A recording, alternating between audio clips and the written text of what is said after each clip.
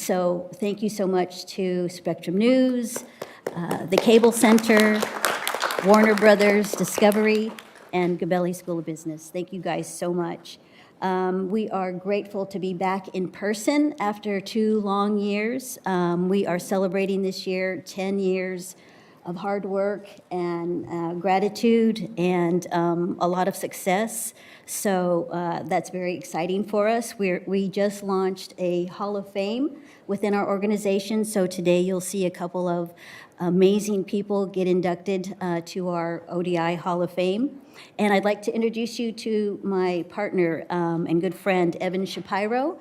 Evan is a media pundit. He is a warrior for good. And we've known each other a very long time and have been working on these kinds of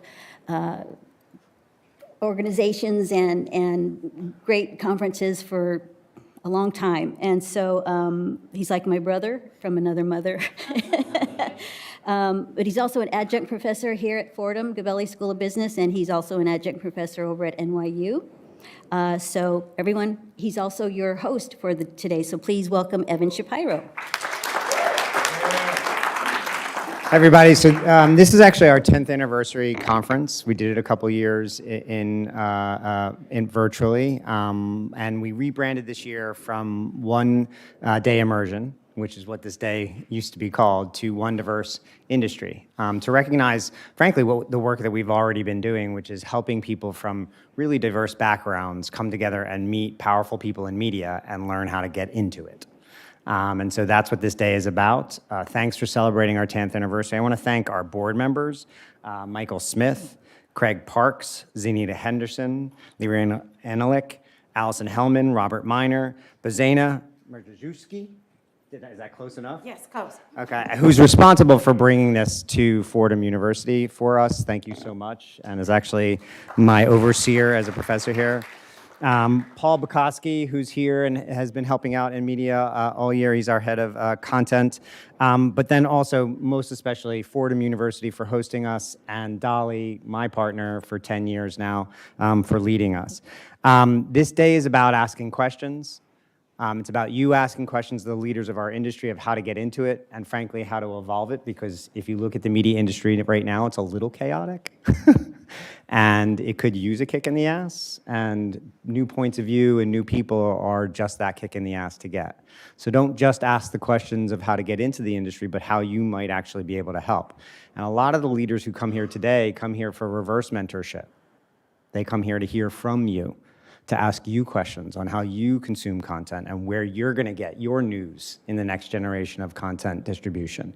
So don't forget to offer your opinion, not just ask the questions. We're here to share. This is meant to be a two-way conversation. It's meant to be an interaction and very you-driven, choose your own adventure. There's a lunch here where you get to network and ask for advice and ask for contacts. Take advantage of the opportunities that life affords you. Don't skip them over.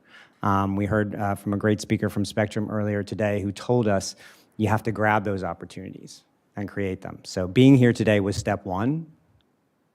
Now use it well. So I'm going to now tee it up. Today is also the inauguration of a new president, right?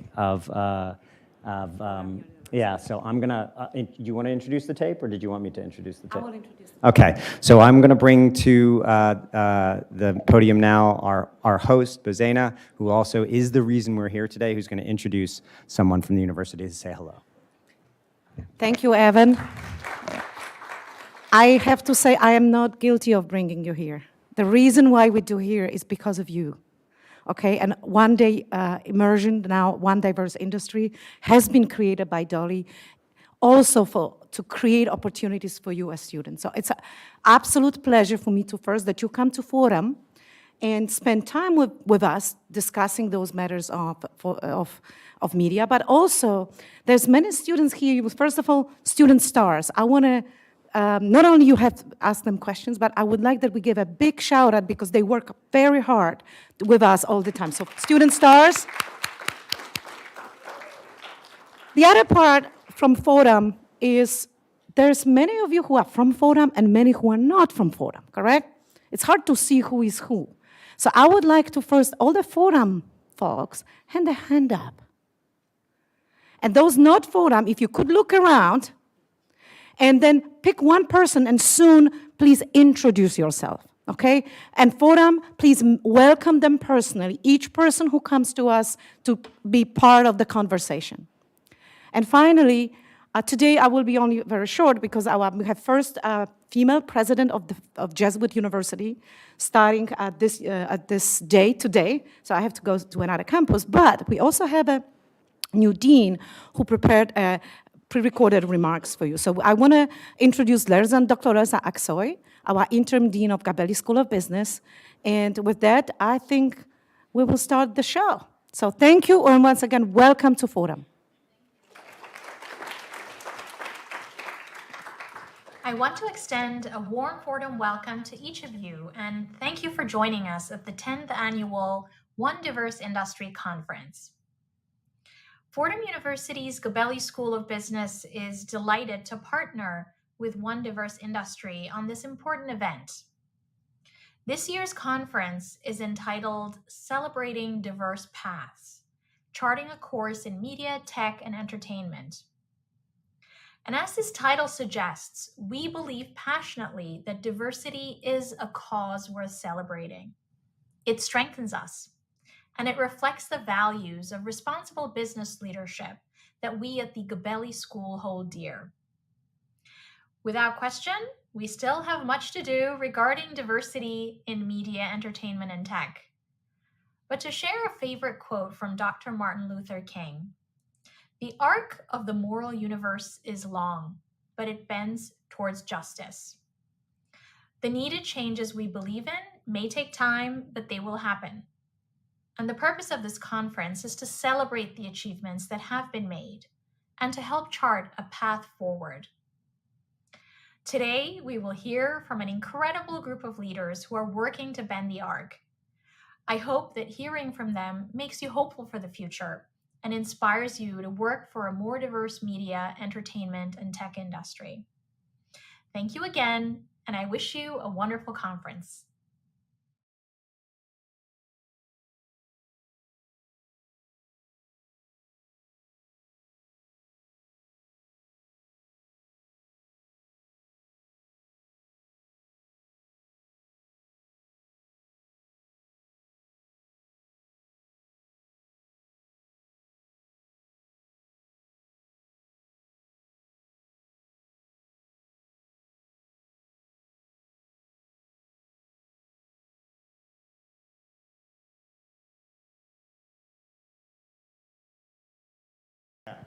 Take a seat.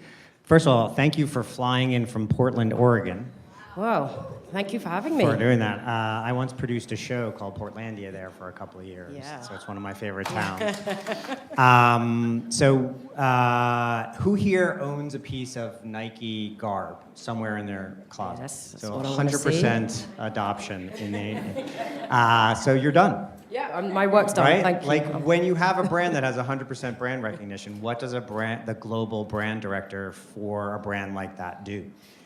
Well, I mean, it's great. I will take that back to campus, world headquarters, and tell them. But yeah, I mean, there's lots to learn, as you say, from a younger generation of how a 50-year-old brand. Most 50-year-old brands don't still have much relevance, or at least they're trying to figure it out.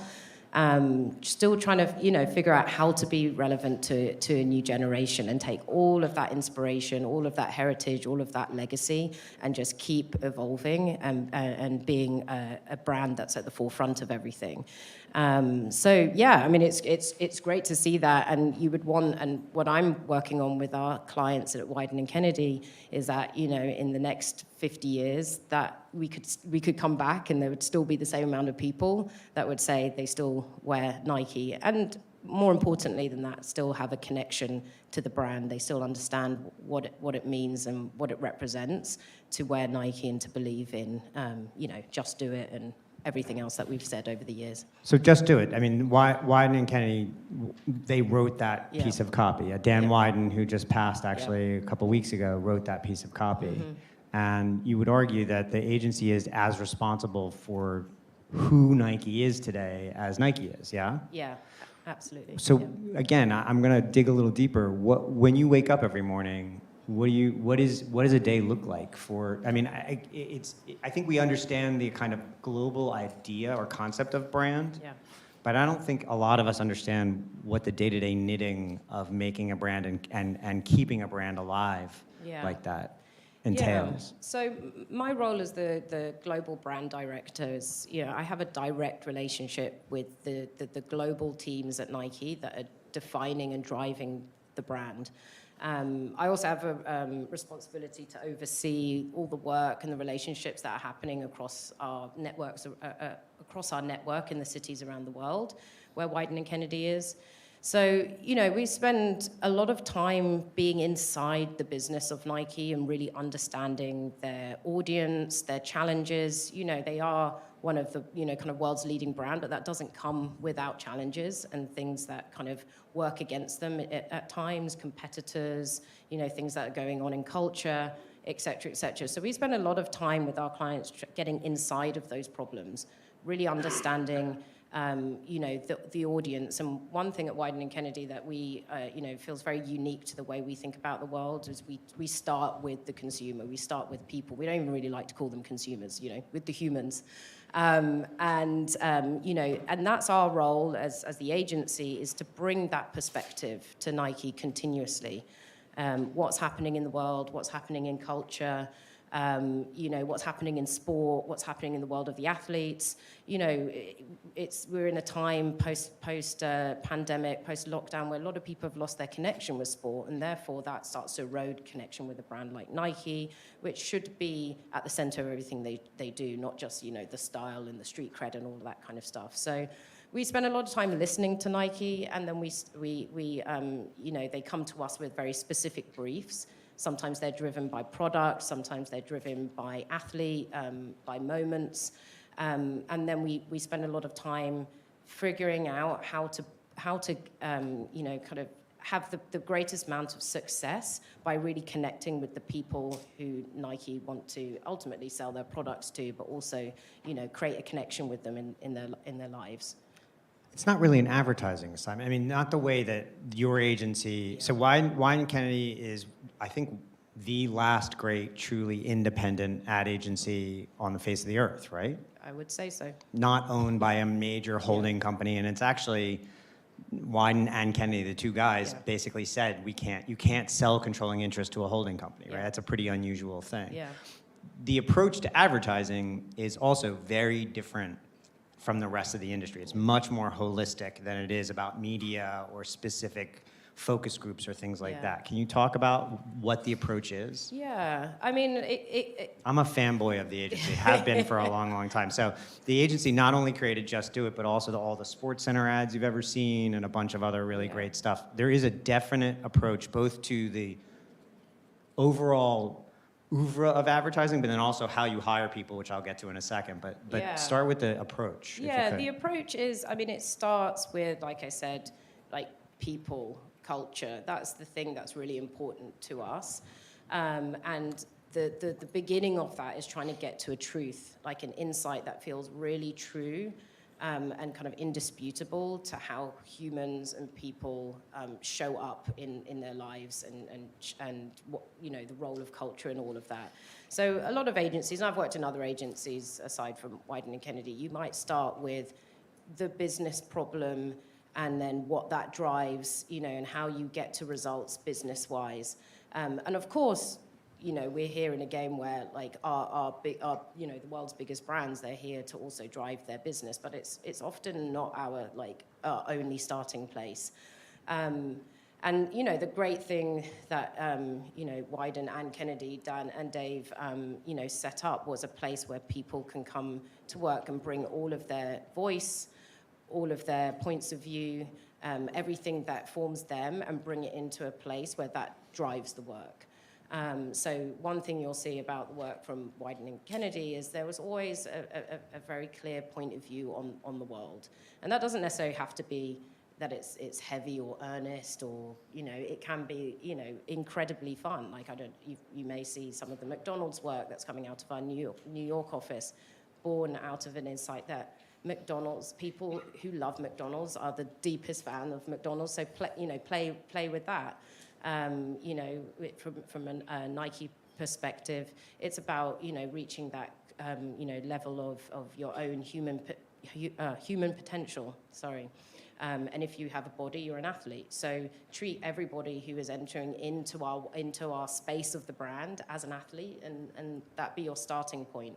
So I think that's a very unique perspective and a very different starting place. And that means the environment of Wieden & Kennedy is all about the people, and all about what everybody brings in their voice to Wieden to help brands therefore find their voice. Okay, so you obviously live inside, and you've worked for more brands than Nike, but you live inside this brand. You understand this kind of brand architecture and how to kind of take a holistic approach to it. How does one develop a mind? Like, where did you come from? So you went to University of Leeds? Yeah, so as you can probably I hear that's hear, in England, right? As you can probably hear, I'm not from the Jersey. US. I'm not from Jersey. Or Different Jersey. Or Portland. So I grew up in the UK. I went to the University of Leeds and I studied English literature, which is a very interesting place to start a career in advertising. But what I loved about my degree and the way I approached it and then where it took me to was having, well, first of all, a connection with people, culture, society, stories. That's a really like our heartland at Wieden & Kennedy is storytelling. But also having a very, being able to analyze something critically, to repackage it, and put together a compelling point of view on that thing. So whether it be a text, a literature text, or thinking about how you're going to get women in the Middle East to engage with sport. It's the same kind of thought process of interrogate. So that's where I started my, my learning was my English degree. I actually had a moment where I went into journalism, and that's where I kind of started my career. I was a junior reporter. And then by a series of coincidences and things, at a crossroad, I actually had an opportunity to move into advertising. And the reason why I did that was because I did really love the idea of being able to tell stories, but have the challenge of bringing it from a business perspective, a brand perspective, and really bringing together commercial thinking and creative thinking. And advertising brought a lot of that together. And then specifically my role, which is, account management, brand management, you're at the center of the entire process. So you're right at the beginning when you're talking to the clients and understanding their problems, and you're right through the creative process of, kind of like the conductor to a certain extent? Conductor. And really it is the only role in advertising where you are in all parts, even through production. So, my journalism and production side also is nurtured in advertising because I spend a lot of time on set. I spend a lot of time looking at scripts and ads concepts. So, really exciting. And then also to the back end of like, how does it live in the world? How do we measure how it was effective? And all that stuff. So, yeah. And the job has taken you, so you go to university, you get out, you work in some smaller agencies, or? Yeah, so I moved to London after university because, that's the hub of where advertising and many, graduate jobs are. And Not New York? Yeah, well, Okay. at some point I wanted to move to New York, but starting out I was like, I barely afford to live in London. I'm not sure I can make it to New York, but there we go. Both are very expensive. Yeah, exactly. So actually I started at one of the stalwarts of advertising, very traditional, M&C Saatchi. You may know the Saatchi name. And it was a really great foundation because at the heart of M&C Saatchi is this devotion to strategy, brand strategy. Like think, simplify, reduce. Can I ask, before you get to that, how did you get that job as an English lit major? Like how did that interview go? Well, they had a graduate scheme. I kind of snuck into a... it's like a management training program? Yeah, exactly. I kind of snuck into an open evening at the Cambridge University. I grew up... You crashed I literally a networking party? Yeah, I Take note. I grew up in Cambridge. I was back home in Cambridge, which is where I was working as a junior reporter, and I happened to see that M&C Saatchi was coming to the university to talk to their prestigious graduates there, or undergraduates about to be graduates. I just called them. I said, I didn't go to the university, but I live here. Can I come along and hear about advertising, hear about M&C Saatchi? And they were like, yeah, sure, come along. So yeah, I kind of snuck in. So yeah, always just ask. Don't assume that you can't be there. Ask. And then I heard more about what they did. I found it really interesting and exciting, and I just I applied. And the application forms for agencies like that, they really want to see like your perspective on the world and your personality, and your degree and your background is kind of secondary at that stage, but obviously it's important. So I just put myself into that response, and they invited me for some rounds of interviews. We had to do a lot of group work together. There were a lot of pushy people who wanted to really shine, and I would say this to everyone: just be yourself in those situations. A company always wants somebody who's going to be a culture ad, and they want to know who culture you are. ad. Yeah, exactly. So I basically went through the graduate program of interviews, and was given a job. And actually, when I started, there were people who'd done all sorts of degrees. In fact, there was somebody in my grad group who had done a master's in like paleontology or something, and now she was a planner, like a strategist. So that's how I got into it, and it was a kind of starting scheme. You learn all the basics of advertising. You went through all the departments, and then you started in your role. And then how long before you went to Wyden? Because you've been at Wyden, and I mean this in the most complimentary way. You don't look old enough to have worked at Wyden as long as you say you have. Yes, so how long has it been? So I moved to Wyden in 2010. Okay, so 12 years. Yeah. So you went to a couple of different agencies before that? Yeah, so I was at M&C Saatchi. I was also at Fallon, another big stalwart agency. And then I moved to Wyden in the London office. I went there to work on Nike. I worked on other things at the same time, but that's where I started with my Nike. And then Amsterdam. And then Amsterdam. I was in Amsterdam for 10 years, or just about 10 years. And then I moved to this new role in Portland, which is the global role, in March of this year. Because that's the headquarters of. That is the headquarters, yeah. And what do you think? What's the mix of skills that? I mean, yes, you've been there a while, so you've paid your dues, but you've also risen pretty quickly in a very competitive field at a very competitive agency. What do you think are the skill sets that have paid you the dividends or have gotten you through what can be a pretty complicated, because it's not just the internal, hey, this is the organizational structures across offices all around the world, but it's also these enormous clients. Yeah. Who, in a world where unusually Wyden holds on to clients. Agencies don't hold on to clients for 20, 30, 40 years the way that your agency has. Yeah. What do you think, what are the transferable skill sets they should be learning that are applicable to your success here?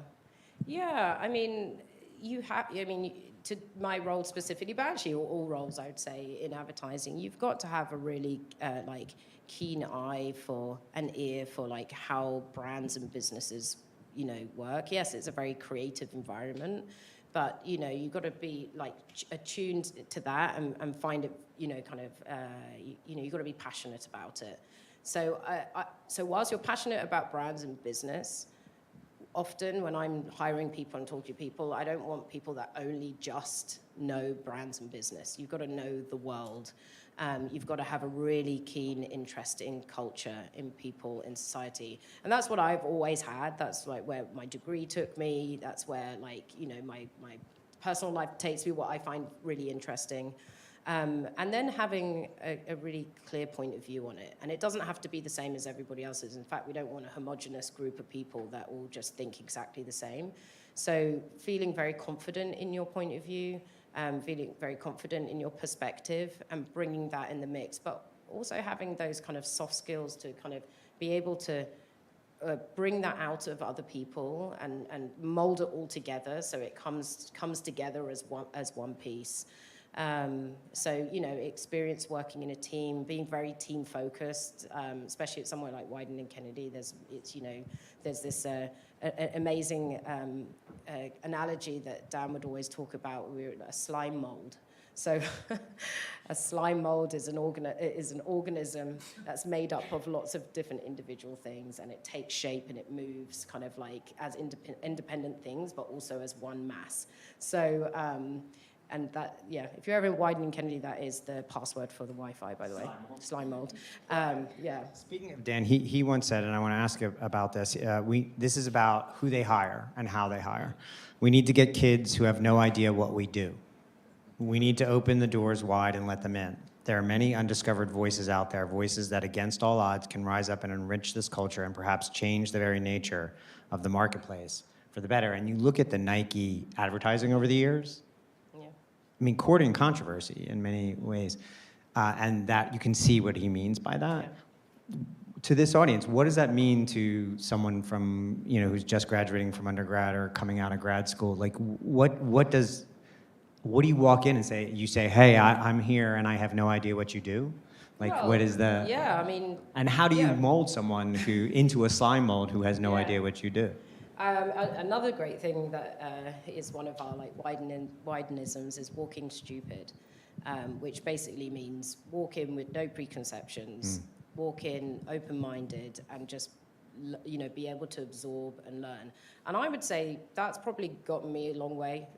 Not because I'm stupid, well, maybe I am, but I didn't know a lot about advertising before I walked in, to be honest. I didn't know all the agencies, I hadn't done any internships. I, wasn't even meant to be at the open evening. I wasn't even at Cambridge University. No, but I just had a passion and an excitement, and I wanted to learn. So, I think that's stood me in very good stead to just come in and absorb, but then also just be very clear on for myself, on where I stood on these things. And I've been very lucky to work on brands that, like, it's inherently you can care passionately about, about it. But I've also worked on brands where, you might say, oh, what do you extract from that? But if you go beyond the brand and go beyond the business, and at the other end of all of this are people, real humans that are going about their lives, where actually these brands or products do play a role of some sort, like that's the connection point, and that's where it gets interesting, and that's where you can, that's where you learn, that's where you want to go out in the wild and actually be around real consumers as opposed to being just, in your office at your desk, and having that passion for it.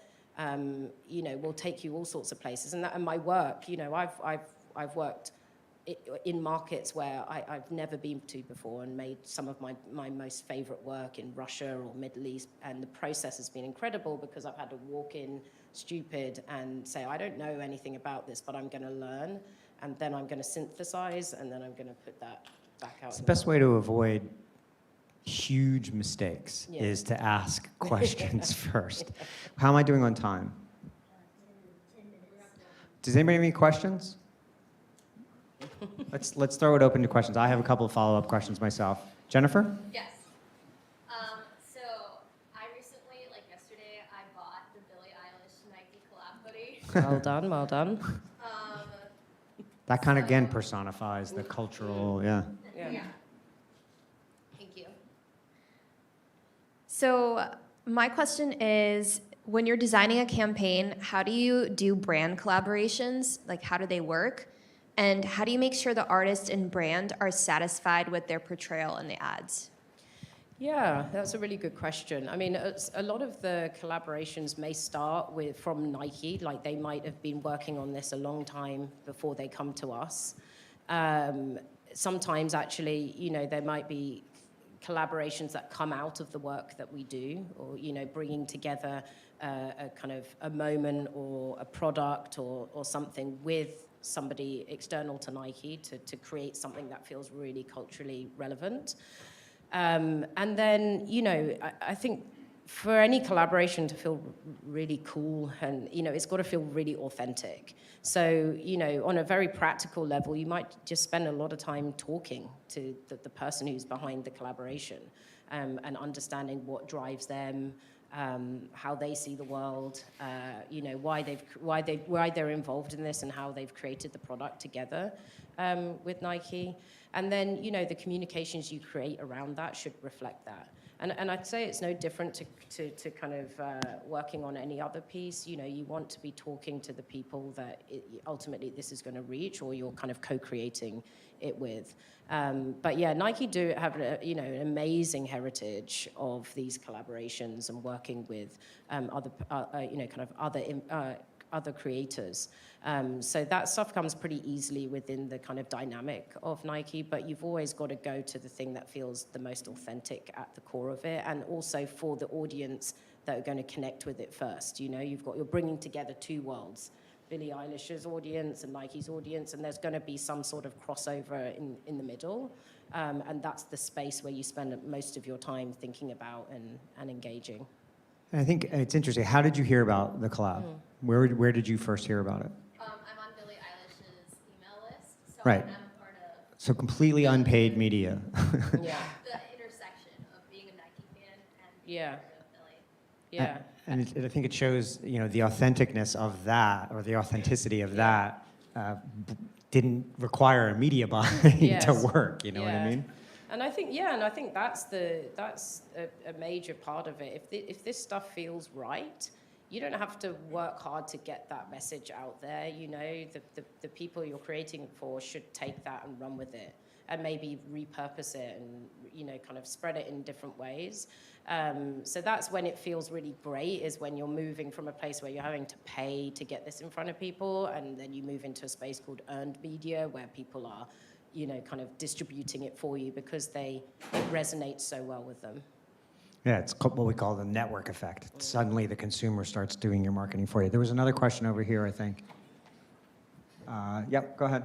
Hi. So, Stand up for me, just because we can't see you. Yeah. Got to rearrange the chair first.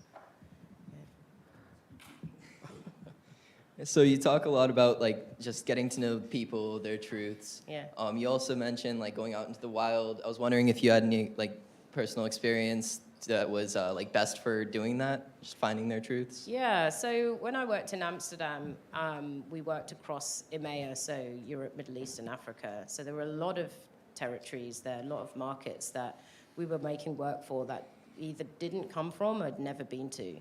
So we were very disciplined ourselves in doing these things called kind of immersions, where we would take the brand person, so the account person like me, the strategists, and the creatives to that city or to that country, and just set up a few days of meeting people, meeting kids, going to see where sports played, going to a nightclub to see how nightlife happens, just how people are living their lives. And one of the most exciting experiences I had around that was going to Moscow in Russia for the first time, to really understand the role sport plays or isn't playing in the life of kids.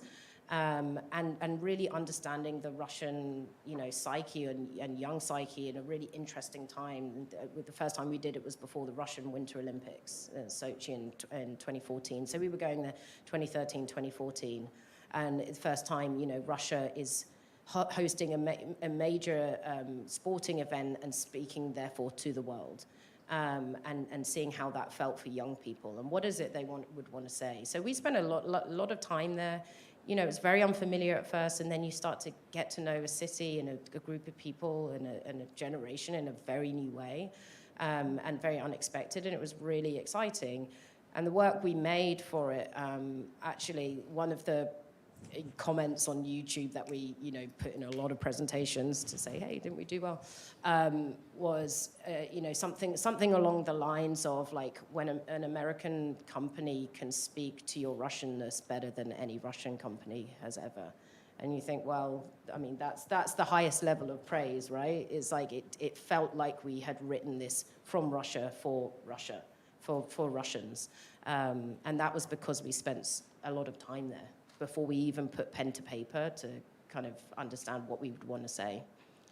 And that's true of kind of any creative work that you Yeah. want to do, but it's also true, you can translate that into kind of what you look for in new members of your team too. It's not necessarily, hey, can you do math, but what's the immersive experiences you've had in your life that matter to you, right? Isn't that? Yeah, exactly. Yeah, what are the experiences?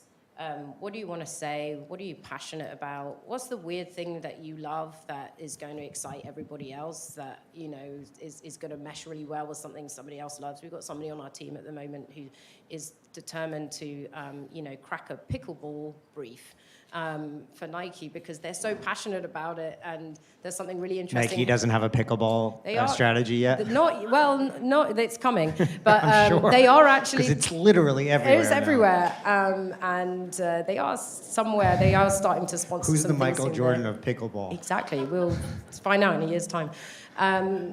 Yeah, and you know, all of that stuff is what we need, and then of course all the you know, other amazing stuff that people tell you. But it's really important, you know, being able to work in a team, work collaboratively.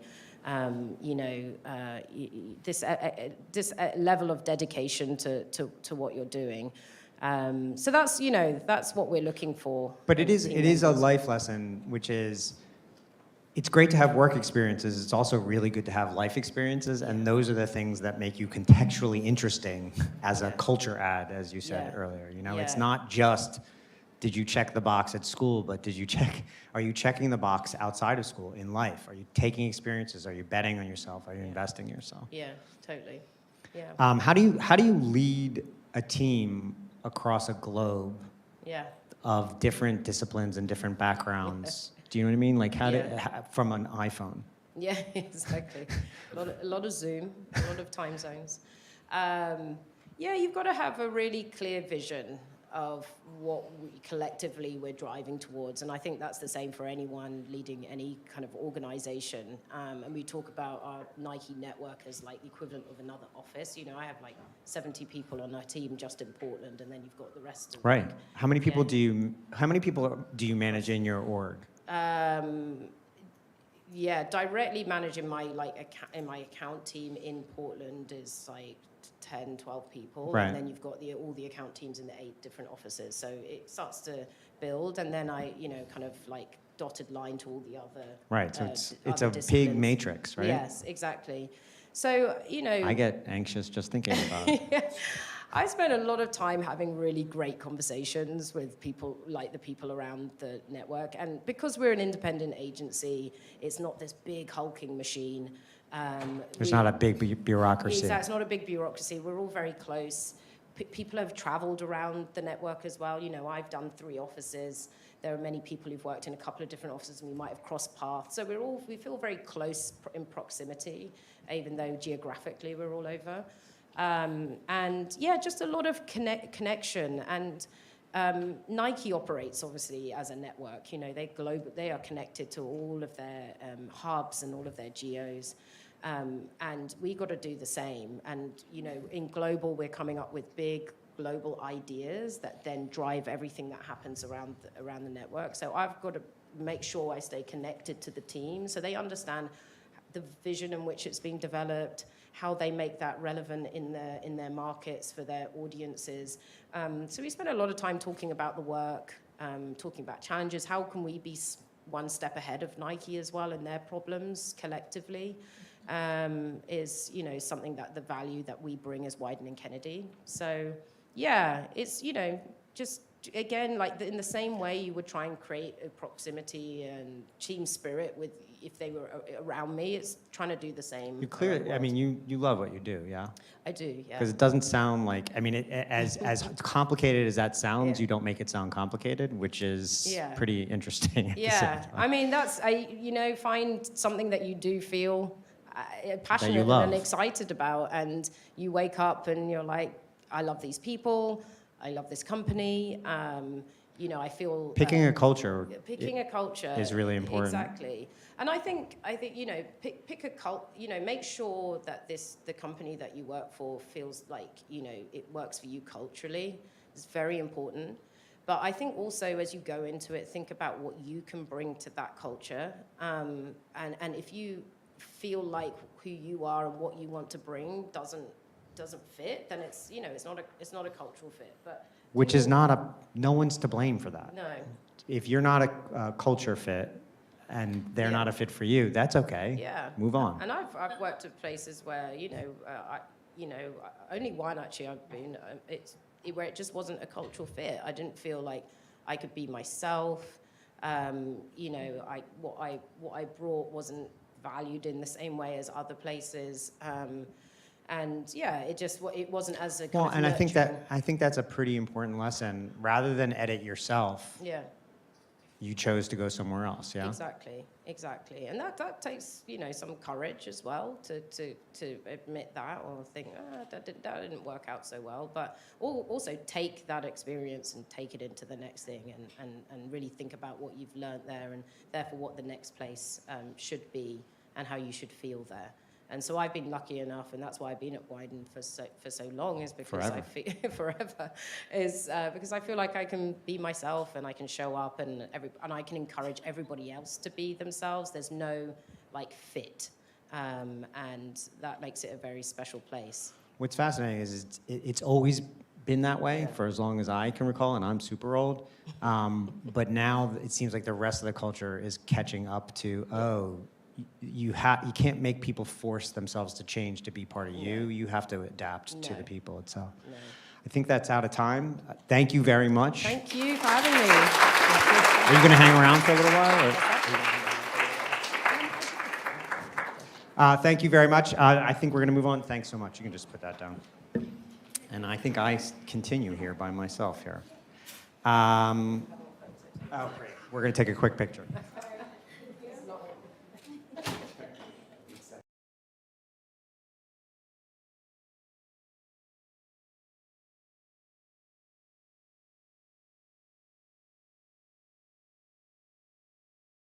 Introduce the next panel, yes.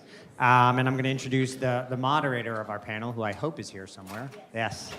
Our moderator is Emery Walton. Emery is the Vice President of Content Distribution at A&E Networks. He also leads A&E's Multicultural Council and has board member of NAMEC and has been a huge supporter of ours for as long as I can remember, to be honest with you. So thanks so much, and I'll hand it over.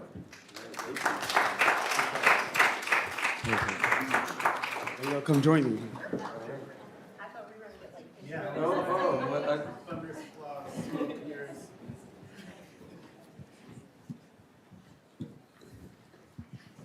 Let's see. Pass the mic.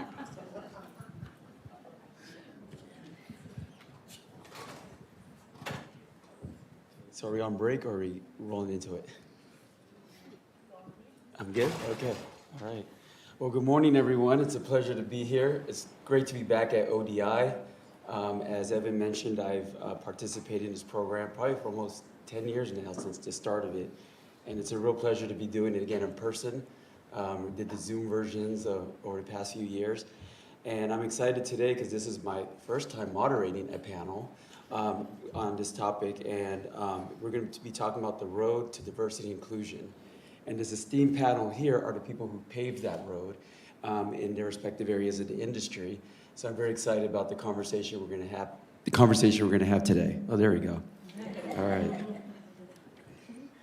So I'd like to introduce first my friend on here, Karen Horn. She's the Senior Vice President of Diversity, Equity, and Inclusion at Warner Brothers Discovery, which is the premier global media entertainment company offering audiences the world's most differentiated and complete portfolio of content brands, franchises across television, film, streaming, and gaming. And I love this part because the way they summarize it is that it's the stuff that dreams are made of. So introduce Karen Horn. Next, I'd like to introduce Nick Whitcomb, who is program director at the Black Theater Coalition, a nonprofit organization that works to eliminate the disparity between the growing inclusivity on stage versus the almost non-existence of Black professionals off stage, dismantling systemically racist and biased ideology in the theatrical space. So welcome, Nick. And I'd also like to introduce Jennifer Dabda, who is the Chief Diversity Officer at Loeb & Loeb. It's a global law firm with one of the largest interdisciplinary teams of entertainment, corporate, music, sports, and technology attorneys in the world, which recently has been selected as a top performer in the DEI space by the Leadership Council on Legal Diversity and received the Compass Award as well. So congratulations. Welcome. So we're going to start the panel. First, we want to hear about the career journeys that these individuals have taken to really shape the path in the DEI space. So I'd like to start with Karen to talk a little bit about some highlights from your career that have brought you to the work that you're doing today. Thanks, Emery, and I don't think this is on. Oh, that would help, right? I only work at the largest media company, right? Oops. Hi, everyone. Thank you, Emery, and thanks for having me here. I actually took some grad classes at Fordham when I started my career right here at ABC, right around the corner. Went to school for broadcasting, though, in Jersey at Montclair State University, and got a job working at ABC my senior year of college. ABC Sports, I worked for a rising star in the industry who moved me to Los Angeles when he became president of ABC Entertainment. I say all of this about my background because my work in diversity, equity, and inclusion is really based on my work as a creative executive in this industry, as someone who knows the corporate side of this industry. And I think that most people who are interested in working in diversity, equity, and inclusion should have an expertise in some area. Like, if you're a lawyer or if you're working in theater, it's not just, I want to work in diversity, equity, and inclusion, because this should touch every area of our business. So beyond ABC Sports, I've worked with the news division. I've worked for a not-for-profit film organization called the Black Filmmaker Foundation. I sold a series to HBO that I produced. It was an adult animated series based on a comic book called Spawn. And I ran what is now the ABC Disney Writer and Director programs, created the talent development efforts for Nickelodeon, and was previously at NBC Universal for 10.5 years, where those programs at that time were considered some of the gold standard in the industry. At Warner, I started at Warner Media before Discovery came in, and ran our creative talent development programs. So all of our efforts to find more writers and directors and actors, our creative programs both in front of and behind the camera, and recently was promoted to lead all of our DEI efforts in North America and help create our global strategy for the company. So that's my journey. Wow, great. Nick, what's your journey? Hello. So I come to this work as a freelancer, mostly. I've worked in theater. I'm from Omaha, Nebraska, which lights a fire to change things pretty quickly.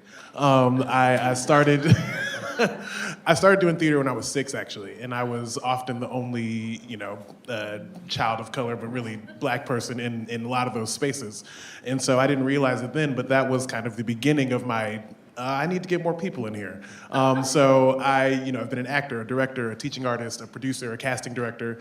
And when I started my casting journey in Chicago, that's really when I realized the ability that we had to be a voice for folks through art and advocacy in that space. So I've worked in both theater, at the Goodman, I did casting at Northlight Theater. I've also done some casting for television and film, so outside on HBO Max, Comedy Central, the 4th season of Fargo, Station 11. So all those really, really amazing projects, and what I got to do in that office was be a voice for the folks that weren't being seen. And that for me wasn't just about diversity, it was also about who are the people that don't have agents, who are the college students that just graduated that don't have access to this room.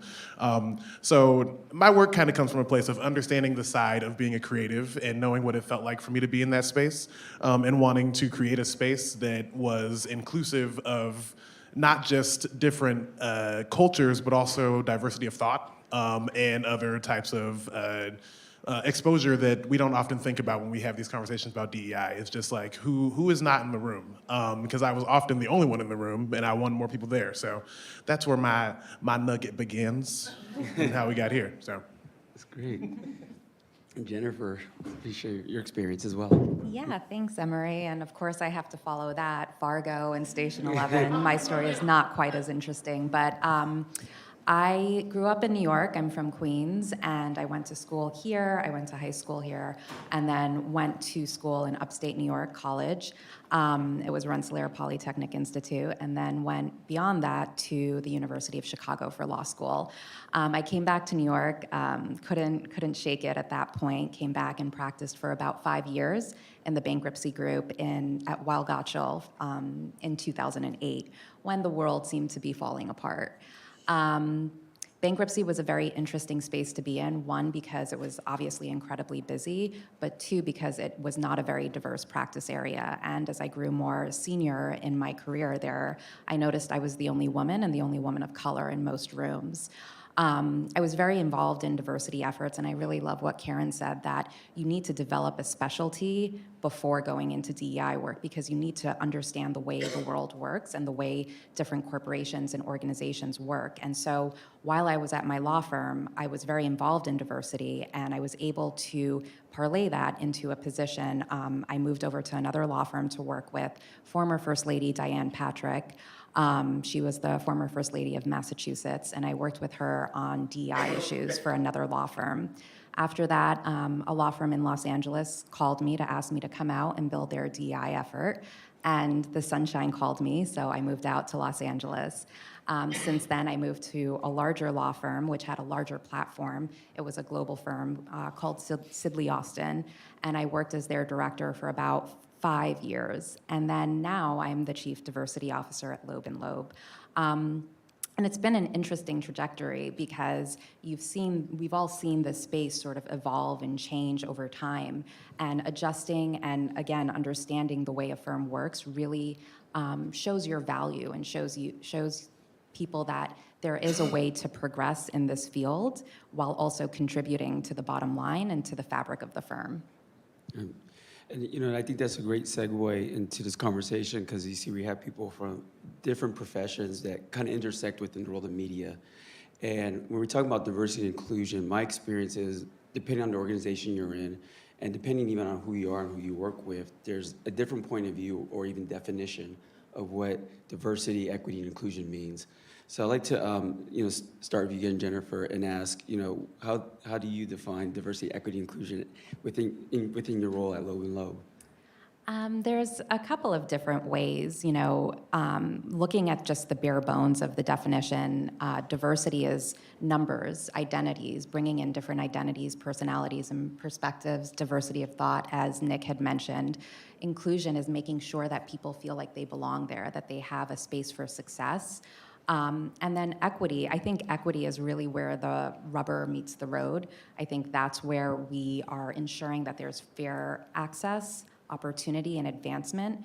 It's understanding that there have been barriers put into place that have prevented certain groups from participating. And in order to achieve equity and in order to achieve what we're all looking for, which is representation, we need to remove those barriers. And a lot of times I use an illustration with my leaders to really create a tangible understanding of what diversity, equity, inclusion is. And that is, there has been a popular illustration of 3 black boys standing behind a fence, all of varying heights.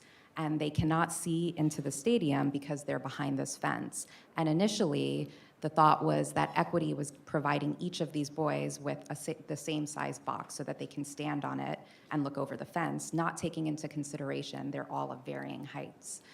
The next iteration of that was providing those boys with different size boxes so that they can see over the fence, again, addressing the issue of the height. But now we're seeing that the issue isn't their height, it's not the boxes, it's the fence. Why is the fence there? Who is it benefiting? And what should we do about it? Why are those boys not allowed into the stadium? And so that's kind of how I perceive diversity, equity, and inclusion, and that's how I try to showcase it within my firm at large. That's great. Yeah, bring down the fence. And then, Nick, you're helping people raise the curtain. Is that where we're going? Yes. Yeah, I mean, diversity, equity, inclusion, like those are just words, right? Like it's the action that comes behind it that is really what that's what the work is about. And I think, the questions, asking the questions is where it starts. For me, I'm always like, who's not in the room? Why aren't they in the room? And that comes with a lot of difficult conversations. It comes with reaching out to those folks and being like, yo, why aren't you in the room? And that answer may not be something that you want to hear, but you have to hear it if you want to do the work. And then what do we need to do to create a space that not only invite you to the room, because a lot of people think, well, I reached out, I said, come on in, but if I don't actually make a space that you then want to stay in, then whose fault is that? And a lot of the work that we do with the Black Theater Coalition, some of the questions that I'll get from some of the partners we work with will be like, well, I want to put someone in this role, but what happens if after their year with us, they want to leave? And I'm like, well, why do they want to leave? Like, there's like, what is happening in your space that does not make them feel like they could stay there and succeed, or does not make them feel like they are welcome to stay in that room? I think a lot of times the thought is that it starts from the outside of like, well, we got the optics, we have the numbers, so clearly we're doing the work. And it's like, well, that work really starts internally. It really starts individually, because I was talking to someone once and they were like, well, what do I do to make a more like equitable and inclusive space? And I was like, that is a big question. And I also, this is something that I don't personally struggle with, because it's just how I start my day. I start with thinking about, what am I doing to make sure that I make a space that everyone wants to come and talk to me with? What am I doing to make sure that I'm inviting people meaningfully into conversations? And those are self things. If I do it for a company, that's great, but my work is about me and not about a company. And that's the thing, is that the work has to be centered on people, or the work isn't happening. So, yes. Yeah, you got to bring yourself in to make that difference. And with Karen, Warner Brothers and Discovery, as we know, are two organizations that have come together. And so you're at in the nucleus of this now, in terms of you're setting the definitions and the programs. How you define it with two organizations coming together? Sure. I mean, what we do is the same as I'm Legacy Warner Media, Warner Brothers. For us, it's diversity plus inclusion equals equity. So, it's more than, it's take that fence down, but also those three boys have to feel like they are fully included in, and you were saying earlier, being able to bring, Catherine, I think, to bring your full self, to be your most authentic self. How do you embrace that? How do you provide a safe space, not only in our workplace, but also in our sets, that people can bring their most authentic stuff? We know that diversity is good for business. We know that. There's lots of statistics to show that. We also know that even in a classroom, if you have a diverse student population, your conversations are going to be better. Our stories are better when we have more than one thought in the same room, even on the same subject. I often talk about like kids who have birthday parties. Like, my party could be different than my neighbor's, and it's the difference of those stories that make us much richer storytellers. So it's diversity plus inclusion equals equity. Love it. So what are the key advancements that each of you are seeing in diversity and inclusion within your organizations, and more so like in the industry as a whole that you work in? Start, Nick. Yeah. I think the best advancement that I've seen is that we're talking about it. I think this was such a taboo conversation for a long time, and it was almost like if you say it out loud, we're acknowledging the problem, and that's bad. You can't acknowledge that. We're working on it. We're working on it. But we can't work on it if we don't talk about it. If we don't identify what the problem is, then we can't have a real discussion to solve it. And so I think that that's probably the largest thing. Now, the danger that comes with that, I also think, is that a lot of folks gained a lot of vocabulary in 2020. And that's great, but that vocabulary has to come with action. And I think that because it has become easier to have these conversations in public forums and to discuss these things in your offices, and people are releasing statements. Like, there are tangible things that I can hold you accountable on. I can say, well, in your statement you said, that this is what was going to happen, and this is what has happened. And that conversation doesn't always go well. I've had it a lot of times. But because you wrote it down, that should be, you know, how you are living your mission. That should be how you are moving through the world. And if that's not how I see it, now I have a tangible something to say to you.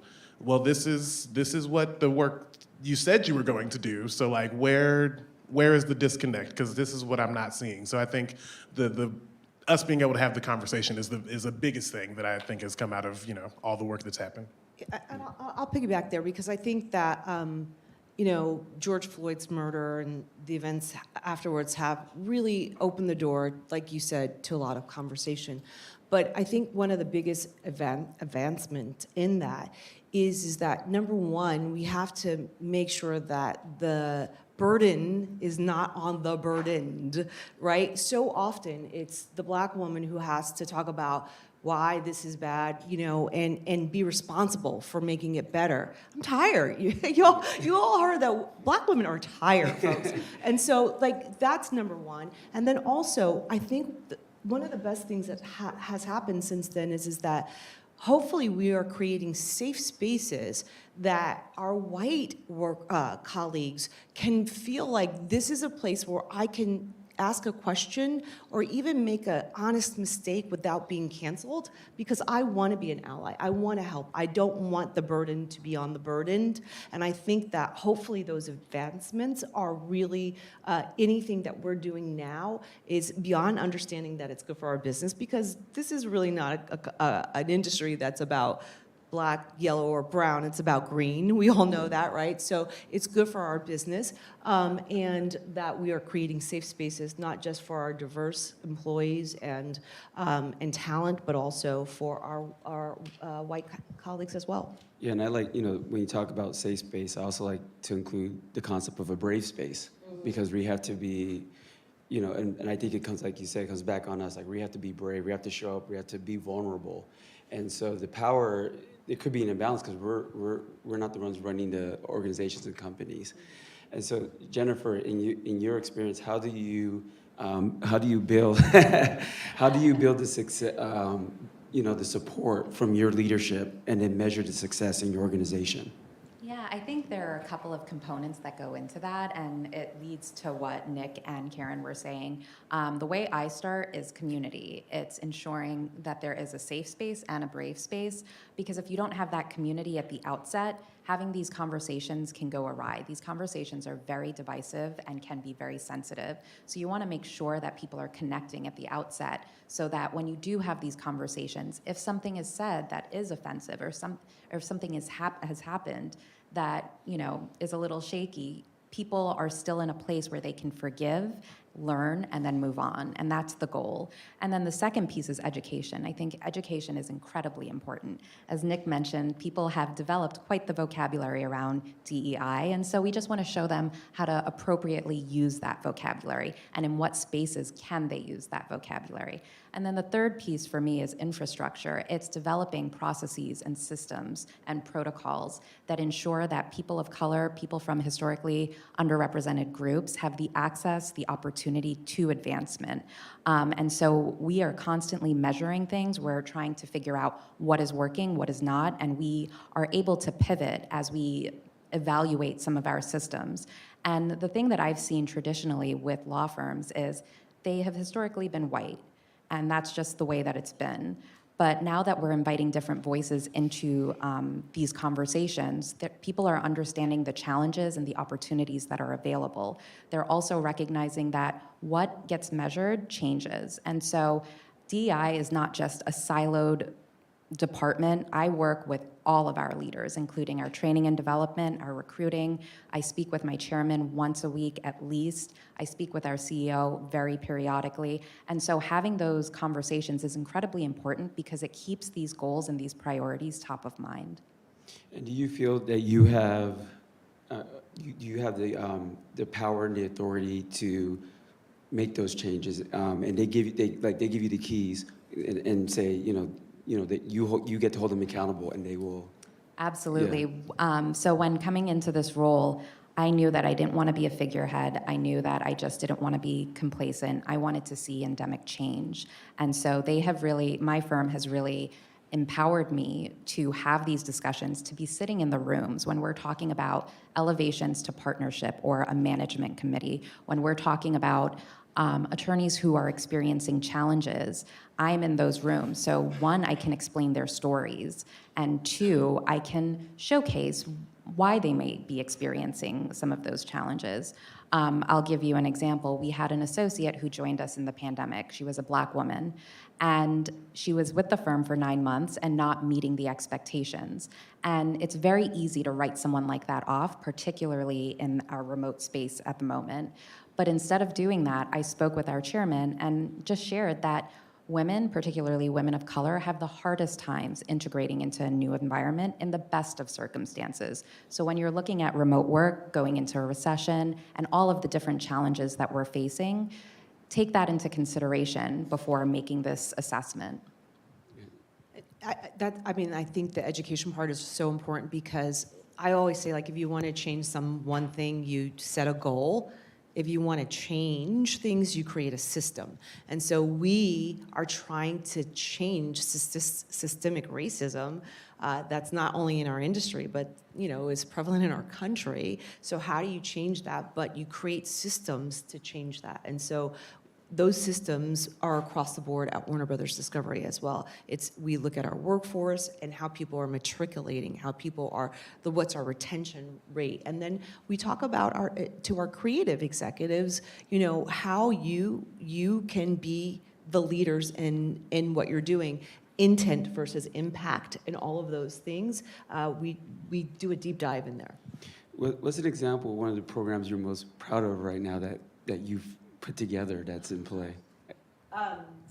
Well, I actually would say, before that question, I would talk about some of the creative talent development work I've done. I created a program at NBC called Late Night Writers Workshop, where we changed the landscape in late night television. There was an article about how there are no women or people of color in late night television, and I was like, I can change that, and I did. And we got people who went on to help create Carpool Karaoke, and does jokes Seth Cantel, Jenny Hagel on Seth, and who became the showrunners for Fallon. And so women, gay women, people of color, Black men, and so we've done that, and I was really proud of that. And we did a program at NBC called Female Forward as well, where we got women directors and emerging directing people. But now I'll fast forward and say at Warner Brothers Discovery, what we did at Legacy Warner Brothers was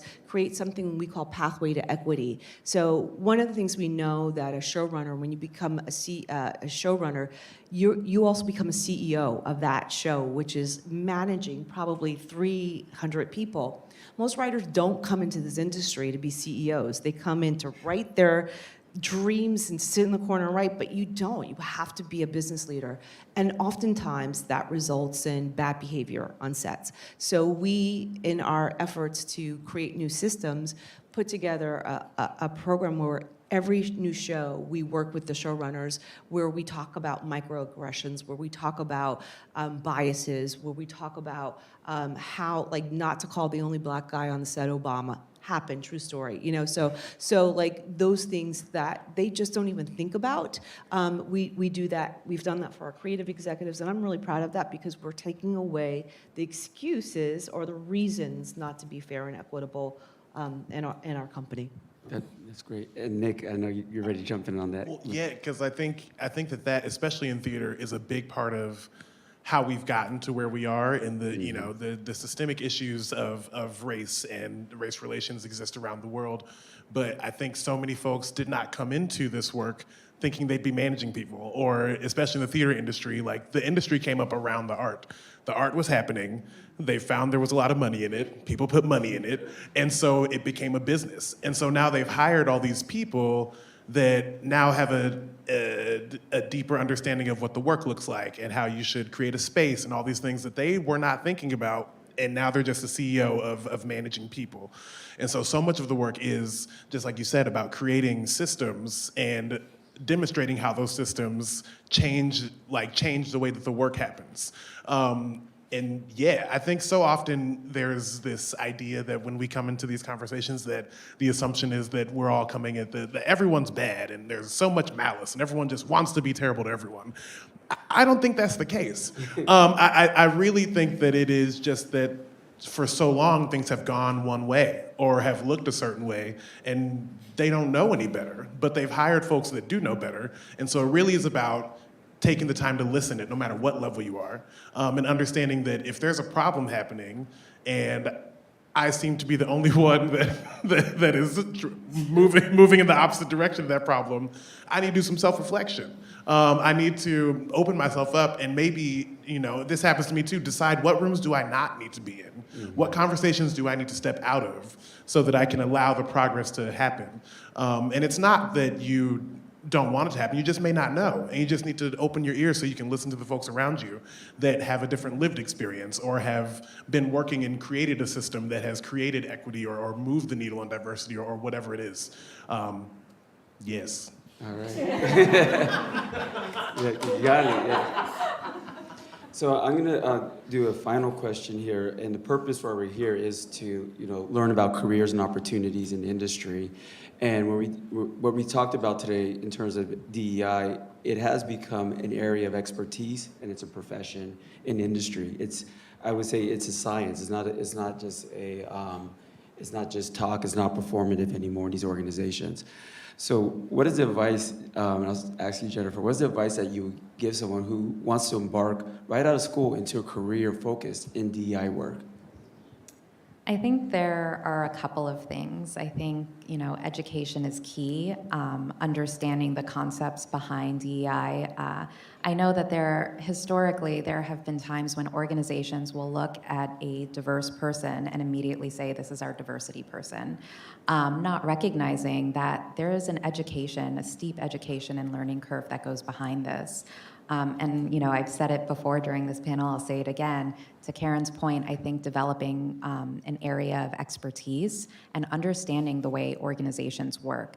I know law firms like the back of my hand. I know the way they operate. I know the conversations that are happening. I know the way they recruit. I know the way they promote. So when I come to the table, I don't come with just my DEI expertise. I come with a whole background and a whole set of values that I can contribute to that conversation. And the more you can contribute, the more people will take this seriously. That's great. And how about you, Nick? I would say really understanding your why. This work is not easy, it's not glamorous, and it's not fun a lot of times. So really understanding why do I want to do that work? And then building the tools that you need to be successful at that work. And also, be kind to yourself. I've walked into a number of jobs being like, I'm gonna change the world. And truthfully, that just does not happen most times. It's just because there's so much of the world to be changed. Putting that burden on your back will make every day seem like the longest, hardest day ever. So it's being able to not only measure what is the success that I'm bringing to the organization or the company I'm working for, but also what is my personal success. So many times I spend hours on phones pre-screening people for jobs and talking to people about the space they want to create, and when I get that one email from someone that's like, you really made that interview really great for me, I feel like I could show my full self, thank you so much. That is also my work. It's not just about placing people at these institutions, it's about creating a space where someone felt safe and comfortable sharing their real self with me. And saying, no one's ever reached out to me and told me to resubmit my essay because it didn't show me in the right way. Because you don't walk into it telling the industry why they need you. Walk into it and tell them this is why I'm great and this is why you should hire me. And so being able to have that conversation with someone and have them open up their eyes of wow, I didn't realize how I was presenting myself, and maybe that's why I'm not getting the rooms. Maybe it's not my skin color or my sexuality or whatever the question is. It's no one's ever taken the time to have that conversation with me. So what are the small victories that you can find for yourself within the work to keep yourself motivated? Yeah. It's funny because on my Twitter, I think I said something like, my job is not who I am, but who I am is why I do the job I do, right? So in addition to that, I realized that I was doing this long before diversity was a thing, right? When I started, I was the person screening pilots at ABC and saying, why is the white lady always saving the little black kid? Like, why is that stuff? Like, I was always, I say, I'm not new to this. I'm true to this. I do this in my free time. I volunteer, Emery knows this, I sit on community organizations. I give my money to my personal money to things that I believe in and support.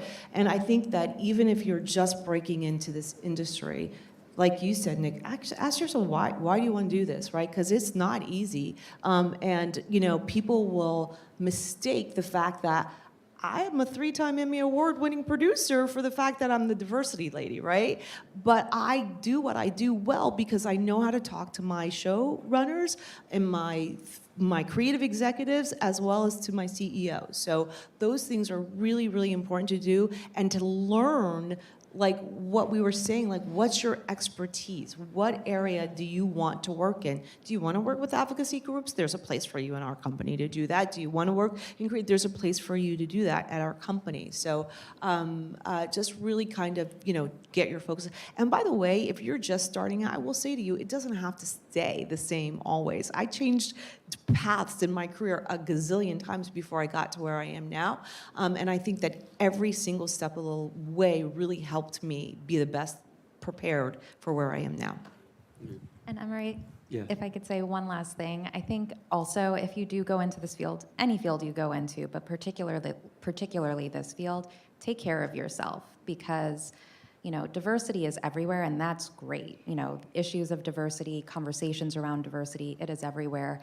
And engage in them, learn from them, but also take care of yourself. You don't have to engage in every single conversation. And like Nick said, you don't have to be in every room. And mental health in this field is definitely something to think about, and burnout is real. We live, we eat, we breathe diversity, equity, and inclusion. And if you're not taking care of yourself, that burnout can happen. Yeah, and what helps with that, from my experience, is creating a network. And so as you're here today, networking, meeting people, you really start to build a panel of people. Karen's a friend of mine. I have my new friends here with Nick and Jennifer.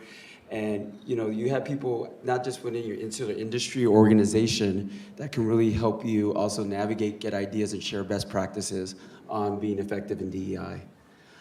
So now we're going to take a few questions from the audience. So we'll start around the room with the students. Then let's go students here. So I'll go around this way. So you're right there. Yes. Hi. You're gonna get a microphone.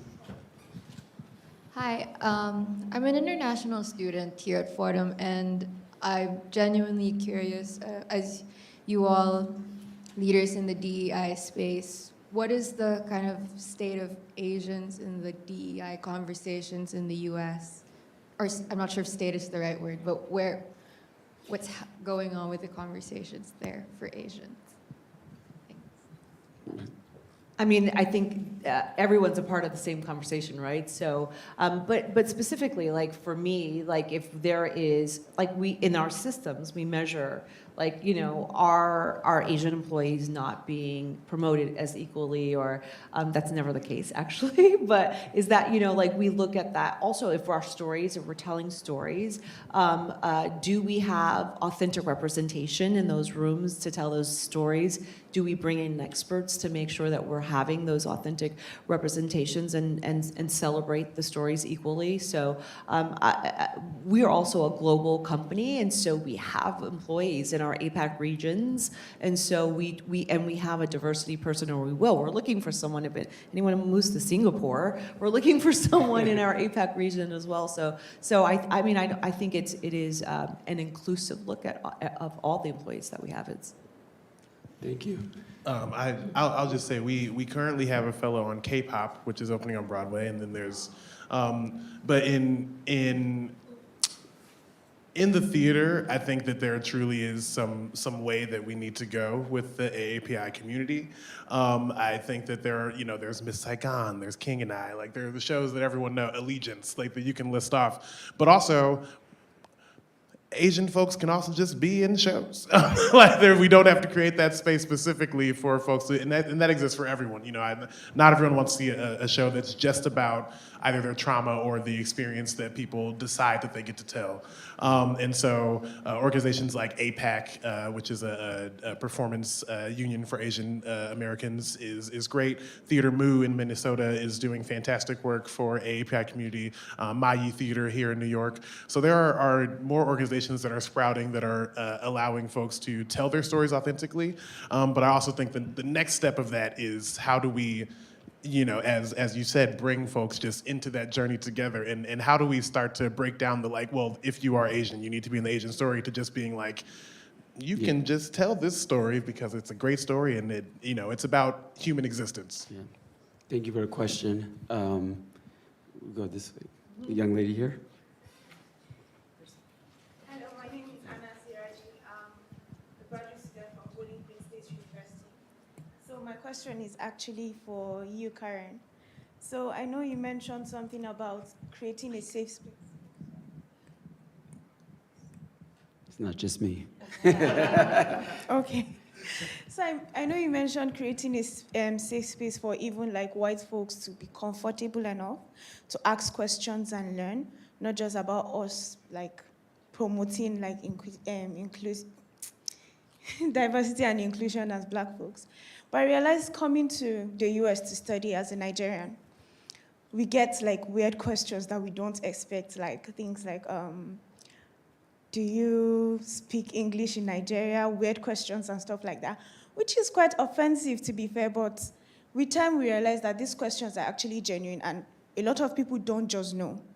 So as a student now, having issues like this on a daily and trying to do better to promote education in that aspect, like which questions to ask, how to ask them, and how well you could explain these things, how would you advise we respond to this nicely? Why down?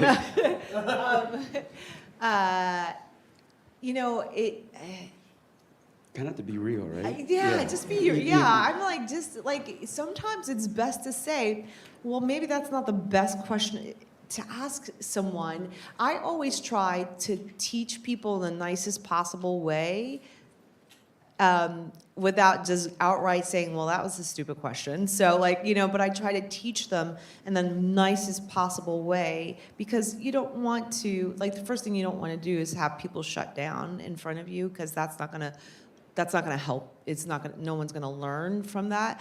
And I think if you, like the great Maya Angelou says, when you know better, you do better. And I'm hopeful that that's true. So if you are being asked questions that are that seem dumb, let's just say that it's because they don't know better, and maybe we can teach them so they can do better. Yeah. One more question. All right, we got this side of the room. All right, right there, the blue. Yes. Hi there, I'm Sophia. So my question is for all of you. Do you guys receive, like in an ideal world, probably not, but do you guys receive any pushback or resistance to any initiatives and like programs that you do? And if so, like how do you deal with that without getting rid of the important aspects of that initiative? I'll start, because I've done programs for a long time. Yeah, a lot of pushbacks. And the way I do that is just to make sure that the talent that we promote, whether it's employees or actors or writers or directors, they're just the best. And so that's like, I always say that diversity is not an excuse for talent. So it's tough to get into, it's harder to get into a writing program in this industry than it is to get into Princeton, Harvard, or Yale together, right? Or Fordham. It's harder to get into those programs. So anyone who comes through any of these talent development programs are good, because not only do they get into a program, maybe 8 people out of 3,000 submissions, but they also have gone through the program where they have learned the industry, they become better at their craft. And so I would say that the pushback for me is just, the proof is there. They're better than anybody. And the win is when people forget that they came through a program and then they own them themselves. So they're like, oh, I have this writer. I'm like, it came from my program. So that's the win. So you just have to be good at anything you do. That's all. I'll also add that sometimes the pushback comes from the community that you're trying to work for at times. And that is sometimes the most painful pushback because you're like, y'all, you don't know, I'm trying so hard. And so navigating that is probably even more difficult for me than navigating pushback from folks that don't, if you don't want it, I know you don't want it, but I'm gonna be here anyway, and that's the thing. But if I'm trying to actively work for a certain population and that population tells me, or someone in that population is like, I don't feel seen, the hardest part is making sure that I'm not like, well, it's all done. One person's upset, it's done. So it's really about like, making sure that, like Karen said, that the program is the proof is in the pudding, that you're able to say, sorry, this one didn't work out, but like there is a next time, or like, I apologize, I'm sorry that is the way that this came off to you. Here are the things that, and transparency, here are the things that we put in place to make this process as equitable, or make this program the way it needs to be. And sometimes that's all you can do. You can just, show your hand, because that's the biggest thing, is that people have just not seen hands for so long that you just have to show them. And even if you show them, sometimes they don't believe you, but then that's where you just have to keep doing that work and know that the initiative that you're doing is making the real change.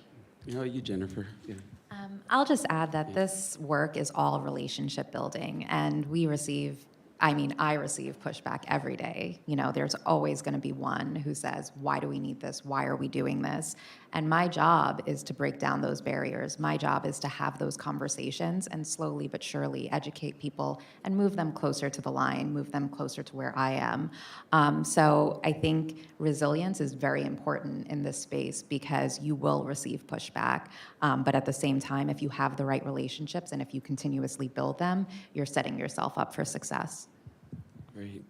Well, I'd like to thank all of you for being here today. But you could we could talk if you catch us in the break. But thank you all for your expertise today. I've learned a lot. Hopefully, everyone learned a lot as well from the session, and we'll keep the conversation going. So thank you. Thank you, Emily.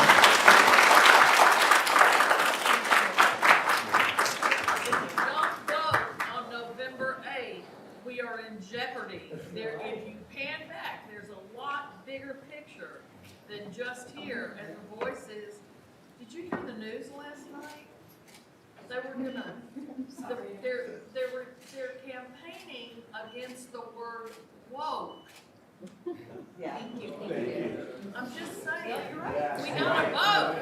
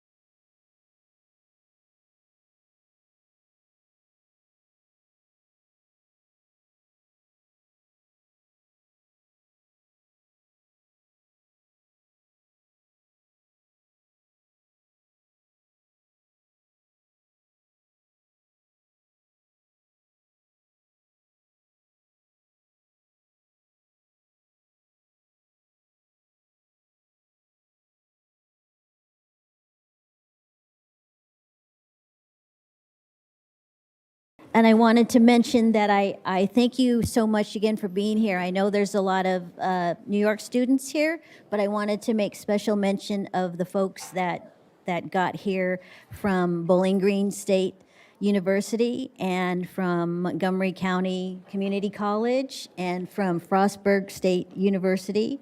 I thank you so much for making the effort and getting here, so thank you. We are going to go ahead and get started. I know a lot of folks are going to come and go, and they probably went and took a little break, but they'll be right back. But I want to stay on schedule. So I want to welcome the next panel session. This is another one of our wonderful keynotes with Maria Weaver, who will be properly introduced by her great interviewer. So I'm going to introduce Jennifer Zaroff, who I've gotten to know over the last couple of years. And I wanted to say that Jennifer is somebody to watch.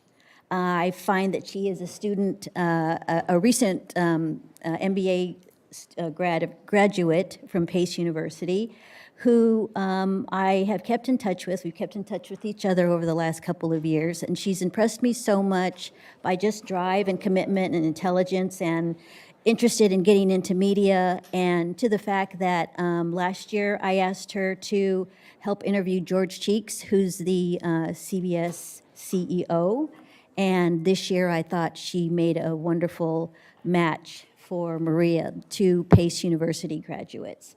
So Jennifer has recently completed a dual MBA program in business and marketing management with a concentration in entertainment from Pace University. She has extensive knowledge in social media management, theater arts, and casting. Her professional goals include holding a leadership position in a career with film, television, and the entertainment industry, particularly in creative development. She holds professional membership with us. Thank you, Jennifer. With Future Now Media Foundation and the American Marketing Association and T. Howard Foundation. She said, and this is her bio, her words, which I totally agree. She's conscientious, driven individual who describes herself as a feisty redhead and loves to incorporate humor in her day-to-day life, which is probably another reason why we get along so well. So everybody, please welcome Jennifer Zaroff. Can you guys hear me? Okay, great. Well, first of all, I wanted to thank Maria Weaver for being here today. She's the president of WMX at Warner Music Group and also a fellow Pace grad. Woot woot. Sorry, Fordham. And then I also wanted everyone to give Dolly and Evan a big round of applause for setting this amazing conference for us. And it's free. Like, come on, you guys. All these conferences are usually not free, and the amount of work that goes into them is insane. So, truly is an honor to be here. And if you would pick up, yeah. So, I guess let's just start off with, if you could just describe. Do you want to switch? Okay. If you could briefly describe your professional journey. So you're president of WMX. Like, where did you start off? Maybe your college journey and a couple of jobs to get to this point. Sure. So my journey actually started prior to college. I actually thought I wanted to be an actress. So my journey began when I was about 7 years old, and my dad put me in acting classes so I could become a lawyer. And instead, I fell in love with acting. So I was really on a path to pursue acting. I went to performing arts junior high school. I went to performing arts high school, which is right near here. It's now LaGuardia. And my first major in college was acting. And while I was there is when I began to feel like, I don't know that I'm passionate about this anymore. Growing up, I was so passionate about it. And so I knew the difference between loving what I was pursuing and not. And so what seemed natural to me was, what could I do that was like acting adjacent, if you will? Like, what could I do that would put me still in TV and film and possibly even the theater, but like behind the scenes? And so my first my first like internship, which ended up becoming a job, was at a company called Rainbow Advertising, which doesn't exist anymore. And, you know, it was as a sales assistant. And I really, I just fell in love with media at that time. Like it was, first of all, cable was fairly new. And cable was like this disruptive force against like the broadcast establishment. And so there was that. Everyone that I worked with was super young, so it had like great young energy, and it like just streaming now, right? Yeah, it's kind of like streaming now. Well, it's like what digital became, and then streaming, and so so ultimately that's how my career started. And then you know I navigated always primarily in the media space. I worked in digital and television media. And now ultimately at Warner Music Group, heading up Warner Music Experience. No, that's amazing. Just pivoting from things and finding something adjacent. A lot of us pivot in life and finding like those true passions, which could change depending on how you grow. Definitely found that within my professional journey. But so as we know, we have this conference is named One Diverse Industry, formerly One Day Immersion. So what does diversity mean to you personally, and how do you think Warner Music Group incorporates that into its culture? Well, I mean, diversity is so important to me. I can't even really fully articulate how important diversity is to me. I think it is the cornerstone of what will make businesses successful. And I personally, as I've navigated my career, personally committed myself to ensuring that anything that I do, it's always about bringing in other diverse people, making sure that I create space for diverse people, and that's diversity of all kind, right? Like I think, you know, for a while, diversity was just about race and ethnicity, and then gender. But LGBTQ, like just making sure that we have created space for people who feel different or other to be in a room and feel like they can be themselves. And so every role I've ever taken, regardless of kind of the position or the work that the company itself is doing, I've committed myself to being an active person in the diversity space and also making sure I'm bringing people in. I also just think it's really important that I've often been the first, okay, and I'm often the only. It's happened a lot in my career, and so there's a level of weight of just knowing that someone somewhere probably feels like they took a chance, whether it be because I'm a woman or because I'm a Black woman, so I kind of check two boxes, but I just know that the expectation of what I need to deliver is that much more.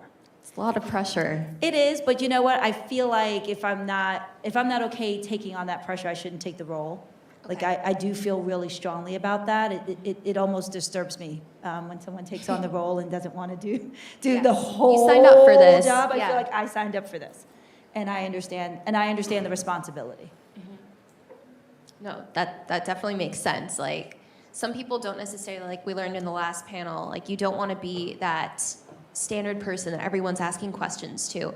But I feel like if they're going to you and they feel comfortable, that is an accomplishment within itself. Like that you shouldn't always have to be that person, but they can come to you and ask and they want to better themselves.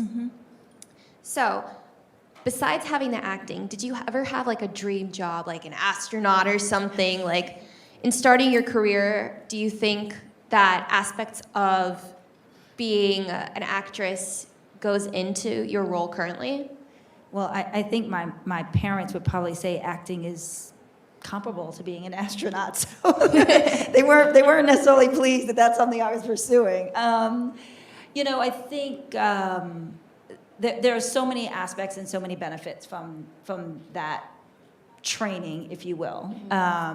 The level of rigor you have to go through, showing up, knowing your script, reading and prepping the night before. I actually studied as a method actor, and so learning the Stanislavski technique and like what that means is pretty intense in and of itself. And so you just you do bring all of that with you. I mean, I think no matter what you're doing, like I think about I have 2 daughters, and one was a figure skater, and she has no problem getting up at 5 a.m. for a class or to study because that was something that she had to do. Dedication. It just creates like a way of dedication, but also just a way of operating. I'm generally pretty comfortable speaking in front of a room, although I think a script is easier for me than talking about myself. I have one here. But I definitely think that I wouldn't trade that time for anything. Like I learned a lot. It absolutely shaped who I am and how I show up in spaces. It probably is how I learned to like use my voice and have a voice. One of the best techniques I think is improv. Yes. And like you just throw something out to someone and like you have to work it through. And so all those years of improv, I mean, I think I still to some degree do that in my head. Like, what's the person gonna say? How will I respond, right? Like it's just, so I think I bring all of that to what I do now, which is very different, but certainly. Definitely a lot of like transferable skills. For sure. And honestly, I think like your parents with the actor and the lawyer, it makes sense because like when you're a prosecutor and you're doing all that, you need to save face. Yes, this is true. There was something to it. So speaking of transferable skills, students often focus on the hard skills that they need to learn to come into a job internship, but they don't necessarily capitalize on the soft skills. So what do you think are some important soft skills when coming into a new role? Well, I think the things that I would say are soft skills that are important are whether you come into a new role or you've been in a role for a really long time. And there are a few that have been key for me throughout my career. One of the first is being self-aware. Being aware of how people see you, perceive you, think about what you're saying. It's not easy, but it's so important. I tend to be a bit of a chatterbox. I have friends who say I have a story for everything. And I have to also recognize that in the workplace, some people are like, I'm just here to do a job. Yeah. I don't really want to hear the story about your daughter this past weekend. Right? And so I have to be self-aware enough to go, oh, okay, this is not interesting you. Let's just focus on the work. Yes. But I do think it takes a level of confidence to be willing to be self-aware. And it takes, time and patience. I also think empathy. A lot of people. It's a big one. Just, they plow through their day and they just don't realize what is going on in someone's life or what they've just brought into the room with them. And maybe it's not their responsibility, but that whatever is happening for them is actually shaping the way they're hearing you, perceiving the situation, et cetera. And hopefully a lot of people learned empathy during COVID. But I don't, More I or don't less, know. yes. But I do think that that's a soft skill that's sometimes lost, especially on younger people. Like I definitely have found like more impatience with younger people than sometimes with my older folks, and maybe we just learn to be patient over time. But communication, right? Being able to, speak well, speak for yourself, being able to communicate in writing. That's just another skill that I think sometimes is lost, and especially because of email and lack of spell check and Grammarly. Everyone should get Grammarly. It's a good little tool, and I think that art of just being able to communicate in the written language is lost and not what it once was. So those would be the three that I would say, no matter where you are in your career, not even just for a new role. I think are really important. Yes, I think so too. And all of them go hand in hand, where if you are empathetic, you communicate better. And I think that's how it should be. But recently I read something about the different generational communications and how I think that some of our generation and Gen Z as well could be a little bit impatient just because we have the instant messaging. So do you find, I mean, with your personal team, there are generational differences within communication? Like, I read somewhere that someone in the C-suite was confused that Gen Z was sending like 5 or 6 emails, and it's like, it's not a text. Like, can you just get to the point? That's so interesting. I don't know that I see it in my team. Okay. I'd have to really think about that. I see it with my children, though. Oh, okay. Excuse me. So I get that longer form communication is not as much the norm for younger people, and I think they have to work a little harder at it. Okay, take note. We're gonna work harder. Okay, so so what is a typical day? Like, a lot of us are aspiring to be C-suite professionals. That's being like CEOs and other CFOs and other things. I know we're kind of at the bottom of the totem pole right now, but we're gonna work our way up. So what is a typical day like at Warner Media? Well, you know, a typical Or music, I'm day for sorry. me, it's okay. A typical day for me is never 2 days are quite the same. Okay. It's for sure a lot of meetings, and oftentimes it's a lot of meetings about a topic that someone's trying to update me on. I need to make a decision and then move to the next meeting to talk about the next topic. The challenge in a day-to-day for someone in a role that's a general kind of management role, right? So like CEO, president, versus like a CMO, which is still C-suite, but a chief marketing officer, you're really generally thinking about marketing every day, right? The difference is that, for me, is I'm hopping from one thing to the next, right? One day I might be talking, or one meeting I might be talking about what an artist's tour schedule is going to be and how we're thinking about the promotion for that. And literally the very next meeting is about a technology challenge and some system that's gone down. Like, completely different ways of thinking about things. Or right after that might be a pitch for a brand new artist that we're trying to bring on board. And so that ability to pivot from topic to topic is really important. And I think if you're someone that gets overwhelmed by too many things being thrown at you, then that may not be the best C-suite job for you. Doesn't mean you can't go into the C-suite, but it may be that you wanted to focus, like our CFO, right? She's really focused, that stands for Chief Financial Officer, she's really focused on the financials and some strategic aspects around financials versus more general management. And I don't know that the distinction between that is always discussed. When I left Comcast to go to Warner Music Group, I made a very conscious decision. I was the CMO at Comcast, and I made a conscious decision that I no longer wanted to be a CMO, but I wanted to do something that was more general management, and that's how I made the decision to do what I do now. And you like it a lot more. I love my job. I'm not just saying that. Yes. But I have only been there 2 years. I joined during COVID, which is, I joined virtually. I didn't meet my boss in person until we were 9 months in. It was very interesting. I had a whole team. The whole team is about 1,700 people or so, and I didn't meet, I only met like maybe 5 or 6 people before we started going back into the office. So it was just a different kind of process. But yeah, I love the music industry. Is just interesting and dynamic, and it's definitely going through an incredible moment.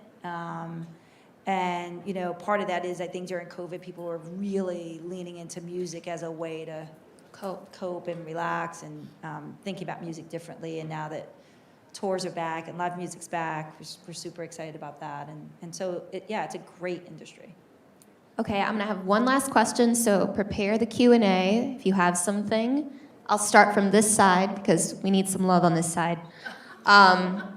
So we had a call beforehand and we bonded over our 21 Pilots t-shirts. So what tour, you're saying touring is coming back, what tour are you most excited for, or who do you listen to? Well, okay, is this being recorded? I don't know if I can say. I love them all. You know, it's interesting. I generally am someone who enjoys more R&B and hip hop music. Okay. That's just kind of what I grew up on. I grew up here in New York City, and that's what I grew up on. I will tell you though, I have such a passion for a live rock show. Okay. It's so entertaining and it's just so interesting and different. And so like I just saw My Chemical Romance this past week, which was really just, I mean, they're doing 5 straight days in LA, and the show itself is just incredible. So I really, you know, it's like my preference, general, like listening at home is like one thing, but a live show, I really like to be entertained. The Lizzo show was really great. And she's just, I mean, if there's a show you want that's just gonna make you like feel good, that like it's her and it's her show, and she's so humble and just excited about being on the big stage. And this time at Madison Square Garden was her first time ever being at the Garden, and she cried, and just like that emotion of like still being, you know, we think of Lizzo as larger than life, but like she's still She's so fairly real, new yeah. and real. So there's so many great shows. I know Ed just announced his U.S. tour, so I can now say that out loud, and we're really excited about that. It's going to be the Ed Sheeran show is going to be incredible. So there's just a lot. There are going to be so many more shows than I think in the past, because bands that historically even weren't necessarily live miss performance band, they miss it. Like they just want to get out, they want to be with people. We miss them. I know. Yeah, it's great. There's a lot of great shows. Yeah. So everyone take note. Hit Maria up for a rock concert. Okay, Q&A. So who has questions? No questions? Oh, sorry. Go ahead. Hold on one second.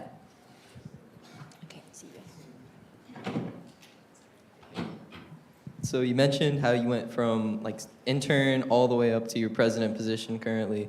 I was just wondering where you would credit those successes. Would it be your network of people? Would it be your dedication, some combination, or something entirely different? That's a really great question. It has been a combination. The people that I've had the pleasure and the honor of working with, my boss and mentor at HBO, and I first met Evan, I was at HBO, and he probably remembers my boss, Olivia Smasham. Like, to this day, she's a confidant who I call and just ask questions to. I've just been really fortunate.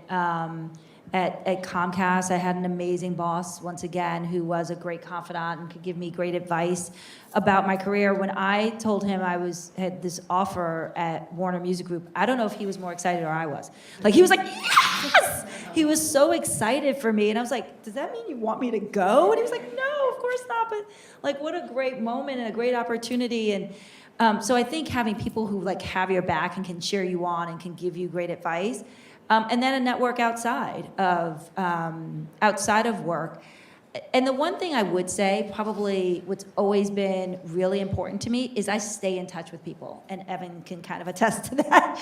I stay in touch with people, even if it's like here and there, it's just checking in, just like let's have a cup of coffee, because you just never know at what point in time you might need that person, want to work with that person. And so I think even if they were more junior to you at a previous job, you know, a colleague of mine who was my intern at HBO, I left the professional world for a bit because I had 2 children, as I mentioned, and I was spending time at home with them.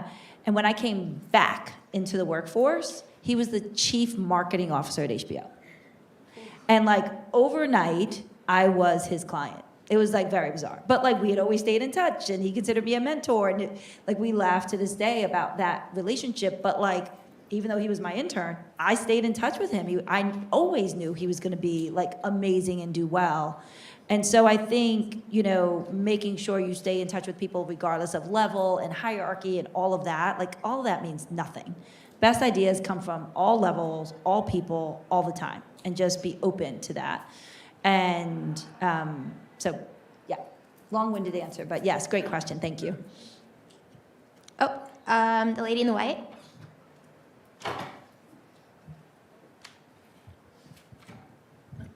Hi, my name is Chiwendu. I came from Bowling Green State University.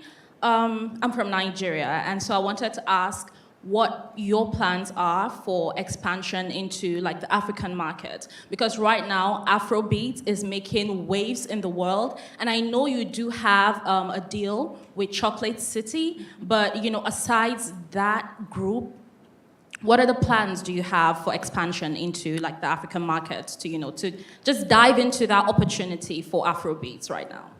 So there's a wonderful woman named Temi who was promoted to the role of that specifically.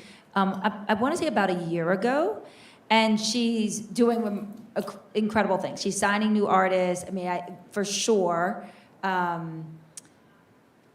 We understand and recognize the landscape of Africa and what's going to happen from an Afrobeats perspective. And so that's why she was put into the role. She's the first person in that role. And so, you know, I'd say we're probably giving her a little bit of space to get it all up and running, but it's absolutely a priority for us. Do you have a question as well?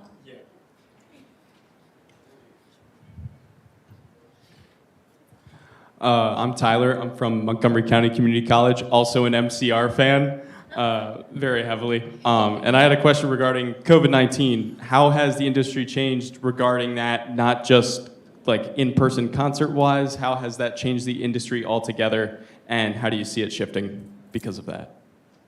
Well, you know, if you had asked me 2 years ago, I had a completely different prediction. I thought we were going to see more hybrid concerts. People had really started to leaning in to watching a band like on the metaverse, and we're comfortable and fine with that.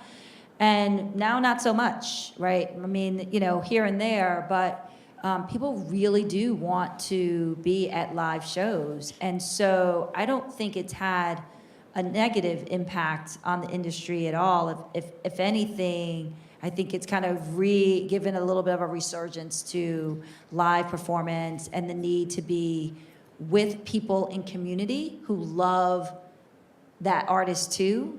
And there's just something so alive and vibrant about like that, singing along with an artist in a whole big group. You know, everyone knows the words together.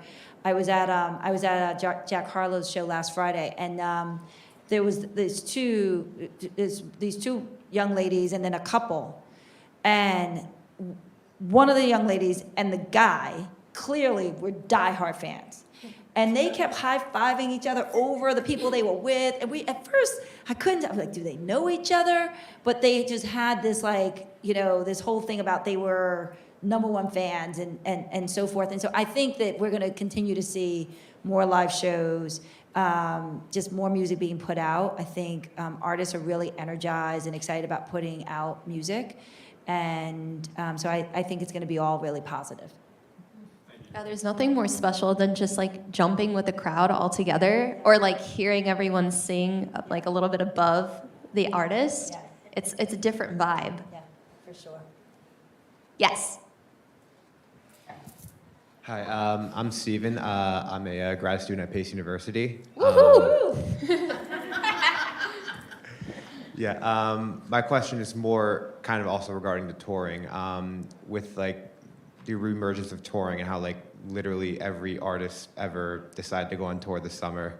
Have you noticed any potential negative effects between competition or more tour support or anything along those lines that could have affected Warner a bit negatively, or? No, not that I can think of. I mean, you know, unfortunately some tours, you know, get canceled because COVID is still around. And so we still, you know, find where, you know, an artist will get COVID and the show has to be canceled, and there's nothing we can really do about that. It's not a negative, well, of course it is a negative impact on Warner because we're affected if the artist isn't touring. But at the end of the day, I mean, that's really the only thing that we see is, you know, a lot of artists are trying to be in a COVID bubble. So normally, one thing that used to be really, really popular are like meet and greets and VIP packages where you could like meet the artist backstage after the show or before the show. And most artists are not doing that, right? They're just not, they know they have to get through the next 20 dates, 30 dates, 40 dates, and they just can't risk it. And so they're really kind of sequestering themselves. Now, there could be mental health ramifications of that and so forth, right? Like when you're like literally sequestering yourself to such an extreme. I haven't seen that, but there's possibilities of that. Yes. Hi, my name is Alicia. I go here. And I was just wondering, so for someone who wants to get into the industry, maybe as an intern or just like beginning work, what would be your tips or advice to do that? So music specifically or media? Either one. Both. Okay. So I'll say on the music side, I've been really impressed with all of the major labels have been running more internship programs than ever before. You could probably go onto Warner Music Group's website at any given moment and see an application deadline for an upcoming internship. So we're running them fall, it can be hybrid, spring can be hybrid, and then the summer are in person. And the numbers are fairly large. And so I would just encourage you to apply. Universal ran them this past summer and is doing them now. And so is Sony. We've just never seen that. But I think everyone knows we missed getting a pipeline of students in. We missed that window for 2 years. We didn't really have an opportunity to meet, up and coming graduates and so forth. There's also another program that all of the labels have as well, which is called, ours is called Warner Music U, but it's for existing matriculating students. And you basically represent your school with us, and you help to get the word out about upcoming events and so forth, and we pay for that, right? Like a brand ambassador? Like a brand ambassador, that's exactly Campus right. ambassadors, yeah. Yeah. And so, and then on the media side, once again, I worked at Comcast, NBC, Universal for a long time, and NBC has one of the most incredible internship programs. Once you graduate, there's a rotational version of it where you rotate to all the different various aspects throughout the organization, and at the end of the rotation, you can choose which one you want to go into. So I would just encourage you to go and like look at the different internship programs that the different organizations have. And for sure apply, but a lot of hiring does happen during that internship time or like after, and so I wouldn't take it for granted. I do encourage people to get internships, have internships, and use that as a networking opportunity. Also in media, especially from a diversity standpoint, there are programs that are about trying to help place more and more diverse people into internships and into roles. So I can give you more names of places afterwards if you need. And make those connections today. Make them and then apply. Yeah. Okay, one last question. We good? Yes. So my name is Brianna. I go to Mega Everett College. I noticed that you mentioned metaverse. So my question to you for like media and marketing, with all the platform and technology development that is going on in this day and age, what are the challenges that you do face and have overcome with like marketing on those platforms that are fairly new to people? Marketing in general is a bit more complicated than it used to be because there are so many more places you have to try to have your product or whatever it is you're trying to market in order to reach consumers. And so it's important that you are not only familiar, but like have a real true sense about the various platforms and what they can and cannot do and how they could benefit you.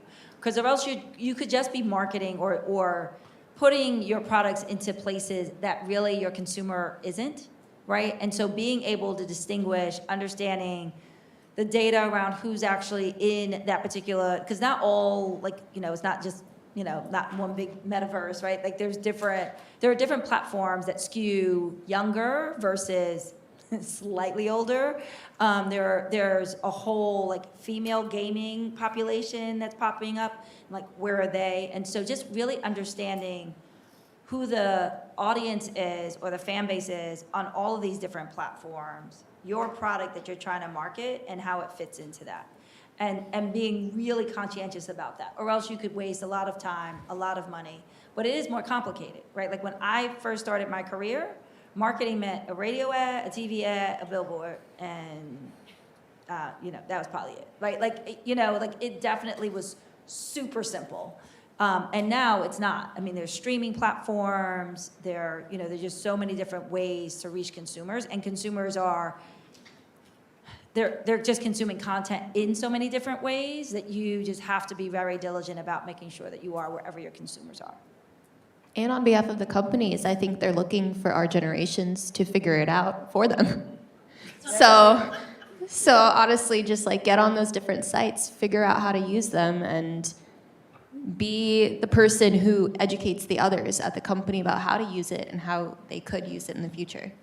That's that's a really excellent point. It's the technological side of marketing vehicles, if you will, can't ask for someone to have 15, 20 years of experience. They just can't, right? It didn't exist. And so I do think that that's an area where you're more open to a younger person coming in and knowing that they know way more about this than you do, right? Like you might understand how to take data and analyze data, et cetera, but like the day-to-day of like how to operate that experience, there's just no way. And there's just too many different platforms and places that even if I wanted to be on all of them all of the time, like I just couldn't. And so the best thing I could do is make sure I have an expert who understands Twitch and TikTok and Snap and all of the various platforms versus myself trying to make a TikTok every day. Like it's just not gonna happen.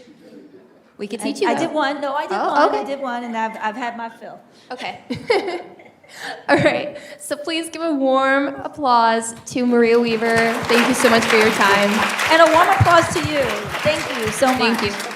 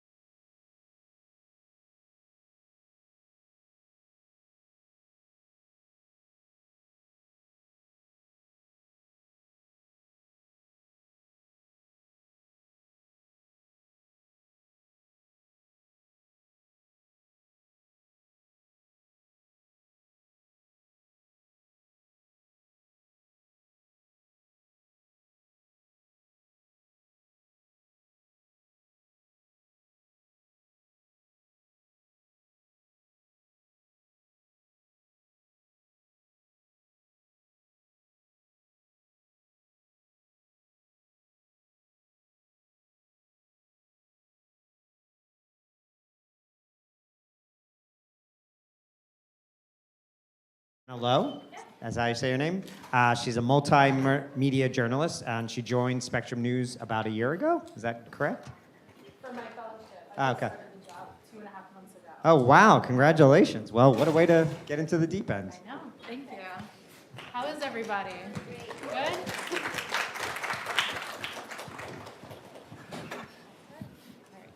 So, welcome to the Spectrum News Getting Your Start in Journalism panel. We're so honored to be part of this year's ODI convention, so thank you guys for having us today. Before we get started, I wanted to tell you a little more about who we are here at Spectrum News. Spectrum News is a series of over 30 24/7 local news and sports TV networks, reaching 30 million households in 12 states and 60 markets. With over 1,000 boots-on-the-ground journalists, we're committed to investing in local news at a time when it's never been more critical. So take it away, Anna. Okay. Can you guys hear me? Is this on? Yes. Okay. Hi, everybody. How's it going? You guys having a good day? My name is Anna Sterling. I'm a digital journalist at New York One. Here, our office is in Chelsea Market. And my role is pretty cool. It's because it's a broadcast station, but as a digital journalist, I get to play a really hybrid role, which is nice. I'm not necessarily bound by the strict demands of linear programming and schedule, but I'm able to kind of dip my toes into everything, whether it's writing up articles or being in the field and doing on-set anchor talkbacks, or even doing stuff for social. Like I can kind of pitch anything I want, and it's one of the newer roles at Spectrum News. They have it, New York City. They have it all over the country. They have digital journalist roles because they're really trying to build out their app and the website. And so that's really cool. So if anyone's interested in that, happy to answer more questions about that. And my background is in digital. This is actually my first broadcast role, local news. First time, so it definitely was an uphill learning curve. Before that, I was at places like HuffPost, Al Jazeera, AJ+, contributed at places like Vice and places like... I started at Spectrum News, New York 1, about 2 years ago. I was actually an intern there, and then I became an associate producer, and now I'm in the role of producer, and I produce the Live at 10 show every night with Cheryl Wills, as well as her talk show on Sunday mornings, In Focus. And the best thing about Spectrum is the stories you get to tell, the people you get to meet. And with In Focus, we get to do these deep conversations, deep dives with our guests. And so last week, as I'm sure everyone knows, it's October is Domestic Violence Awareness Week. And last year, Cheryl actually broke the story of a retired NYPD detective who was suffering domestic violence at the hands of her correctional officer fiance at the time. So we checked in now a year later to see how she was doing and raise awareness to other domestic violence cases that we see all the time throughout New York City. And that's really the benefit of being able to check back and see how your characters are doing. And we also did something similar like that with this week's show, where it's almost the 10th anniversary of Hurricane Sandy. But as you know, Hurricane Fiona just battered Puerto Rico. Hurricane Ian wiped out the coast of Florida. So it's important to also check in with those guests and to tie in your stories years down the road when many other media outlets move on to the next tragedy. So, hi everyone again. My name is Adriana Lowe. I'm a multimedia journalist, and I first got my feet wet in the industry actually when I was 10 years old. I went to a journalism preparatory school from 6th grade up until high school. And then from there, I took my career into my undergrad. I went to SUNY Oswego, which is very cold. Don't go there with a t-shirt or anything. It's freezing out there. And at first I was actually a film major. And then I realized I wanted to get my feet wet when it came to all aspects of film. I love to write, I love to be on camera, and I love to edit. So I was like, let me combine all those skills I took from high school and middle school and convert that into broadcast and digital journalism. So that's when I first started majoring in it. After that, I did my master's at Syracuse University, loved it there, and I got exposure being the first fellow with Spectrum News. So from there, I got to meet my news director, make connections, and they did like a rotational program. So I was a journalist, and then I got to do a producer module. So I give a lot of credits to producers because they're always busy, and it's very chaotic. And then I also did digital, and I love that as well. I think it's so cool that our station is really getting in there when it comes to digital. I think a lot of other news stations kind of lack when it comes to that, and the fact that we have our own app too is amazing.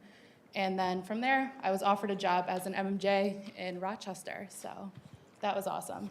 And my favorite story I have done, so recently it was National Remembrance of Murder Victims, and I sat there for 4 hours hearing all these stories of parents that unfortunately had kids that were murdered. All of their cases are cold cases, they were never solved.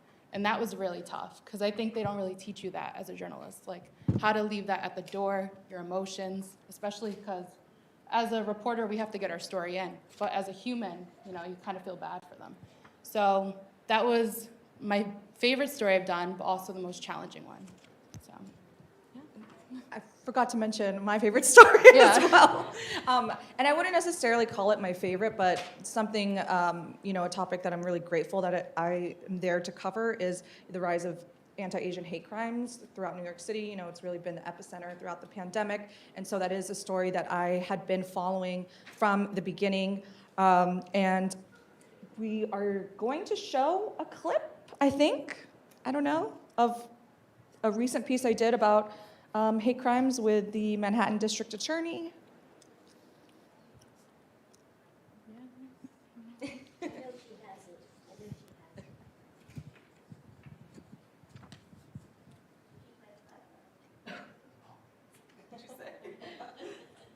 Do you have the clip?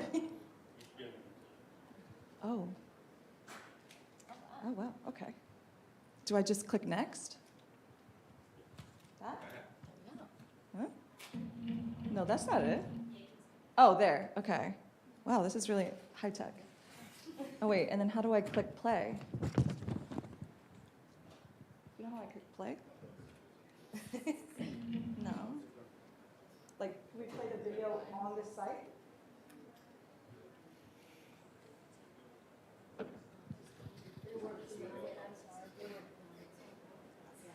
Thanks for your patience.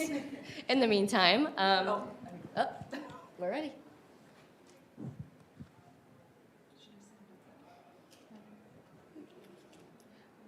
Our docket here at the Manhattan District Attorney's Office is, unfortunately and tragically, at an all-time high. This chart shows reported hate crime incidents against the AAPI community across the 5 boroughs between January and September of last year. In Manhattan, there were 137 hate crime incidents, the highest number of all the boroughs, or 58.8% of all incidents. To tackle these crimes, the city's most recent budget included a record $1.7 million for the Manhattan DA's hate crimes unit. We are, I think, in a historic moment, and we want to meet the need that we are seeing. The funding will allow the office to ramp up its translation services and hire investigative analysts, assistant district attorneys, community partnership coordinators, and victim services advocates. The funding really allows us to do the work that we're doing, but at a much broader level and at a much more impactful level. Officials at the DA's office say hate crimes tend to require a more rigorous investigative process than most other types of crimes, which don't require proof of bias. Often, investigators must comb through social media to see if the perpetrator has espoused any hate-filled statements online, or to see if they have any affiliations with hate groups. If someone doesn't say something at the scene which shows their motive, going into their social media, their email history, their posts, and so having sufficient staffing to do that rigorous review. The approach that we're having is sort of an inclusive one. Prosecuting these cases can be difficult when victims don't feel comfortable coming forward. Advocates for the AAPI community say that building trust within communities is key to tackling the issue. We as a city need to come together. I think no solution should be off the table. The hope is that the influx of cash will help overcome the challenges faced not only in prosecuting hate crimes, but reducing the number of incidents that occur in the first place. In Lower Manhattan, Anna Sterling, New York 1.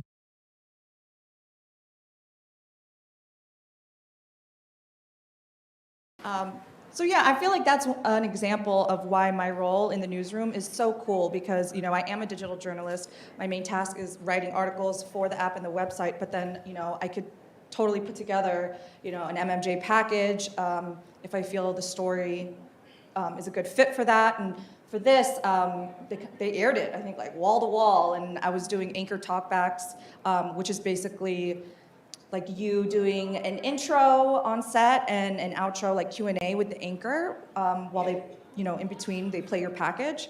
And so that was really cool, just to be able to have all the different platforms to tell your story.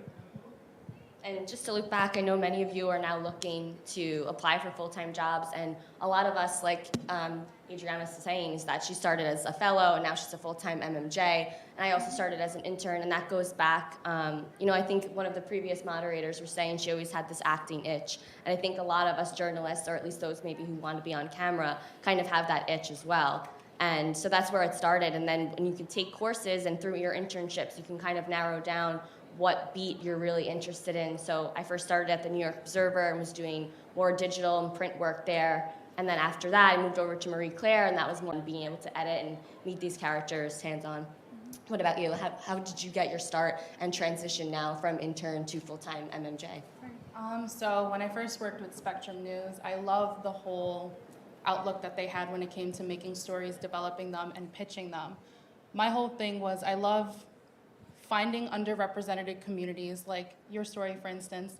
You don't tend to see a lot of Asian faces on the news, and it was unfortunate that the only time we really got that, being able to shine a light on those issues, it had to be something unfortunate. So those are the only times we tend to see those kinds of stories. I think when it comes to Spectrum, we're able to deep dive into those stories, take the time to actually meet these people one-on-one. It's not like a business transaction. You're telling somebody stories. They're doing the favor of, being able to be on our platform and speak to us, because not everybody has to speak to us. That's a favor. So I always make sure to thank them for that. And I think Spectrum News being able to highlight those characters, and we really shine a light on them and push them to the forefront to make sure that these voices are being heard. And I think that's the best part about the job and why I love starting off with them and picking up those skills within my internship. I think the reason why they wanted me to stick around was not only because I was able to adapt very quickly to the culture, which you should be able to do that. Anything you learned in school is an important asset or skill, but anything you learned within the newsroom, take that with you and run with it. You don't want to bring in your own skills and kind of tell a news director, this is how I want things to go. You want to adapt to the culture and make sure that you're kind of fitting in with the newsroom environment. And that's another thing too. I think depending on what kind of culture and community you want to be in, speaks volume about not only the workplace, but you as a reporter. We have a very diverse newsroom, as you can tell. So that kind of shines into the stories that we're also pitching. If you see one face throughout the whole newsroom, your newscast is probably going to look the same way, unfortunately. So having a diverse newsroom, getting different voices, getting different stories, that speaks very high of the news station itself. So I was very happy to start off with a fellowship with Spectrum and then carry that into my career, and they offered me a job where I am now. So I'm very happy about that. And Anna, tell us a little bit about your first interview in the field and how you prepared. I know it could be a really nerve-wracking experience. My first interview in the field, like with Spectrum? As an employee.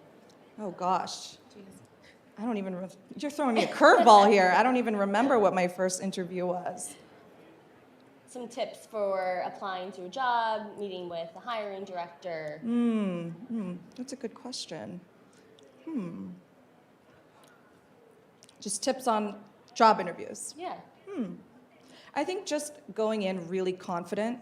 I feel like oftentimes, especially if you are from, an underrepresented background or marginalized community, you could often feel the imposter syndrome. And I feel like Juan Manuel Benitez, who is our colleague and who spoke this morning, if any of you were there, he spoke about that. He touched on that, about the imposter syndrome and just knowing that you deserve a seat at the table, claim your space, of course, do the work, do the hard work necessary to make sure that you have that confidence. But, if you trust that you have been putting in the work and you've been putting in the time, then when you get to that step, even just getting an interview, that's amazing. So the fact that you've made it that far, I hope that gives you more confidence as well. And one thing I would just add is to know your resume, know your strengths, know your weaknesses, and then know how you can turn those weaknesses into strengths. And just be confident with your background. Know how your background applies to that job and why you would make the best candidate. Anything to add? Adding on, something that always stuck out to me during interviews, and I always managed to nail any opportunity I got, you have to ask questions. You're applying into a journalism industry. Ask questions. Don't be afraid. They love that. They love to show that you're interested, and I think when you ask a question, even if it's like, how was your day? That goes a long way. So make sure you keep that in mind. Yeah, and that goes with, maintaining your connections through each internship, through each job opportunity, to just maintain those connections. And they said in the last panel, doesn't matter the hierarchy. Actually, my anchor, Cheryl Wills, is how I got my job. We really connected, we hit it off, and she took me under her wing like a mentor, and she's helped me move through the ranks from intern to associate producer to producer. So it doesn't matter how high up they are. Feel confident to reach out and ask for help and ask for advice as well. I would also say don't be afraid to highlight your background, especially if you think it's kind of different or the non-traditional path to journalism. I feel like for most journalists, or at least the ones that I'm around, they kind of always knew they wanted to be journalists, like both of you, it's like they knew from an early age they wanted to be a journalist, and so they were on that path from the beginning, and I wasn't at all. I didn't know I wanted to do journalism until after undergrad. I was interested in, community organizing, advocacy work, policy, maybe even teaching. And so I spent some time after undergrad. I went to UCLA. I did AmeriCorps. I interned in DC with a senator and had just a bunch of different experiences. But then I just realized, after that, I wanted to be able to amplify the issues that I cared about on a larger platform. And I think bringing those life experiences that I have that are, kind of non-traditional, that can also make you a more attractive candidate in some cases. And so don't be afraid of highlighting those things about your background if that's the case for you as well. And Anna, as a digital journalist in a world of ever-evolving technology, any advice for those looking to break into the industry and grow within the industry? It's a great question. And I would say this applies for anything really, depending on, not just digital journalism, but I would say don't be afraid of the opportunities or roles that don't necessarily exactly fit into what you're looking for or what your idea is of the path that you want to be on. I think just in my experience and throughout my career, I've always surprised myself. Like even with this job, it wasn't exactly in my wheelhouse at all. And it turned out, to be a great fit. And so I think just don't be afraid of going for those things that you're like, I'm not sure, because you have literally no idea what connection you're going to make while you're there that's going to lead to the next thing. You have no idea what the actual day-to-day is going to actually be like. There's just so many unknowns, and I feel like the universe is going to put you where you're meant to be. Sorry, it's like really philosophical, but I'm a firm believer in that, and you're going to end up where you need to be. And it might not make sense to you right now, but I think it will later. What about you, Jenna? I wanted to highlight how important it is to utilize all the skills that you guys have in your background. Any skill that you have is an important skill, so make sure that when you're talking to these news directors and you're going into that industry, you want to make sure you highlight everything that you've done, because you never know when you can make a connection with the news director, like, oh, I did that, or I was in that club or that organization. That can get you a long way as well. And I also think it's cool that in our job, anything that really interests us or the audience, we can highlight a story on it, or any issues that that's going on in the community that no one's talking about, you can be the first person to break through with that story. So that's another cool aspect that we get to do every day. And then just to reiterate what you both said, I think even in the production aspect, the same kind of applies, not to be afraid to step out of your comfort zone. A year ago, I was basically just writing segments, and then a year later, fast forward, I'm producing the live show solo. And that feels really great to take risks and to be confident in your abilities. And when your news director or your manager trusts that you're able to take that risk, they believe in you, and you should believe in yourself as well and dive right in. Well, we want to make sure that there's also time for questions from all of you, if you have any. So, yeah, feel free.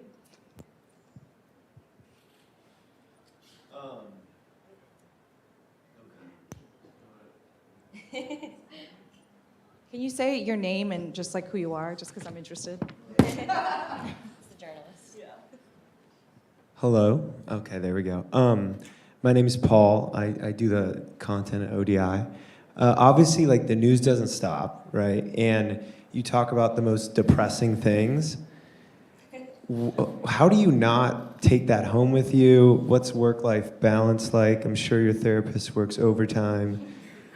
How do you balance? Is there a work-life balance? Drink too much? No, I think it definitely can get hard when, there's a lot of tragedy, and that's why it's so important that from a producing standpoint at least, that we dedicate certain blocks or certain stories to lighter news so that the viewer doesn't feel like it's all blood and guts, especially at the top of the show. We want to make sure we're prioritizing other stories that may also be traumatic, but also are shining the light on the character themselves and giving that character a voice. And I think once you think about how much you're helping an individual and to get that word out, that's what really resonates.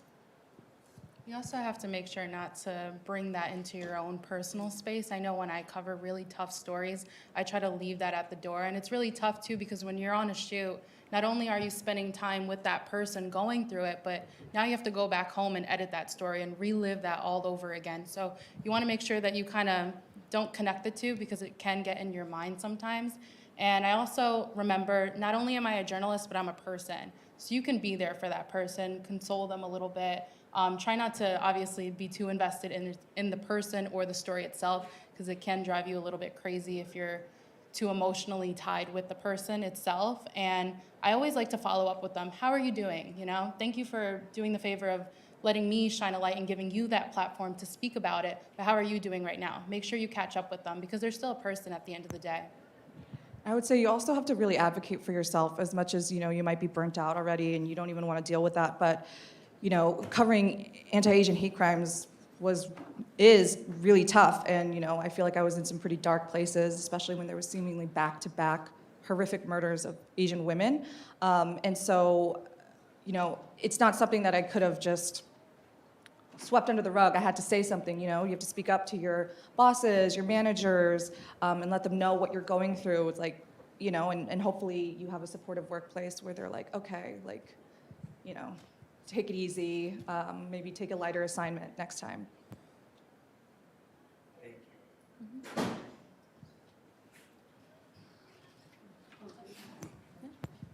Hi, my name's Arham. I'm a Fordham undergraduate senior. My question was for you, Anna. You said that you wrote pieces for like Al Jazeera and Vice as well as Spectrum. So do you feel like your tone or your voice changed at all as you were like making pieces for different kinds of media companies? Or do you feel like you had like a continuous voice that you used the entire time? Definitely not a continuous voice. I feel like if maybe I was like a famous enough journalist celebrity, that maybe that would be the case, that you could just, because people would be hiring you for that specific voice you're bringing. But I've definitely had to, kind of adapt to the different platforms that I'm writing for.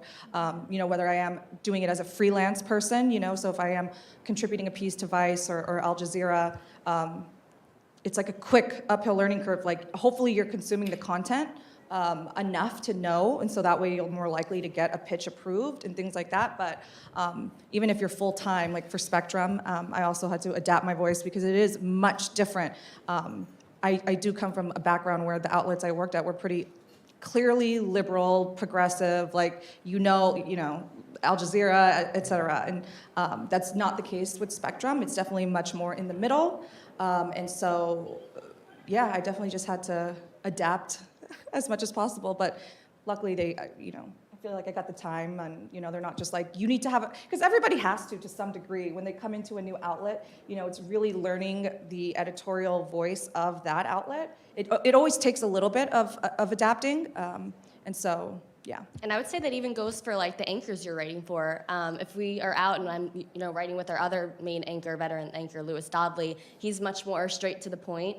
And this is your news. He wants the facts only. Whereas Cheryl would like to do more fun stories, add music to it. So I think for your anchor as well, it also changes your writing style a bit.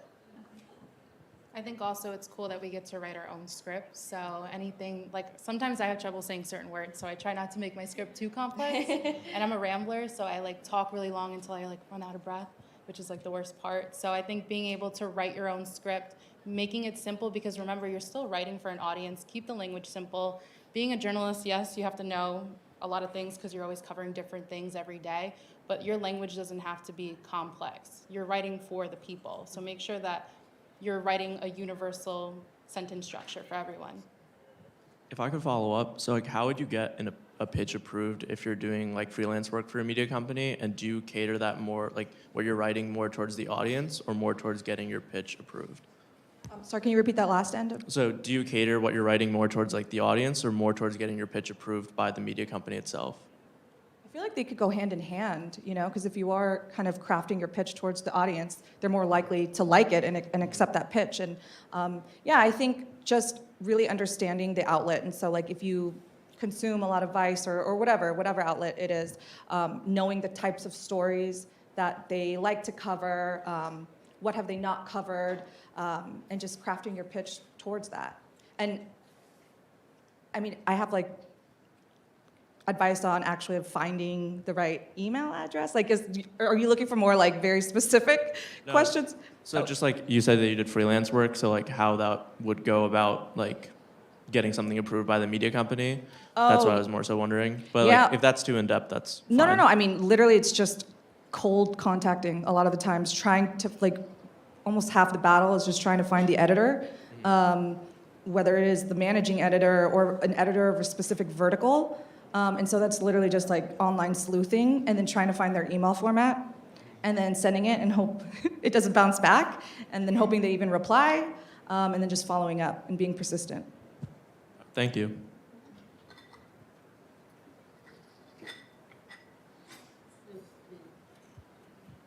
Hi, guys.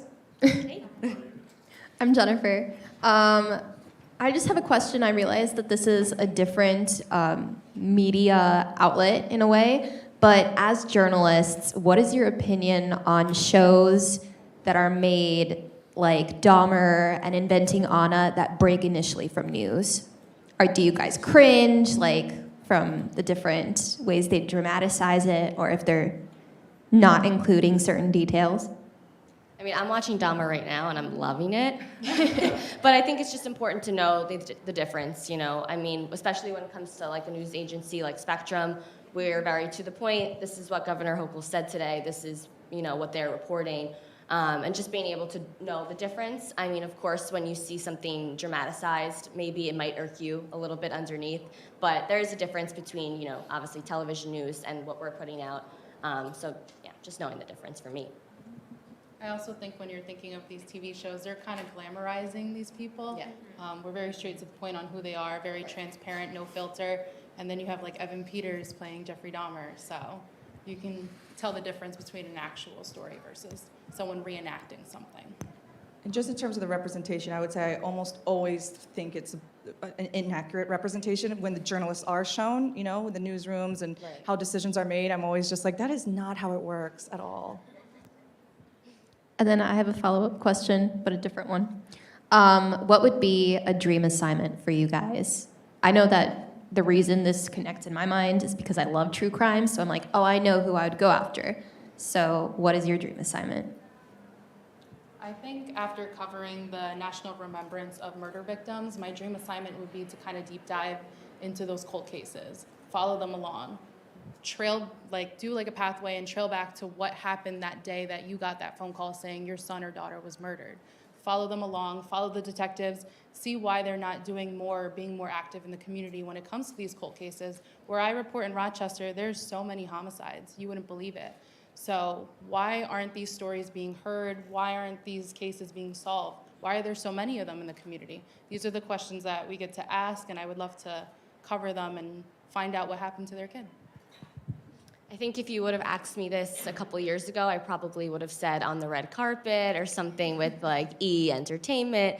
And it's crazy how after a couple years in the industry, you can sort of realign your priorities. And very similar to what Adriana just said is I also, as a huge serial podcast, and I love listening to all the murder mystery podcasts on my way into work. So being able to tell stories now that have meaning and you're able to help someone, any type of investigative reporting, that's really what I'm into now.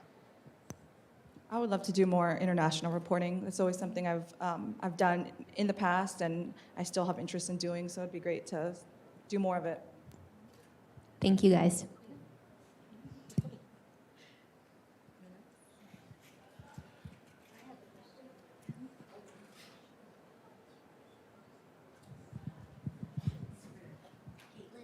For Caitlin, hi, I'm Dolly with Hi. ODI. Thank you so much for being here.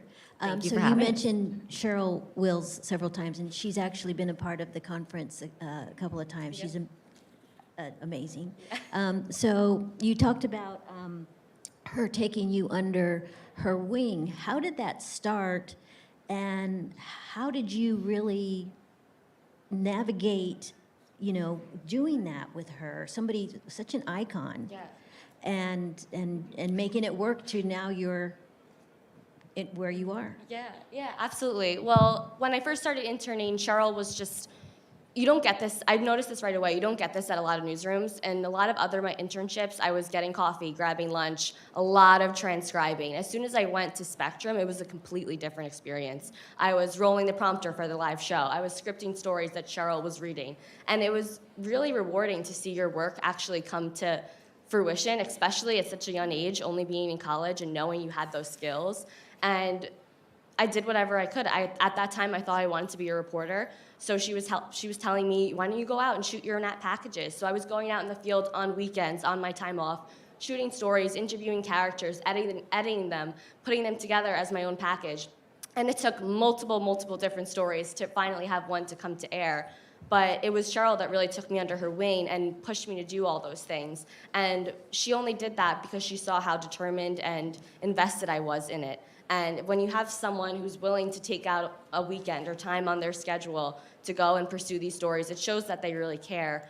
And yeah, she took me under her wing, and unfortunately, I graduated in 2020. So in the peak of COVID, it was extremely difficult to find a job, but I didn't let that, deter me. I kept reaching out to Cheryl and other connections that I had in the past, and eventually it happened. And once, everything started to die down a little bit and they started rehiring, I got that call, and it was amazing. And since then, I have went from associate producer to producer. I do the Live at 10 show as well as the Sunday talk show, as I mentioned. So it's been super rewarding, and that's the best thing definitely about Spectrum is the opportunities you're given that you wouldn't get at a bigger company. I was going to say, totally. I feel like that's one of the really cool and unique things about working at Spectrum. If anybody's interested in working there, they really do just throw you in, for better or for worse. And, it could be rough, but you're going to come out of it a lot stronger. And I think that is quite different than other broadcast stations. Absolutely. Adding on, I think it's very cool that with Spectrum, you notice a lot of the people in it are in it for the long run.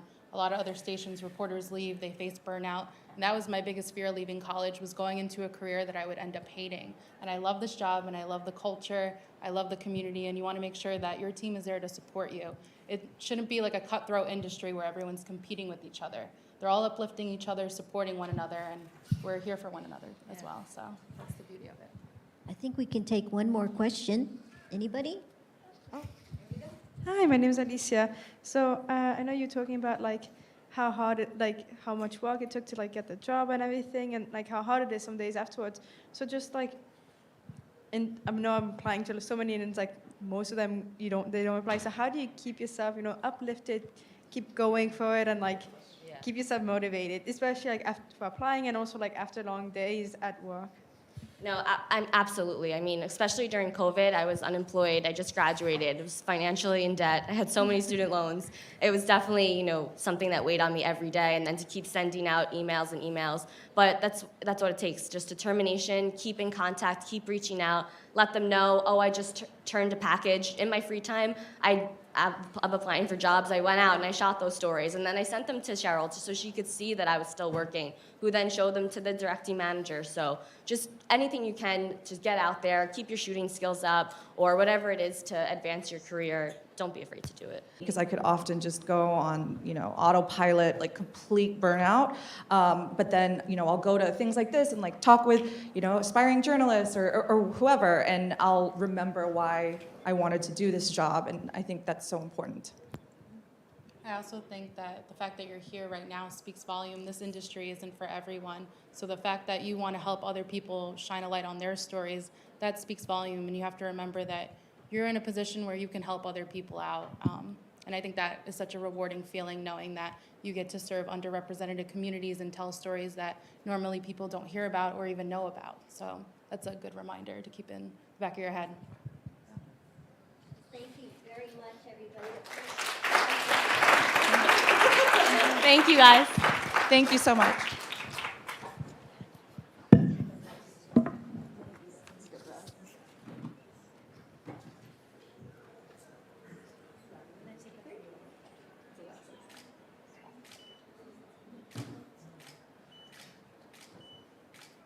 Thank you again.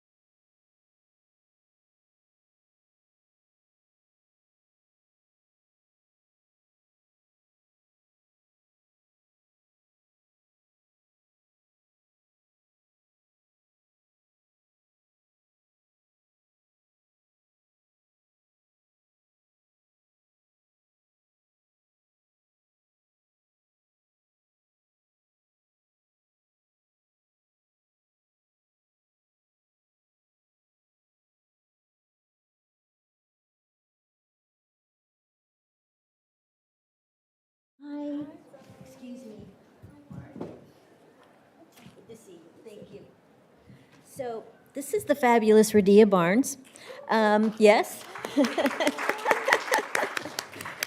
I got to meet Radia, several years ago. She's been part of ODI in several different capacities, and she's just one of the loveliest people I think I've ever gotten to meet. She's always raising her hand, how can we help you? She reached out to us earlier this year because she started with a new organization that focuses on careers, and thought it would be a great opportunity for her to come and speak with you. She is the Strategic Diversity Partnership Liaison at Pride Global, and she's the president of the New York chapter of the National Association of Multi-Ethnicity in Communications, also known as NAMIC.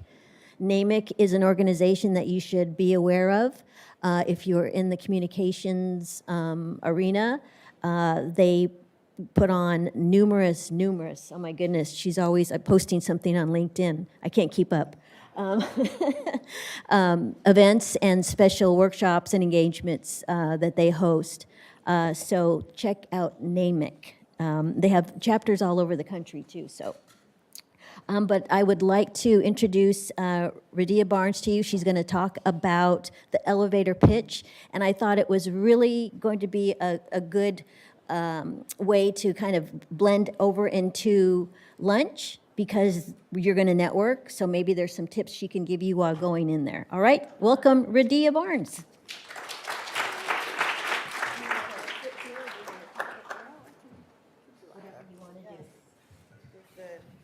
Good morning, everybody. Is it still morning? I think so.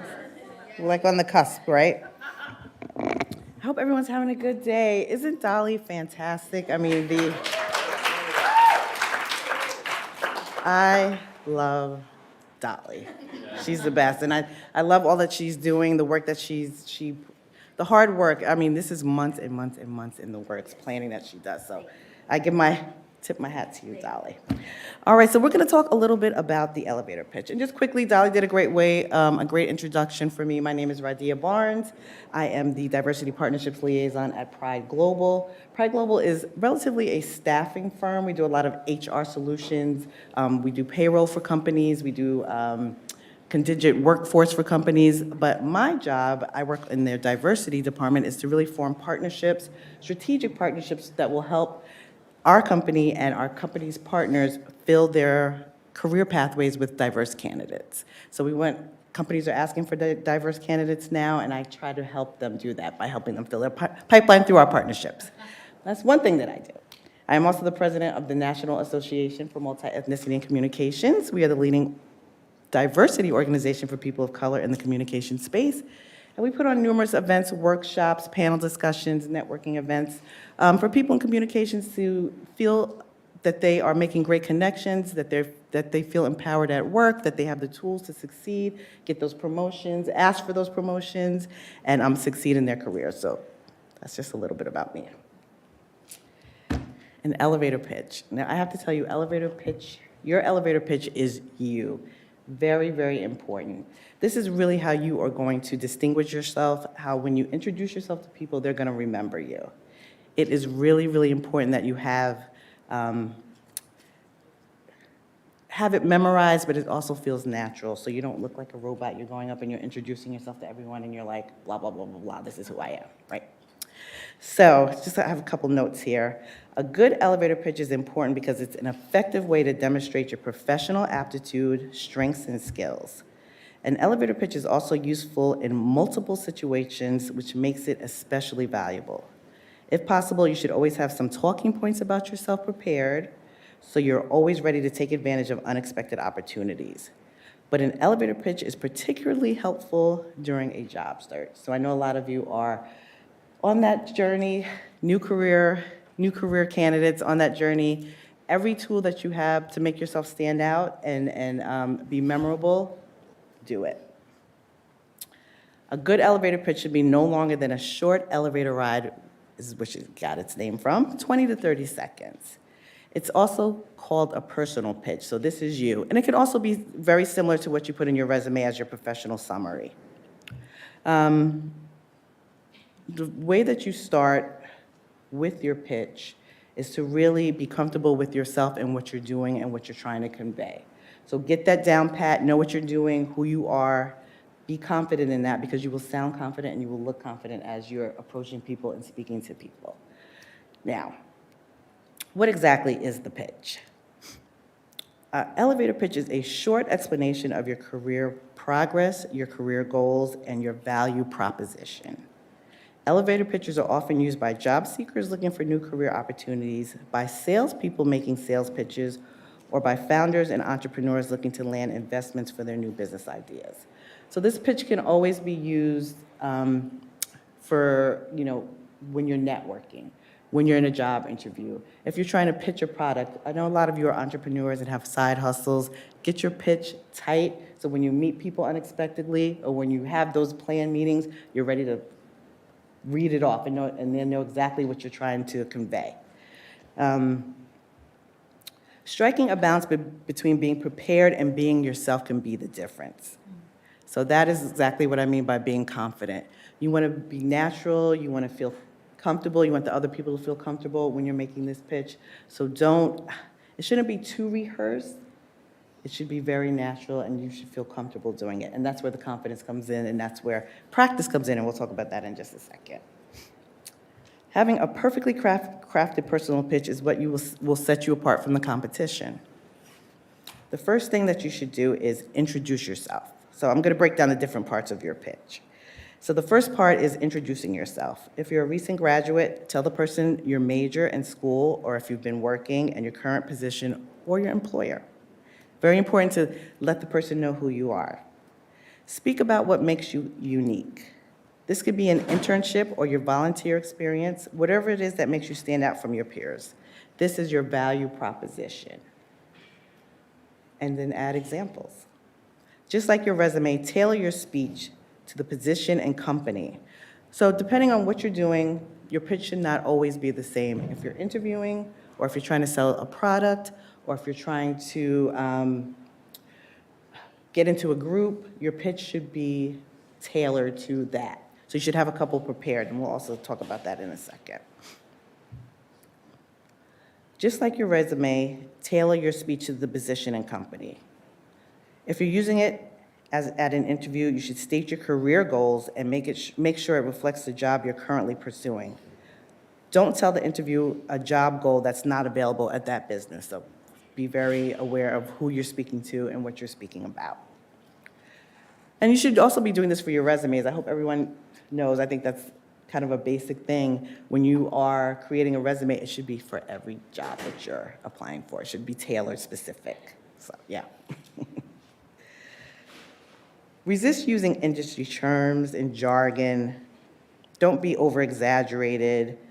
Be clear and concise. So terms like team player and easy to work with, those are not really terms that will help you to stand out. The jargon, you just want to be very clear and concise. And then end strong. You don't want your speech to taper off and leave the listener unsure of who you are and whether you were done or not. Make sure you've practiced a strong conclusion and a call to action at the end. And a good call to action at the end would be something like, would you mind if I set up a quick call, if we set up a quick call to discuss any upcoming opportunities that you may have? Can we connect on LinkedIn, which is a great one? Can you tell me about what you're working on currently? What's going on at your job? Maybe we can find some opportunities that are aligned with me. All right, so be prepared. Prepare a few versions. Have your speech ready at any time. You may have 2 different pitches depending on what type of person that you're going to meet, what event you're going to, or what you're trying to accomplish. Practice your speech out loud, and this is what I really, really like to implore to people to practice. You have people around you, your friends, your colleagues, your roommates, your parents, your siblings, your besties. Practice it. Tell me, how does this, I have a group of friends that I call them my board of directors, and I send them everything. I redid my resume. Can you take a look at this? What does this sound like? Can you listen to me? Just have that kind of sounding board. Practice, practice, practice, practice, so people are like, all right, we got it. You got this down. It sounds good. You may think you have the perfect introduction, but colleagues, career counselors, and friends may disagree. Give your pitch to a few people and ask them how it could be made stronger. Opinions, I always love to ask for opinions because having Another thing, having a diverse group of people that you can ask questions to, you will get a lot of different opinions. Practice your body language. Your body language while you deliver your speech is just as important as the words you say. So be relaxed, be friendly, be welcoming, try to be comfortable, and I always like to make sure you have a smile on your face. Even if you don't feel comfortable, smile, and that will come across as friendly and that you are approachable.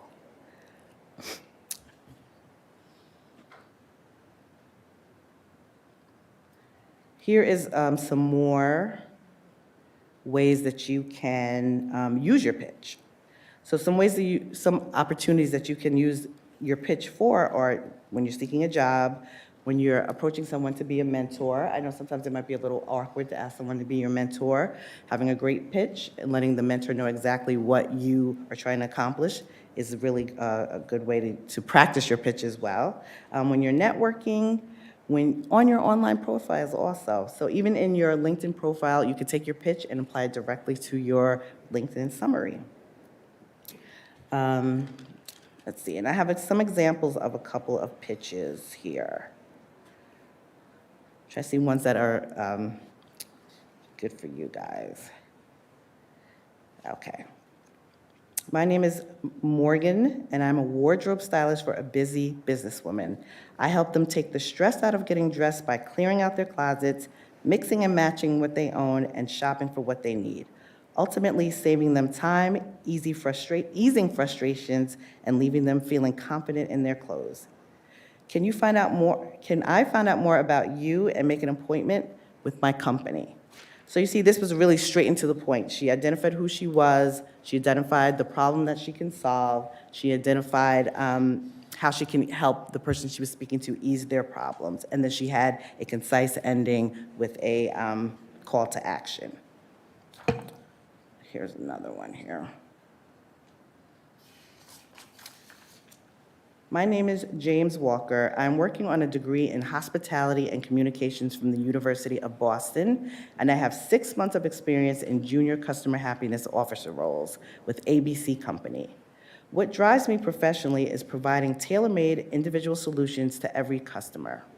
In my previous role, I collaborated with a cross-departmental team of 8 colleagues on a surveying project aimed at improving the company's mobile app user experience.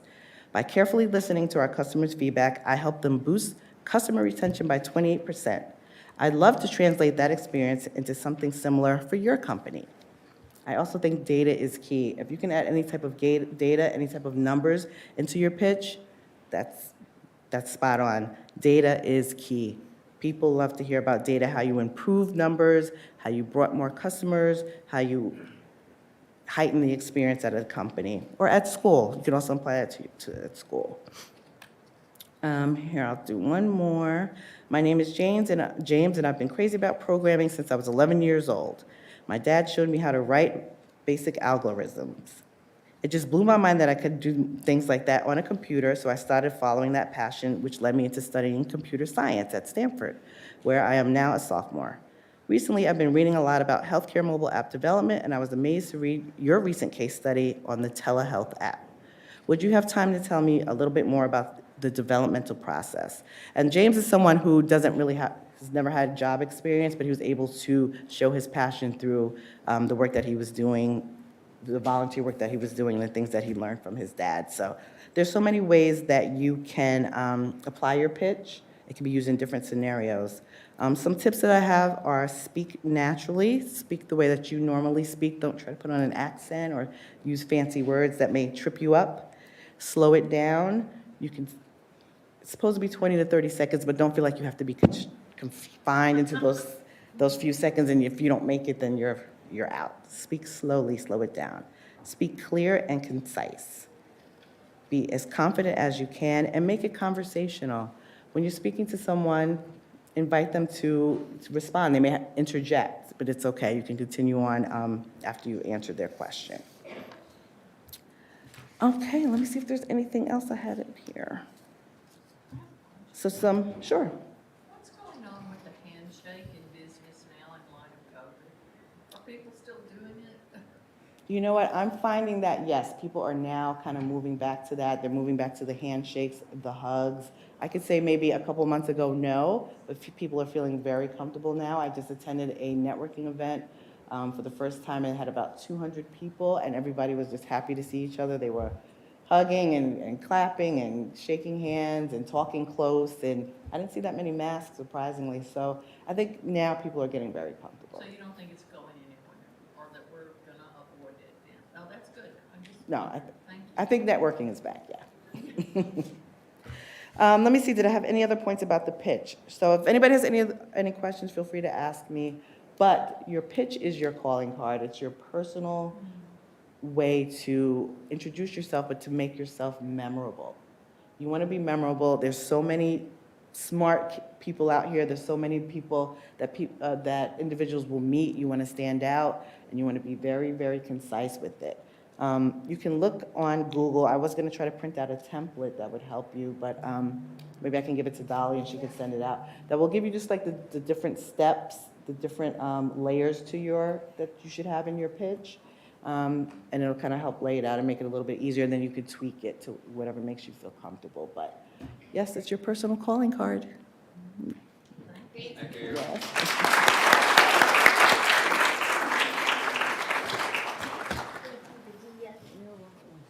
Okay.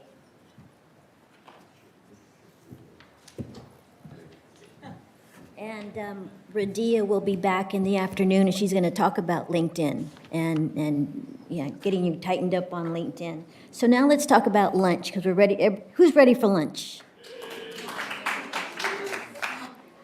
People are hungry. Okay. So lunch is on us. And so we've got a couple of different rooms, like I was mentioning, that you're going to be in. Just if there's capacity issues, so we couldn't put everybody in the same room. So some of you will be going to the cafeteria atrium, which if you were here early this morning, we had our breakfast session there. You'll be going back there. And that's if you have a blue dot on your name badge. I guess I can't go there. Or you'll be going to downstairs to another room for red dots.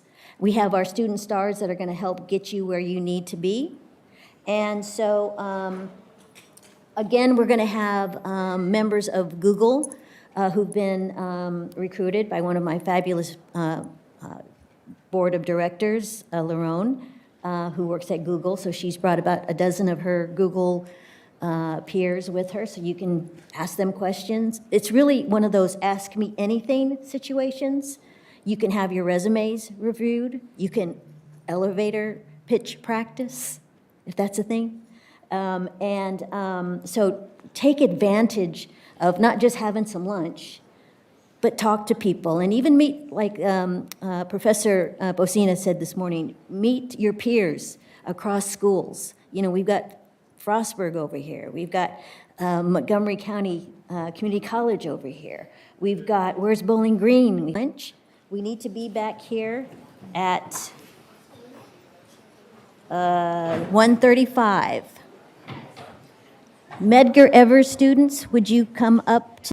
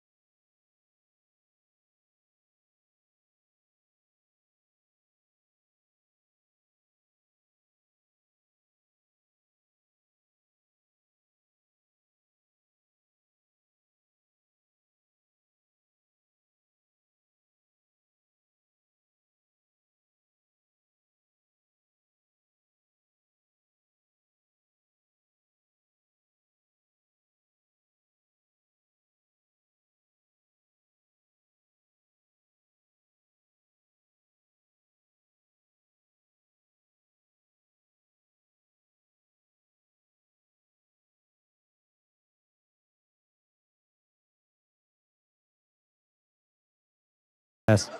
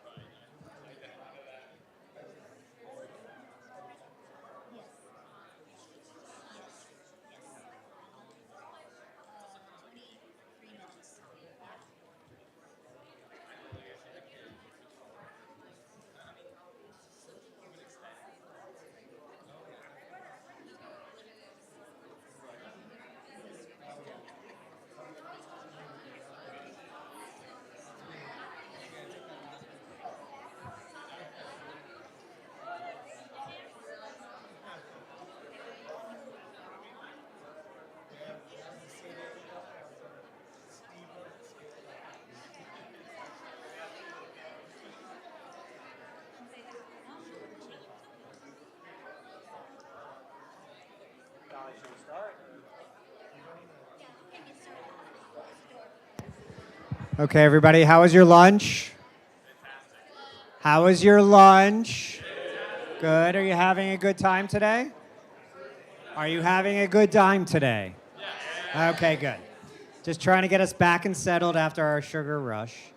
My good fortune to now bring us into the afternoon, but also introduce a time in the program where we get to celebrate our community. We were going to give out two of our first two Hall of Fame awards to two people who have been supporting this organization for a decade. And really, if you've learned anything here today, if you've gotten anything out of this so far, or if you get anything out of this, make a connection, or get an opportunity out of this, or learn something between now and the end of the day, in some part, it's due to these two folks that you're about to hear about. I'm going to start with our, just in chronological order, Kathleen Finch, Chairman and Chief Content Officer of U.S. Networks Group at Warner Brothers Discovery. She's going to get our award on screen in a second, but she was interviewed by someone else in our family, Julia Pinto, who is a Fordham graduate. You graduating in December? Graduating, yeah. With a dual master's degree, yes. You got to interview Kathleen. Do you want to talk about that just really quickly? Hi, everyone. I'm so not looking forward to seeing me on the screen, but anyways, I got to interview Kathleen. It was such an honor. We got there, and she's just such a, I don't know, simple person that it was like we were having a conversation, just the two of us, right? You felt the same thing, right? And yeah, I'm looking forward to everyone watching it. Thanks so much. Let's roll the film.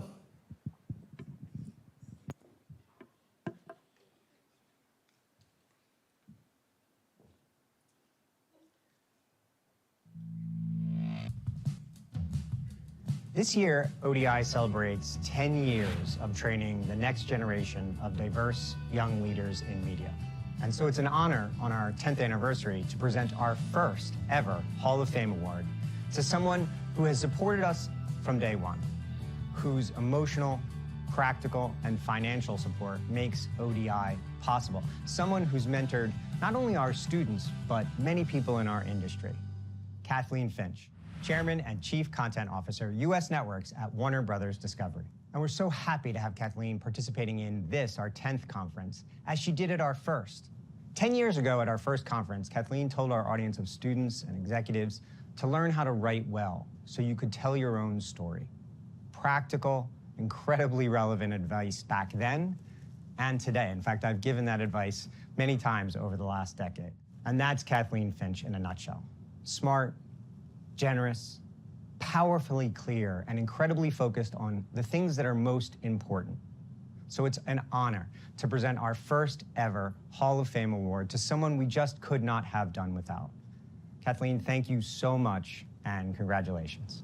Oh, listen, thank you. I can't tell you how touched I am and how incredibly honored I am to be receiving this award and just to be part of your organization. I mean, since day one, 10 years ago when I walked in and heard about the great work that you guys are doing, I just knew that I would be so honored to be a part of it, and I have been, and it's been so exciting to see your students sort of grow and enter this industry and all the work that you do to build up the next generation. I just could not be any more proud to be a part of your great group, so thank you. Well, and as we transfer to our new brand, One Diverse Industry, it's incredibly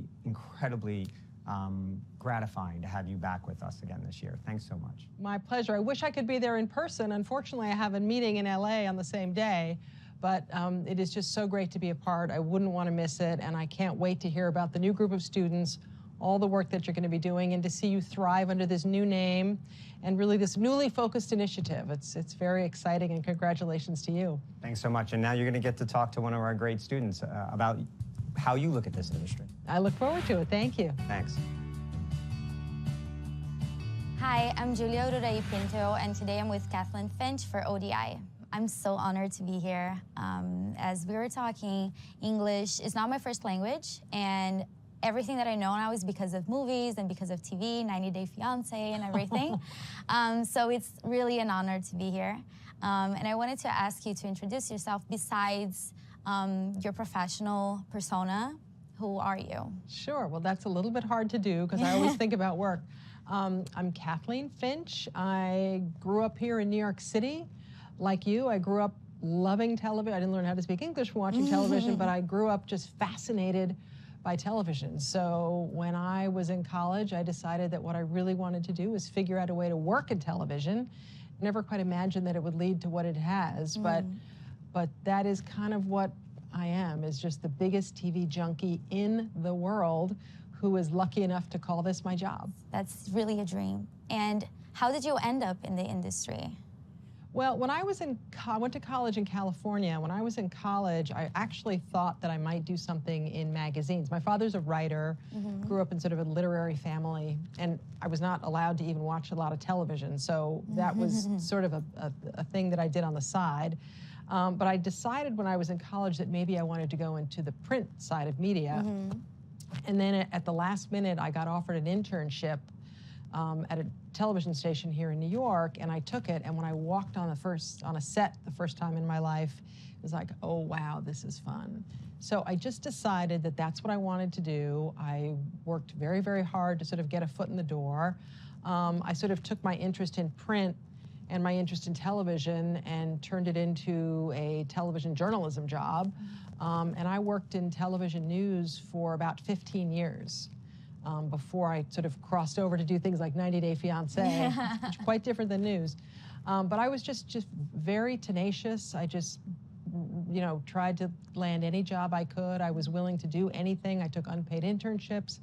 I lugged camera equipment. I mean, I did all sorts. I bought props for a show. I mean, I just sort of did anything I could to get my foot in the door, which I think every young person needs to do. But I was lucky to sort of get one job led to another, just sort of kept scaling it up, and I'm happy with where I ended up. So nice. And I think I read something about you took a step back in your career to kind of go to a different path. And for us international students, sometimes we have a career, and when we move here, we have to do that. How was it for you? Was it like a humbling experience? You know, I think it was the most valuable thing I ever did. If I hadn't done it, I wouldn't be here today. And what I was doing was I was working as a producer and a writer for a local news station here in New York City. And a job came open at CBS Network News, which was sort of the pinnacle at the time for anybody who wanted to be in the news business, was to work at the home of 60 Minutes. But the job was being an assistant. But it was an assistant to somebody who was very powerful. She was the only female news director in network news at the time. She knew that I didn't want to be a career assistant. She knew that it was a step backwards. But she and I both agreed if I took the step backwards that she would help me, further my career at CBS, which she did. My friends thought I was a little bit crazy. You're going from writing news copy and producing stories to answering somebody's phones. But it was a really important person whose phone I was answering, and she really helped me and mentored me. And I think that taking a step backwards should not be looked at as a step backwards if it's getting you to the place that you want to be, and the company that you want to work for should kind of trump all. So if you have an opportunity, and I know for a foreign student, oftentimes it means sort of a shift, but think of it as a shift. Don't think of it as a step backwards. And then once you've made that shift, really use it to your advantage. I mean, I was so clear when I took that assistant's job that, you know, I very politely said, I don't want to be a career assistant. If there's breaking news, throw me in. If there's research that I can help with, let me help. I mean, I was probably a little bit of a pest, but I was very open with the fact that this is a stepping stone for me. I will be a really good assistant, but what I want to do is something more in this company. And within a year, they gave me more to do. So I think you should never think of it as a step backwards if it means that you're working at the company that you want to be working in or in the industry that you want to be working in. It's almost like a means to an end. Exactly. Exactly. And I think the important thing is if you take a job like that, who are you working for? I was working for someone whose job I would have loved to have had someday. I wasn't working in the art department or the ad sales department. I was working in the newsroom. So if you have an opportunity to be mentored by somebody, just like ODI is all about mentoring, if you have an opportunity to work with someone who's willing to mentor you and help you, even if it means a step back, I would always say take that opportunity. When did you know that you didn't want to do like printing anymore and you wanted like news and TV? How was that, especially like with your family having this experience writing? You know, it was very fun. It was, you know, I find being on a set really fun. I find being in an edit room really fun. I unfortunately don't get to do quite as much of that now in my current job, but that is really fun. Being a writer is a much more, and I'm married to a writer as well, so I know what it's like to be a writer. It's a very quiet job. It's an isolated job. You do it by yourself. And I really like the environment that television brought. So I think my family they understood. I think my parents are very proud of me now, but I do think they kind of scratched their head in the beginning like, what do you want to do? But it's, you know, I am not here to please my parents, nor should any young person necessarily put that at the top of their list. I'm here to do what I want to do, and I followed my dream, and I could not be happier. That's really important. And I'm so fortunate that I have parents that also encourage me to do whatever I want. Did you feel in the newsroom or like writing that you were treated differently because you were a woman back then? This was a lot of years ago that I was in a newsroom, and I was one of the only women. I was the only mom, which I quickly learned was something I should kind of hide. I had a baby when I first started at CBS News. She was 9 months old at the time, and I couldn't really leave the office to go, you know, be with her. I couldn't, you know, if she was not well, I would have to call and say that I wasn't well. You know, it was sort of an unspoken rule that there were not a lot of young moms in the newsroom because it was a 24/7 job. So that was a little bit of a challenge. I'm sure, or I like to think that it's much, much different now, but there were not a lot of female role models. There were not a lot of moms. It was a very different kind of atmosphere. And one of the things that used to really make me kind of crazy about it was my husband and I, we went to the same school. We're just about the same age. We were both kind of in the same industry. He was in print, I was in television. And we had our children young. We had 3 kids. And so many people would say to me, oh, Kathleen, how do you do it? How do you have 3 kids and have this crazy job in media? Nobody ever said that to my husband. You know, the double standard would really kind of make me crazy. But, you know, I would complain about it and get a little bit loud about it. But it was hard. I like to think that for the next generation, for your generation, that will not be nearly the issue that it was for me. Yeah, and for me, coming from Brazil, like my mom quit her job to take care of her kids. So for me, it's still, I think, very hard to kind of just go out there and do whatever I want because family always comes first. Obviously, we all come from our own worlds. Yeah. You got to think about you. What do you want? Where do you want to be in the next 10 years? You know, your partner should think the same way. What do you need to move ahead? Not do you have to stop what you're doing because family is your responsibility. I hope that young women, maybe not in the whole world, but I certainly hope that young women working in America feel that way. Yeah. No, especially initiatives like ODI. They put us in contact with so many incredible mentors and just students from all over the U.S. And how important it was for you to have mentors? Extremely important, extremely. I mean, I've been so lucky to have some really wonderful ones. Some of them probably don't even know that I think of them as mentors, but people who took me under their wing, who promoted me, who gave me advice, who helped me. I mean, it's just the most important thing in the world, because you need a champion. You need somebody who can talk you up to the boss, or who can give you opportunities to let you shine, who can give you credit when something goes well, or if something doesn't go well, can talk to you honestly about what you should learn from it. So absolutely, you should find mentors. And I think, you know, one of the things that I think is really important, and this is one of the things that I love about ODI, is so many of us remember what it was like when we were starting out, and we are so willing to help. People just need to reach out. Reach out for advice, ask around who might be willing to give you advice, talk to you, answer questions, put you in touch with people. Because, you know, being shy about that won't get you anywhere. But if you're the kind of young person who raises their hand and says, I'm looking for some help, for some advice, you will get someone to step forward, I'm sure, and say, let me help you, let me give you some advice, let's have coffee.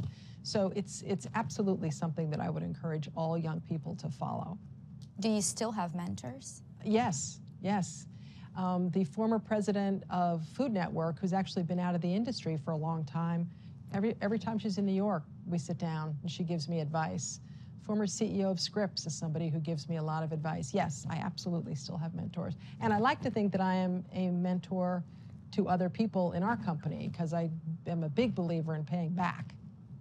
And now that you're kind of on top and you can kind of fight some things that you saw when you were like on your way to here, how is that? Like, what changes do you see in the company, in the industry, and how are you helping with that?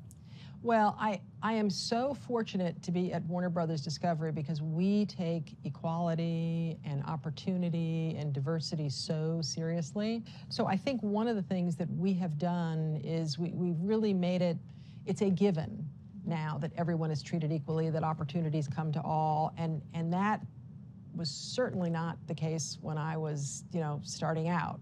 So what I'm excited about is seeing how much the industry is taking responsibility, in some cases to right wrongs, but also just to run a company the way the company should be run. You know, I work in an industry where most of our audience is women. So certainly most or a lot of the people making decisions about the content should be women. We need to represent everyone that is in our audience, and that's on our staff, with our talent, and that's something that we're all working very hard to do. But that wasn't the case 20 years ago. 20 years ago, men made content for women, and now men and women make content for women, and I'm very excited about that. Because some of you guys' programs are sold internationally, how is the research? Not only because you have to keep in touch with your domestic audience, but also the international audience, and women, men, everyone. How do you guys do that? Yeah, you know, we're actually next month, a number of us are going to London, and we're going to spend like 3 days doing sort of a content immersion sort of summit, where we take all the shows that we make in the US and we talk to all of our colleagues in the international team. What's resonating? What should we make more of? I mean, it's fascinating, some of the content that works. You mentioned 90 Day Fiancé earlier. That show is a hit all over the world. We made a UK version. We have another version that's about to get made in an international country. That's a show that just hits on so many different levels. So we are making it as fast as we can, including lots of spin-offs, because the global audience can't get enough. A couple of years ago, we launched HGTV internationally. And I will admit, and I've been with HGTV for 20 years, I will admit I was a little skeptical that it would work in an international audience, because it's all about Americans living in American-style homes. Overnight, it became this sensation, and people all over the world are watching Americans live in American homes. And I am kind of amazed sometimes at the content that we make. So I'm not sure research ever really helps. It's really putting it in front of the audience.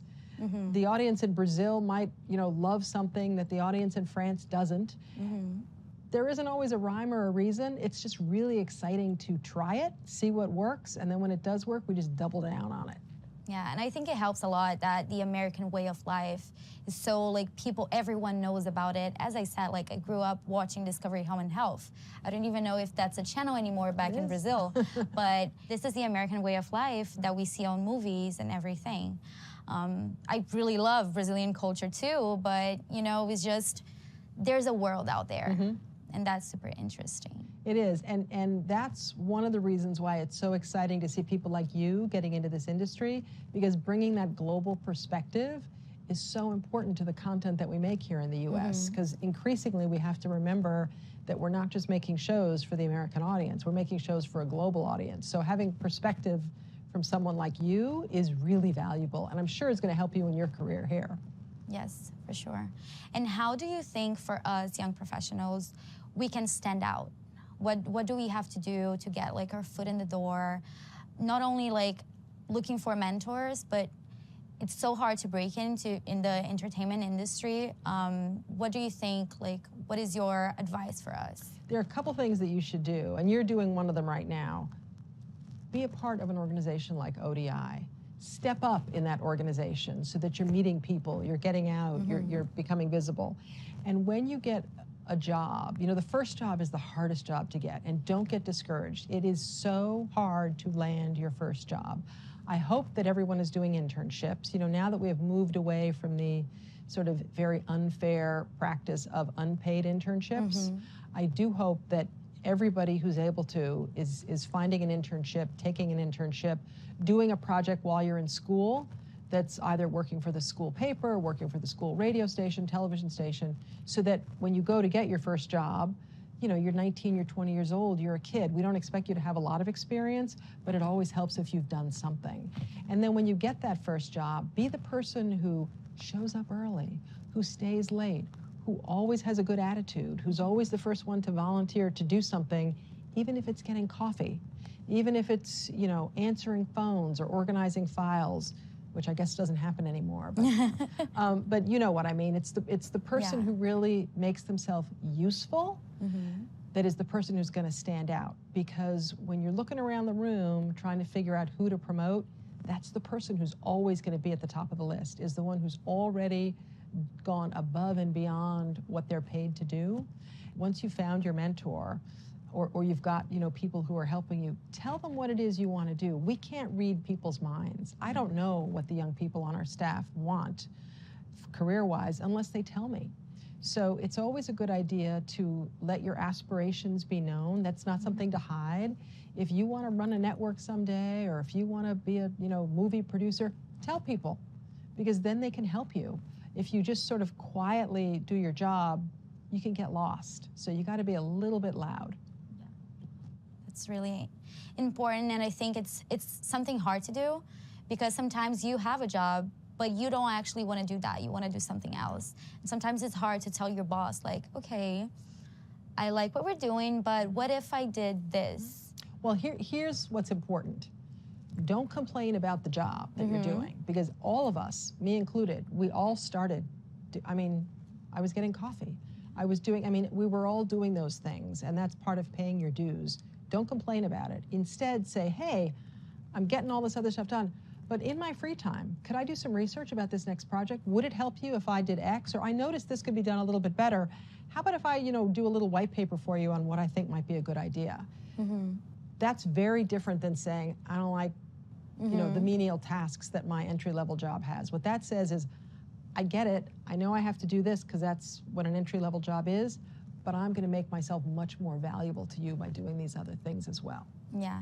No, and all these little tasks that we have to do are actually kind of like the fundament of the job. So I totally get we have to do this, but I completely understand what you're saying, and yeah, that's very valuable. The hard thing, I mean, the truth about the industry, the media industry, the entertainment industry, it's such a desirable industry. Yes. We know that everybody in these entry-level jobs doesn't want to be doing that. That's just a given. So embracing it and having a good and positive attitude about it, as opposed to, oh, you know, I went to college for this. Yeah. That is a dangerous thing to do, and I see people do it. And when I'm looking around the room for who I want to, bring with me on a project or ask to, I never give it to those people because I feel like you're a little toxic.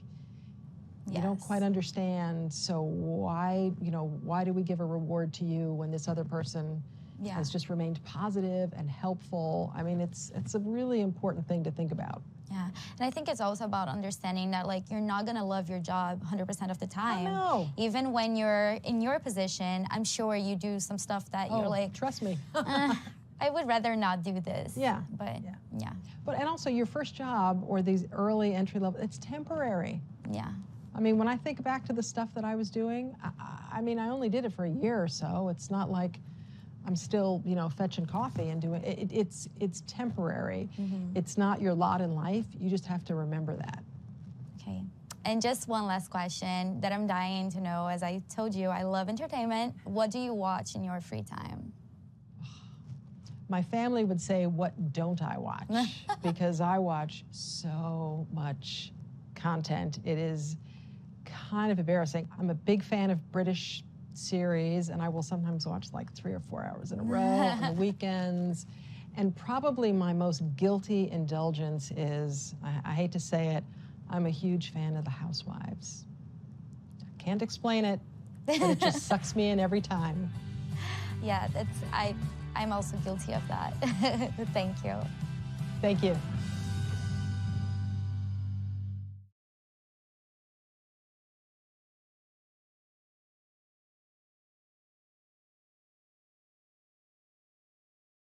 Who's a sponsor again because they shot that at their offices. It was a lot of fun to be there. And Julia did a great job. And Kathleen Finch is one of those people that just, by the way, it proves that you can just be a normal human being and have a lot of power in the media industry. She's a normal, approachable, everyday person who it just gives up her time generously. So thank you. And now we are moving on to our first Hall of Fame inductee, someone who we cannot do without. And Dolly, do you want to handle the introduction? Here. Thank you. By the way, Kathleen Finch is my girl crush. Just did I say that out loud? All right. So, yes. So we have another amazing person that we want to celebrate. Professor Lucy Holson-Bake is from Northern Virginia Community College. Woo! Where Can are I my not get a woo where are for my that? Nova peeps? The majority of the room. Yeah. And I met Lucy back in 2008 when I took Brian Lamb, who was the founder of C-SPAN, to her campus. He actually asked to go to a community college. He could have gone anywhere, and I actually took him to Harvard too, and he said, Harvard, schmarvard, take me to a community college. So we did, and I connected with Lucy, and we walked into her classroom, and she had it all laid out with all of Brian's content and C-SPAN content, just like we actually look at this. I actually show my students this. And we made eye contact, and it was like, uh-oh, we're in trouble. We like each other. And so we've stayed in touch for all this time. And when Evan and I started talking about ODI, we reached out to Lucy because we knew Lucy was going to be bringing some of her wonderful students to help us. We can't do ODI without student stars. I want to interject. Yes. I think the students I've met, the times I've gotten to meet students from your school over the last 10 years are probably my favorite parts of this day every year, but probably some of my favorite memories of education in general, and I work a lot in education. So to all the students today who I got to meet, but also every year, it just really is a special experience. Thank you. And the reason for that too is because Lucy preps them diligently. Yes. I mean, she gets in their face and Best says, questions I ever get Yes. about stuff that I've done wrong. That thing you did that didn't work. Why did you do that? Yeah, why'd you do that? Thanks. So we've been working with Lucy since we launched ODI. Lucy always comes through. Lucy is somebody very close to us that has also helped us figure things out as an organization. Our direction, who we should be reaching out to, our educational focus, and she is part of our fabric. And the Nova family and the Nova leadership, if you're watching, we thank you so much for letting her come. And we thank you for letting your students be here. So I would love to bring Lucy on stage and present her Hall of Fame award. Award.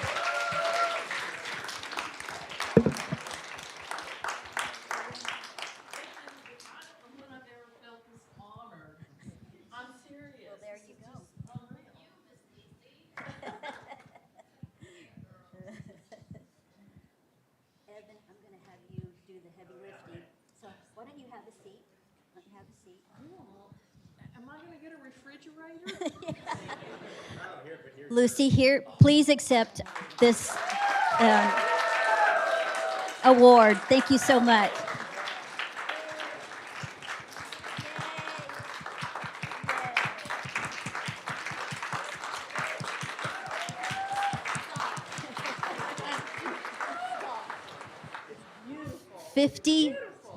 Five zero years in education. It's her life. It's who she is. It's her DNA, in her DNA. Lucy, do you want to say something? I'm going to pretend I'm Evan. And no, I'm just deeply honored. And when I look at you, I know I'm looking at tomorrow, and I am so grateful to work in a job where when people start ragging on kids or students or the younger generation, I can say, you don't know what you're talking about. You don't know what you're talking about.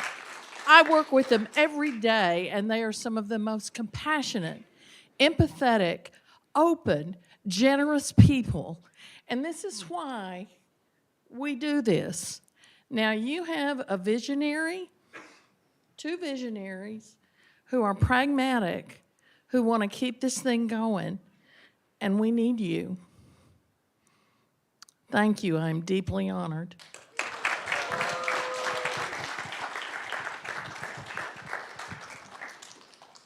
You want me to get off stage? No, stay right there. So actually, it's an opportunity, if the rest of Lucy's panel is in the house, maybe you can come down. There's Jake. Yes. Jake! There's Bernard. Where's Miss Crystal? There she is. Crystal's working. Look at her. Look at her. She's still working. Hi,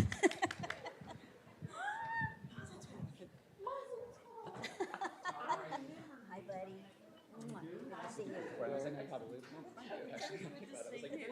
And Cynthia. Crystal. Crystal. Yeah. But see, well, never mind. So does Joey B know you're here? Joey B does not, but here, Lucy. Just send him an email. Yeah, let's get him on the phone. Joey B, your son's here. Okay. Okay. So one of the really cool things about this session is these three were sitting where you were about, what, five plus years ago. Bernard Rogers, actually came up to me in our very first ODI, introduced himself. Boy, was he dressed, and just wanted to know everything and everyone. How can I help you? I want to take this back to Rochester Institute of Technology. I want to share it with my students and with my faculty. And that really stuck out because it wasn't just about him. He wanted to give to his school, which it just stuck with me. So we've been in touch for the last 10 years. Holy moly. And then Crystal Williams, kind of the same story. She came to an ODI from Syracuse. And look at the smile on her face, and that never changes. And even if she's stressed, that's her look. She's just a very talk about positive, staying positive, being positive. This is Crystal, and I'm proud to be able to to know her as long as I have, and we try to talk at least a couple times a year and check in with each other, but that's just what happens here. And when people stick out in my mind, I just want to keep talking with them. And then we have Jake Cameron, who is a Pace University grad. And Jake actually not only attended the conference, but he also helped work the conference, and he was a lead for a couple of years. And again, it's the attitude and the level of commitment and just what I knew he was going to deliver. So that's why I thought these three folks are going to, would be a great addition to this panel to share where they started and where they are now. And I thought a great person to lead that conversation would be Professor Holstenbeek. So let's start the show. I know it's been said all day, but Dolly is absolutely wonderful, isn't she? I mean, she's got the great eye and everything. Okay, so here's what I want to confess to you. I missed the meeting that we were supposed to have, so I ended up having the Zoom phone call. It was taped.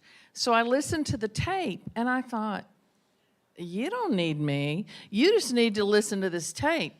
I want to talk to you about the three people that are up here in a little bit different way, and I'm not going to read you their bios unless there's a test at the end of it, and I don't think we're going to give a test, are we, Evan? 7 says no. So, but here's what I want you to know about Crystal. Crystal is a philosopher, and she is a deep thinker, and I know this because one of her statements in the phone call was, you'd better make sure you are married to the journey along with being married to the destination. Profound, deep. Would you care to comment on that? Yeah, I don't remember saying that. I can show it to you. But, I think, just a lot of the times when we get into just careers, like you think about like, oh, this is like what I want to be. Like I want to be a director or a writer or whatever, a VP, but there's so many steps along that process that you have to kind of go on, and you kind of have to be married to that process and not just that destination. Like if you want to be a director or a writer, that is a really incredible journey that takes a lot of vision and a lot of hard work, and you kind of need to be able to go through just the process to get there. I know we're not reading our bios, but my background is in audio engineering and sound design and music. And I went to school thinking I was going to be an audio engineer. And I found out very quickly that I loved music. I loved being in the studio, but a part of the job of being an audio engineer is recording bad musicians. Like, you have to work in a studio, and whoever pays to, come in, you have to record them. And I was like, you just don't graduate and become like Beyonce's like sound engineer. That's not how it works. And I was like, I can't do this. Like, I love music and I love sound, but like there is nothing like being in a studio all day and Joe Schmo from the corner that just got paid just wants to record like his next track. And I was just kind of like, okay, like, and just like where I am right now, like I'm just kind of like looking back and I'm like, this is like a real process. Like, it's a process. Like, if you want to be like an AD, like on a set, like that's a process. Like all of these things that we think are like, oh, like, yeah, I'm just gonna, graduate. I'm just gonna be like, on the radio, and like, like that's just all of that takes a lot of work. So, trying to find something that you really love, that you're kind of just like, I'm gonna stick through this. And I think each phase in your life kind of challenges you to kind of be like, do I still love this? Like, am I willing to take that extra step or that extra year or two? Like, can I hang in there like a little bit longer till something pans out? So I love that you say, do I love it enough to be a part of what is bad about it? Yeah. Because it's one of the, yes, I mean, that's such a strong statement. I'll continue to introduce these folks because that's what you're supposed to do, but we're off to a great conversation, and they have so much to say. So, Bernard, we remember you when you came to the very first one.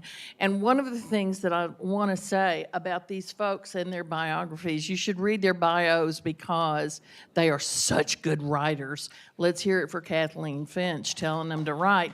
They are such good writers.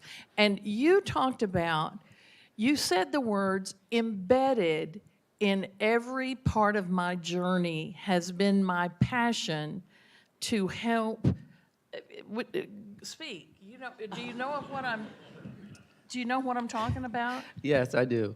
So for me, and it's actually one of the reasons that I'm here today, for me, just throughout all of my experiences, I've always kind of been the first to do a lot of things. So it always gives me great pleasure to be able to meet other people from different walks of life and to be able to share what I know, what I've experienced, to help them kind of miss some of the pitfalls and some of the mistakes that I've made.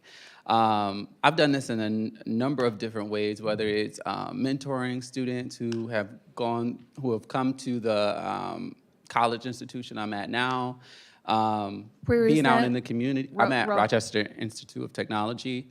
Going out into the community, doing various, back to school drives, whatever I can do to really help the next generation come up, because I really think it's the youth that are going to be able to change the world. Well, I'm into that, brother. And I think when you say embedded in my work, because people say, find your voice. I think I spent 10 years trying to find my voice. It's what the heck does that mean, okay? Find your passion. It's a lovely voice, though.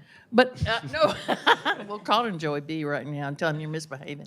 So the thing is, here's what I want to know. Now, you talked about pivoting, self-discovery, all of which leads to finding your voice. So, Jake, take it away and give us what is meant by finding your voice, your passion. And then I have a question for all three of you about passion. So, I think what I have found in my career journey is that to bounce off of what Crystal was saying, I was always thinking about the destination. I was always thinking about what company am I so familiar with that excites me, that everyone knows I work here. Ooh, that's nice. But then once you get there, you get to that destination and you start doing the work, it's not as fulfilling as it initially was intended to be. And so I think now that I've continued in my career journey, I'm continuing to explore new companies, new jobs, even new jobs, my God. It's really exciting. And I think the point of that is I'm always like, what can I learn next? That's the part of finding your voice. what can I learn next? That's the point of finding your voice. I don't think that we as educators allow you that space every single day because we're so busy talking as I am now. And what I would say to you is this, that finding your voice, you know, your journey's today. This is your journey. And there is no guarantee that that journey is going to continue tomorrow. None of us have that. We don't have the luxury of tomorrow. This is your journey. You better be finding out now, because what if tomorrow doesn't get here? Where are you? So what does your passion, which we love saying, find your voice, find your passion. What does your passion look like on an ordinary day? What does it look like on an ordinary day? I can start it. I mean, I just think about what makes me happy. Like, I'm like, all right, I woke up and I was like, I'm kind of excited to have this conversation with someone when we're planning this big, this is crazy. I'm doing 3 conferences over the next 2 weeks. Like, it's just like, and this is one of them, but it's like the best one. Yeah. But the one he really wanted to do. Exactly. And that's the thing, like, I was like excited to like brainstorm different ideas, and then I'm really type A and a little crazy. So like, I'm like, let's get into the logistics of it, and you work your way back. And that is what excites me. So when I think about bringing your passion to your everyday, it's about, you know, you're not going to find that at every moment on every day, but it's the time that you're about to do something or you're doing it and you're like, this is really fun, and you get lost in the work. Lost in the work, okay, I like that, and I think I've spent a lot of my life lost in the work. What does your passion look like on an ordinary day? I feel like for me, not to be redundant, but my passion really is getting to know individuals who've had different walks of life. In my current position, I'm a marketing and communication specialist, and part of my job is working to build the content that's going out through our social media channels to reflect our diverse campus. So I'm really happy that I've been able to make a lot of headway thus far in my position. I've been in the position for about a year now. But like I said, that's what I'm passionate about. When I'm home, I'm going out with friends, learning more about them, meeting new people, becoming really good friends with people that I meet that day. And when I'm not going out, I'm at home watching the latest reality TV show because it's all people dynamics. It's getting to know how different groups of people interact with each other and how we learn more about ourselves from interacting with others, ways we may want to change for the better, and some things that we may never want to do, like throwing a drink in someone's face. You probably don't want to ever do that. But really, that's what I'm passionate about, is really getting to know how we all traverse and navigate this thing that we call life to help one another. Jake and I are going to go throw a drink in someone's face. That sounds fun. I don't recommend it, but you... But do you see what I mean about his saying he's embedded his passion in every day? I mean, it's not going to blow it up every day. Go ahead. I think for me, it's just really coming to the realization that you're accountable for your own life. And I feel like, you know, there's this saying, I don't know how to pronounce it, but it's like you can die tomorrow. So like whatever good or bad things happen during your day, like you can die tomorrow. That's the saying. And so I kind of try to have that, think of like, you know, like what kind of impact do I want to leave behind? Like, and I feel like me, and like I work in, so I work at 9 Story Media Group. I work in development, which is an incredible opportunity. I feel really blessed. And I feel like the fact that I get to come into work every day and to make television and to like influence what gets on screen and being part of like those first steps, like it's really hard to walk away every day and not want to come back into the office, because I'm like, I get to make really cool TV shows for kids, and I get to influence every single day, like what, you know, I get to influence them. And so it's kind of like, and I get to meet new writers and meet new show creators and meet new talent and like be on their journey with their, and, you know, in their first steps. And so it's just really fulfilling, just the whole process. And so I kind of feel like I'm able to kind of live the impact that I want to create. And so that feels really passionate to me. I love that all three of you have spoken personally, and it sounds like that, you know, one of the transitions that happens from college to, quote, the real world. Have you found it yet? I mean, I'm still looking. But the thing is, when you're doing that, when you're really, here's my question. Do you think that the last 8 years or 10 years of this country has made us all shift our values a little bit? And, you know, whereas it used to be the big company, now it's not so much. It's who's sitting across from you. And can you speak to that? Because, you know, you guys really came into the market at a tough time. So talk about that. Yeah, I was just going to quickly. It's actually funny that you asked that question, because Jake and I were talking about that a little bit upstairs, and how we're in this weird space of like following all of the tips and tricks that we got from maybe our parents or our grandparents, like Joey B. Go to school, find a good job, and stay at that job. And then this new generation where people are getting on social media and becoming millionaires overnight. So, or just being able to live out their dreams and their passions of, you know, maybe someone likes quilting and they're able to make a whole company out of quilting and creating a community around that. To your initial question, I do think that it has changed in the sense that people are looking for a community. They're looking for those groups and those companies that align with who they are and what they kind of want to support and have an impact on, as you were kind of talking about, Crystal. And I'm happy to say that I guess a lot of industries are kind of shifting that, or companies are shifting that way. I hope you're right on that. I hope you're right. I do think, go. I was going to say, I think Bernard's very right about it. I've found that, no, it's true. In all of my interviews post-college, even, in internships, people really wanted to know who you were outside of work, which is just, it's incredible. And yes, sometimes they expect you to then bring that in a little bit and see if you can, flesh it out a little bit more. Something very interesting happened to me my first job where I got very involved in veteran initiatives, and it brought me just a lot closer to my family, there's parts of my family that we didn't really connect on, and that was something we were able to talk more about. And also, because of that work, brought in many employees that were veterans. I wonder why it is, and maybe I'm revealing too much here, but why would it be then that you can't have that kind of connection in a classroom? Or did you have, because you all went to some fine schools, and not that Nova is not a fine school too, are you there? But, so, but I just wonder, do we do enough of that in classrooms? And while we're doing that, this might be a great time for you to tell the story about the most successful students that. Oh, yeah.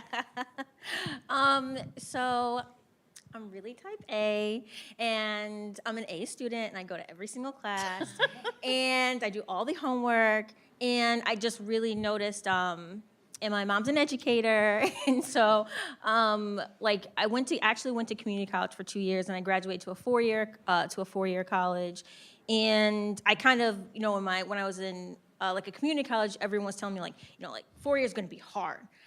It's gonna be hard, you gotta be on time, and I was just ready. And then when I went into kind of when I went to Oneonta, it was very liberal arts because it was music.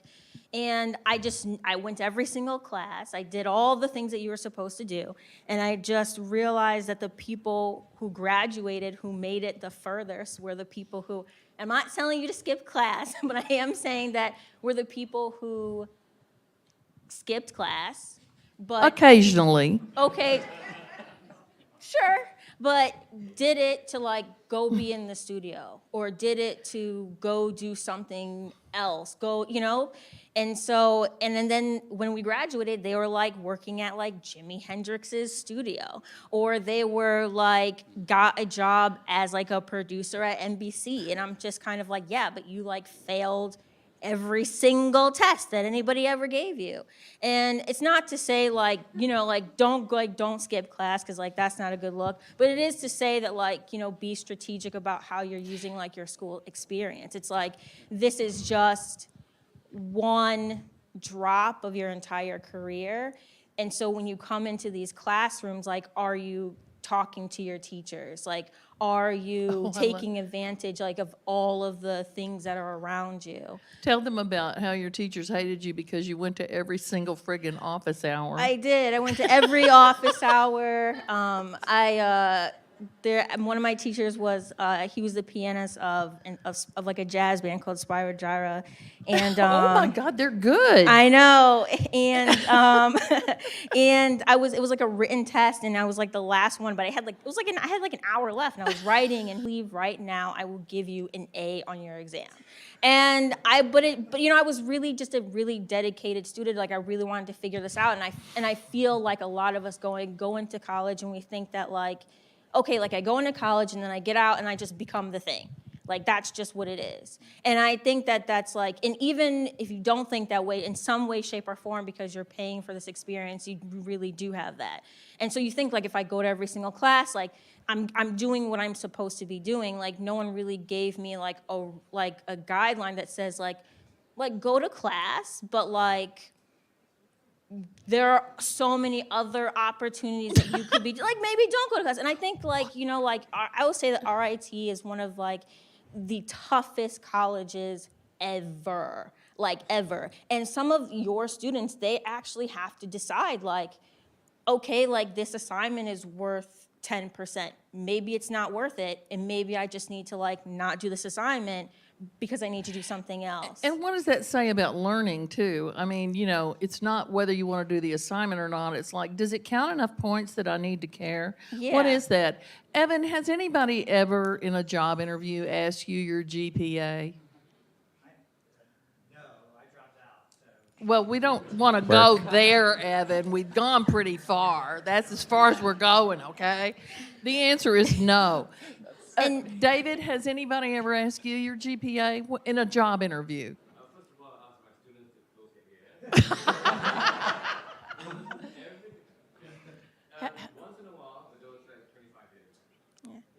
Okay. Back when we had real standards, I know. Yeah. And like, not to like throw like, gas on the fire, but I'm really close to like the career center at, Syracuse because I'm really type A and I'm an A student, but every single time I have this like, what am I doing with my life kind of thing, I send them my resume, and like one time they're like, take your school experience and put it at the bottom. I was like, wait. Like, I'm summa cum laude. Like, why am I gonna put this at the bottom? Like, this is at the top. Like, this is the headline. Like, I graduated with flying. And they're like, you're a professional now. Like, nobody is like looking at that. And I'm just like, that sucks. And it's just like, I spent so much time caring about this piece of paper. I don't think that I sought to like. How much time? I don't think that I sought like really for community. I don't think that I sought to like make real connections. I don't think that I sought to like make connections with like teachers. Like your teachers are really golden, especially the ones that really come to class and like really care. Like they're really golden. And I'll hand this off to somebody else because I don't want to like speak too much, but like I had this one experience that I'll show you, is that sometimes people are going to show up in your life in ways that you didn't expect. Like sometimes it's not the CEO, it's not this person. Sometimes it's just like the person sitting next to you or the person that you didn't expect. And when I was in Oneonta, I wanted to apply for a Fulbright to study Aboriginal music in Australia. And it was just a really quick timeline, and I kept searching for just community in my school space, and I just couldn't find it. And I was just getting really frustrated, and it was a really bad experience to apply for this Fulbright. And one day I got talking to my teacher, and he was like, but it was like really deep in, like the application was due like in like 3 weeks. And he was like, oh, like I applied for that. And he was like, I got really close, and I was like, wait, what? I was like, you did this? Like, you went through this entire process? And he was like, yeah. And he was like, I can be like one of your advisors. And I was like, wow, like that was a really missed opportunity. Like I'd been struggling for 6 months. He could have been probably my top advisor for 6 months. But because I was just scared student, also trying to figure out myself, I was the only girl like in like sound engineering school. I think that helped me from like really going after things. I just didn't even think to like make a direct connection with the person who was standing up and teaching me every single day. And he helped me like in the future to like get internships and all that. But it was such a missed opportunity. I always think to myself, like, just look at the people around you, like the people sitting next to you, like everyone has something to give, and it's not always going to be a CEO. But it's not a missed up. Go ahead, Jake. I was just going to bounce off of that, but truly, it's the people who you talk to in your classes, in your internships, in your volunteer opportunities. I volunteer for an LGBT conference that they travel around the world, and they bring students from across the country, and those people who I met at that conference now are at Pepsi, they're at Paramount, they're at HBO, they're out of these places. And it's, oh, how you doing? Oh, good. Oh, I'm looking into a new opportunity. Great, what do you want to know? And it's incredible. Also to bounce off of that, I also had a colleague who recently got laid off from the Warner Brothers Discovery merger. Right. That is a very big thing. And I called them last week and I said, okay, take a second, be upset about this. And it's very real, and it happens every day when you go to class. Yeah, and just quickly, I would say take You some don't of have the to be quick. sting. Take some of the sting out of some of these items that you have to do. Because I think when you hear the word networking, it can be very scary. It can be very, it can make you feel like you need all of these things to be able to do it properly. But I think you need to just show up as your full self and be able to, the people who you need to connect with, you will be able to.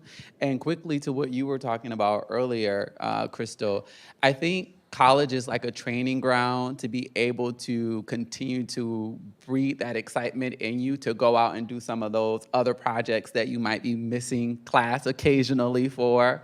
To build those projects that you can really go into an interview and talk about and shine your personality through.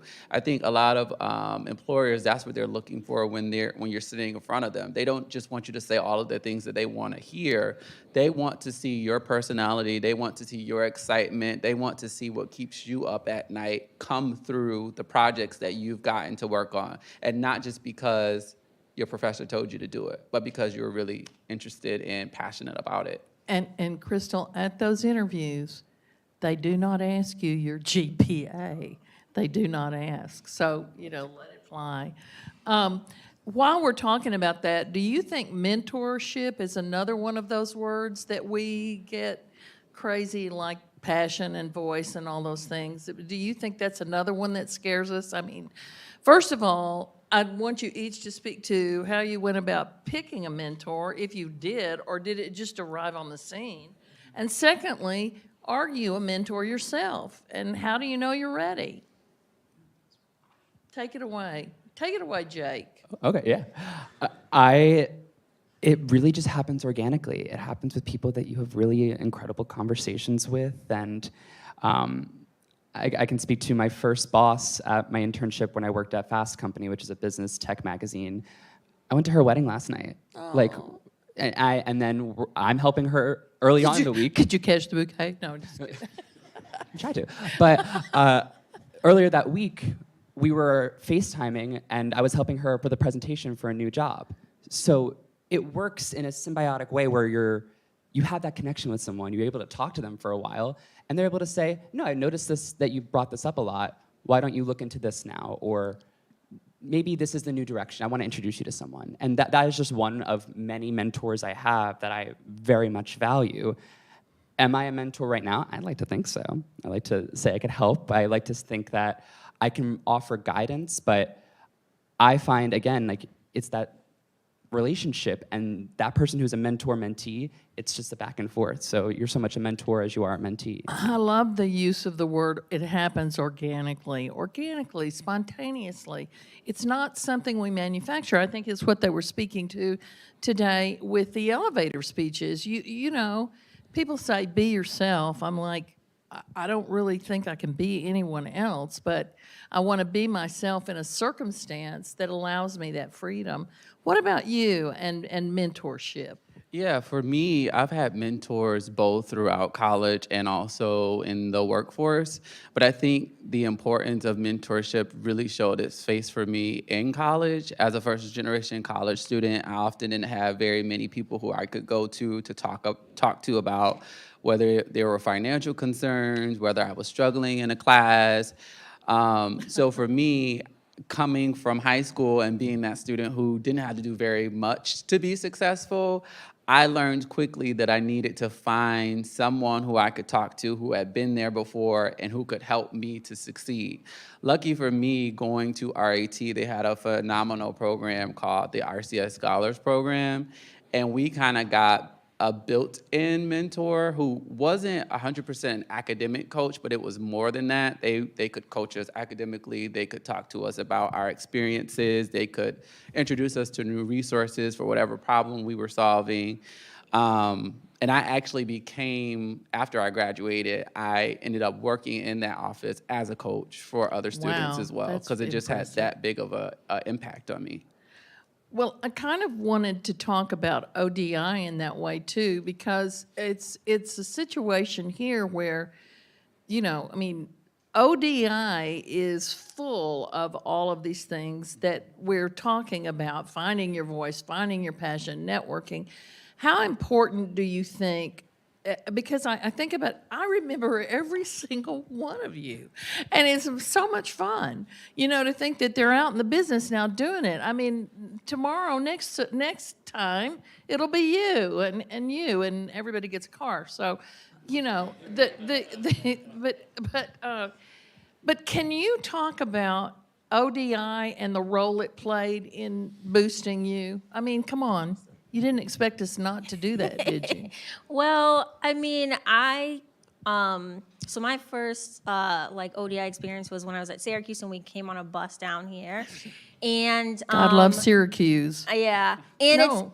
it's really intimidating because we're all Syracuse. We're really aggressive. We all really want it. We've been coached not to ask stupid questions, only ask good questions. And so it's kind of intimidating because you see like just a line of people like, you know, lining up to like every, you know, panelist and like. And I honestly, like, I was like, I don't even know what to say. Like, what am I going to say to these panelists, like, right now, in this second? Like, I was like, nothing. And so then I just noticed Dolly, and I was just like, maybe I should just follow up with Dolly, like, later. And I emailed her, and I think I asked you to, like, be my mentor. And I think just, like, throughout just, like, my just career path, like, I would just always check in when I was really just seeking for understanding, like, about a career decision. I will say like one of like the best advice that Dolly ever gave me, and I'm like a person where like I'll know when someone's saying something that's important. I won't know what to do with it in the moment, but I'll just keep that nugget, but I don't really know what she means. And I was going to apply for an interview at CAA, and I was like, cause like I'm gonna be great, and I'm gonna like run the world. And she was like, just remember that like you need to speak to like how you're gonna support them.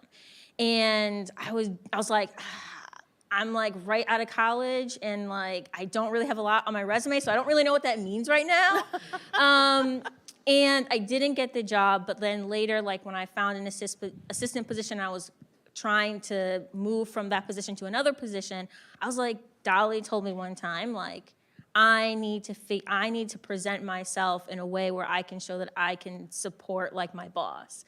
And I went into this interview and I was just like, yeah, these are all the things that I can do for you. And I was like, I can just run your life for you. You don't even have to come in. Like, I'll just have your coffee, everything.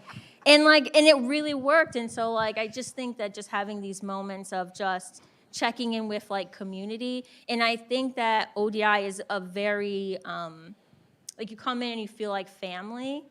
And I think some other conferences that I've been to, it just feels like the stakes are a lot higher. And like this feels like, you know, like I really don't know. Like I'm really actually just trying to figure it out. And so I think it's played that part of my life where, you know, I think Dolly is incredible. I think you've been like incredible to us. So yeah. I agree. No argument here. Yeah, I just want to quickly say thank you to Dolly and everyone here that helps put this conference on every year. For me, I attended back in 2014, and I will agree with Crystal. I was very overwhelmed, but also very excited to be here. My school, unfortunately, did not bring a group of students down. I was at the time very interested in going into broadcast, so I was looking for whatever opportunities I could find because my college where I was at, they didn't have very many opportunities. They had a few. But I did some research. I found this conference, and to know that it was not only available, but it was also free. It was fairly close. I had to get on a bus for about 5 hours, but I was willing to do it. That's how passionate I was about it. But to come and then get some great insight about the industry, but to also interact with so many amazing individuals, I was looking at them like, they're leading the conference. These are people in industry. Why would they want to talk to me? But to experience things like I think we had a networking breakfast to be able to sit and break bread, and the individuals just really excited about sharing their knowledge and being able to connect with us and talk to us about what our dreams and aspirations were and how to make them happen. Dolly up here speaking, being willing to talk with me, who I just thought I was just some kid from Rochester, New York, inner city. No. But she talked to me like she had known me my entire life and was just willing to connect me with different individuals. I think you connected me with someone on the stage that day who was also talking. And we had a lot of great conversations back to back. And to be here today is really a full circle moment. So thank you very, very much. And it is for all of us. I mean, it is a thrill to see you easing on down the road, as it were. And when you pull back that curtain, which it sounds like you've already done, you know, and realized, hey, you know, it's really about me and it's really about my life. I mean, I just think you're such fine examples. We need to stop and ask ourselves, how are we going to keep this going? We need to make sure that we keep it going. But, you know, I just have a feeling you won't let it die. I have a feeling many of you won't either. If you have felt an inspiration today at all, then go back and, you know, tell your faculty that you start going to their office hours. You know, that kind And of just thing. quickly, I forgot to share too, ODI had such a great impact on me that the following year, I brought the virtual training back to my college. I organized an event where I think about 50 students attended, and we were able to have some great food, watch some of the workshops, and then also I invited some local broadcasters to like come in and Wow. talk with the students, and it was Wow. all because of, you know, the impact. So what I next felt. year you might be vying Fordham. We might be going to Rochester. Is this what you're Let's telling make it me? happen. Good. I wonder, go ahead. I was just going to quickly talk about the impact of ODI. If that's, I went all 4 years while I was at Pace University. Worked 3 of them and was co-lead of 2 of them, and it was fabulous. It was, and what I mean, I can say a lot about the impact that it's had on me and how Dolly means to me. I mean, the world. But what I also want to say, more as a advice, that this might be just a conference where people come and you hear people talk, which is incredible. Like, that continues throughout your entire life. You will continue to attend events like this. This is the one that gives you the tools to actually make an impact on your career. Crystal, you mentioned earlier how college is, you know, a small part of your long journey in your career. But this is the time to add a little extra zhuzh to it, to really skyrocket it off. There are people here who just want to talk to you and just help you. And that's incredible. There are people here who just want to give advice and tell you the secret tips and tricks that they used. Take it and run with it. And that's what I would say I Those did. are all just phenomenal things, and now it's going to be your turn. But I think what's kind of been the thread here is you can do this, you know, and if it's not making sense to you, guess what? It doesn't always make sense to us either, you know? And everybody is learning. There is no final destination, and that is, well, there is, but we don't want to talk about that one, right? I mean, you know, that's it. That's it. You're done. But other than that, I mean, you just keep learning, and you will not find any 2 people on the planet who love this industry more than Dolly Wolf and Evan Shapiro. You will not. Evan knows every nook and cranny of this business, and he's worked in half of them. And so, you know, well, I mean, you know, that's good for you. And so my point is that you just got to explore and trust yourself. Nobody has it figured out, not even your teachers. Okay? Let's go for questions, shall we? Anybody got a question? Did we trash you that much? Yes, sir.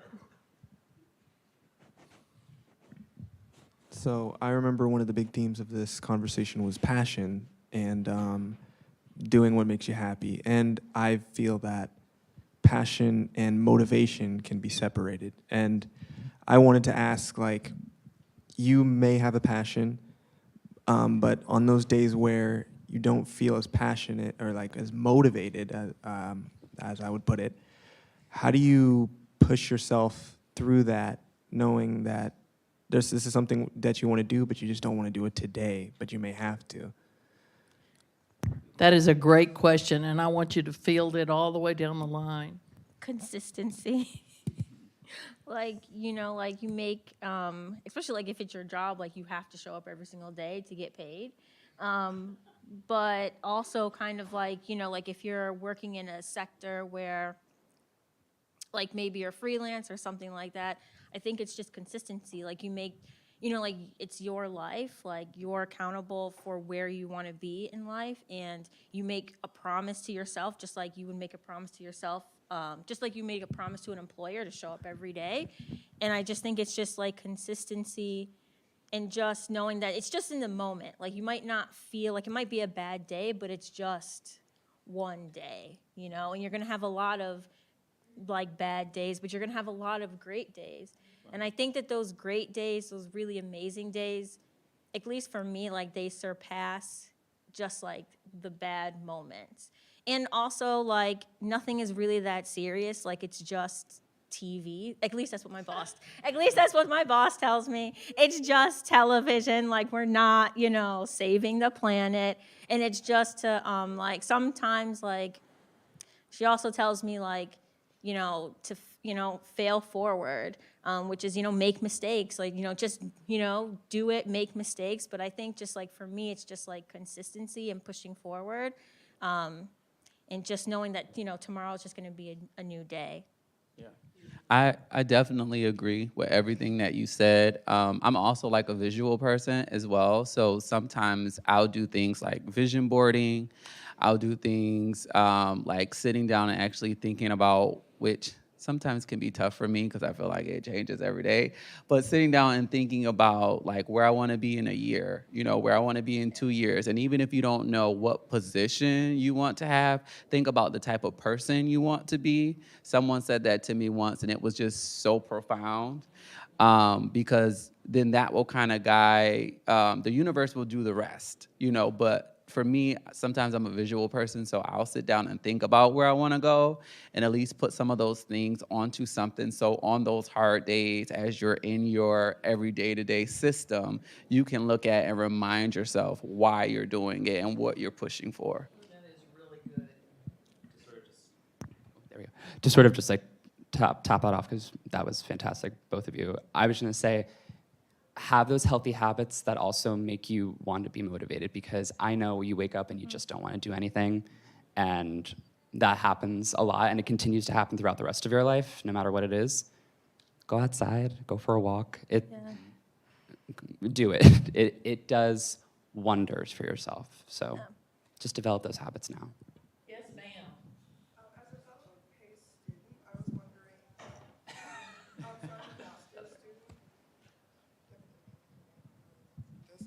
Well, as a fellow PACE master student, I was wondering how you felt like the professors or the PACE community helped you with what you wanted to do. I found in my time at Pace that there are interesting professors there. But there are some that are absolutely fantastic who I have relied on. I continue to keep in contact with Professor Ramos. I'm sure you're familiar with him. Yeah. He is the person who got me my first helped me get my first internship, and is somebody who I constantly still try to keep up with. And he just is one of the greatest people. And it's not even just from a help you get this perspective. It's just someone you can talk to. And it kind of goes back to like the mentorship. It's like you can have this connection with someone and talk about anything. I'm actually his GA, so we hope to see you at the 10th anniversary in March. I gotta text him, but I'll come over. Yeah. Cool. Well, cool. Awesome. Thank you so much. Yeah, of course. That's so funny. That's great. Anybody else? Yes, sir. So I'm really worried about what I'm gonna do after college. Do you think it's easier to start out as a freelancer, or should I try to just go look for jobs? I'm already doing freelance work right now, for the record. I'm gonna say this. My first job out of college, I quit in 3 weeks. Whatever you wanna do, whatever feels right is how you should proceed. If you wanna go the route of full-time and working at a corporation, get that health insurance and 401k, great. Maybe that's not what's important right now. Maybe it's you want that flexibility to kind of bounce around a little bit. So maybe go down the freelance route if that's what feels right. But trust your voice. You know, the one you spent finding over those 40 years. Yeah, I definitely agree with that. Find your voice. I always say too, like, because I can be a person who overthinks things and really gets in my head when it's me. Think about if this was your friend or someone you really care about in this situation, and what advice would you give them? Do that. That's very good. Go ahead. I would just say, like, you know, like, I feel like you kind of already know what you want to do. So just trust that you have your back and that you can make great decisions for yourself. I think when you're young, you kind of question if the decision is, if you're making the right decision for you. But it's, you know, like, at this stage, there are no wrong decisions. And so, like, just trust yourself. Yeah. Aren't these fantastic people? I mean, really. And I did not read you their bios, but what they've managed to accomplish in such a short time is pretty amazing. Here's what I wish you would think about. Which ones of you are going to be sitting on this panel the next time we have such a panel? Which ones will be here? Because there will be some. And who will they be? Because you can make that decision right now. And I believe you'll make it happen. Thank you so much.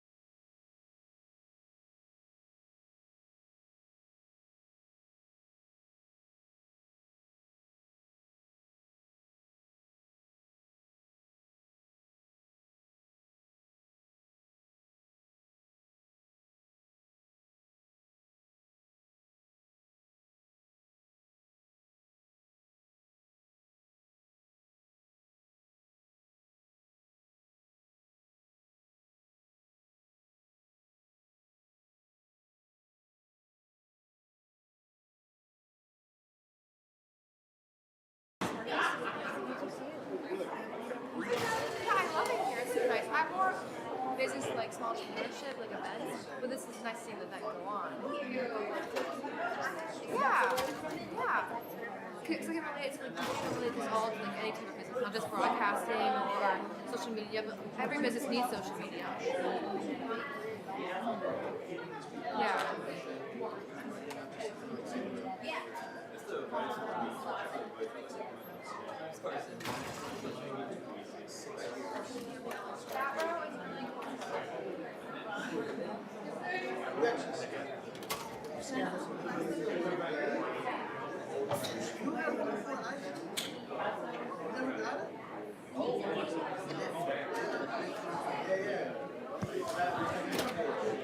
All right, we're going to get started, guys.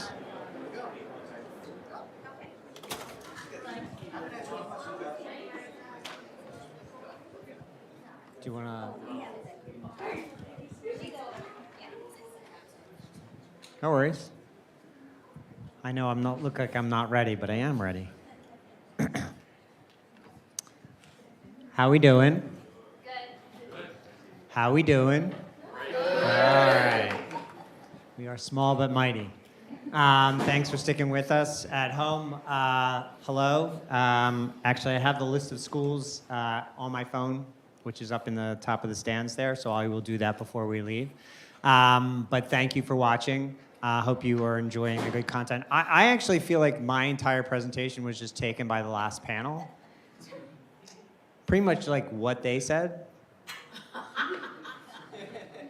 And now we can just chill for the next like 30 minutes, right? So, no, really, pretty much what you heard out of Bernard and Crystal and Jake was spot on advice. And I think a pretty telling component of that is it never sounded at any point like they built their entire personalities and kind of emotional well-being around the job. I mean, maybe Crystal a little, but she's very type A. So, but the point being, like, they didn't talk about necessarily the job, that they didn't present themselves as, this is who I am. In each one of those three cases, it was very clear that they were comfortable in their own skins, that they were self-propulsed engines of their own well-being, right? They looked themselves in the mirror. They talked as much about the volunteering they did, the mentoring they did, the mentors they had outside of work. And you also heard Catherine earlier in the day talk about the importance of bringing your whole self to work. And Bernard specifically, I think, mentioned that as well, as employers looking for what you're bringing outside of your education or your GPA. In my case, doesn't exist because I never graduated. But the key being, like, you cannot look to a company for your happiness. And if you're looking to your job for who you are, well, that's even a worse mistake. So in order to be fulfilled in your career and in your lives, you have to have this flywheel of satisfaction that propulses itself through time. And I call it being your own CEO or greenlighting yourself. In every one of the cases here, you heard from three independent thinkers who, for at least a decade now, have been kind of driving their own careers through twists and turns. She studied, did she say Aboriginal music in Australia? The heck? She went from being a sound engineer in a studio where some bro from down, some drunk guy came in and recorded his mixtape, right? To being in development at Group 9, Story 9, 9 Story, which owns Clifford the Big Red Dog, amongst many other huge brands, right?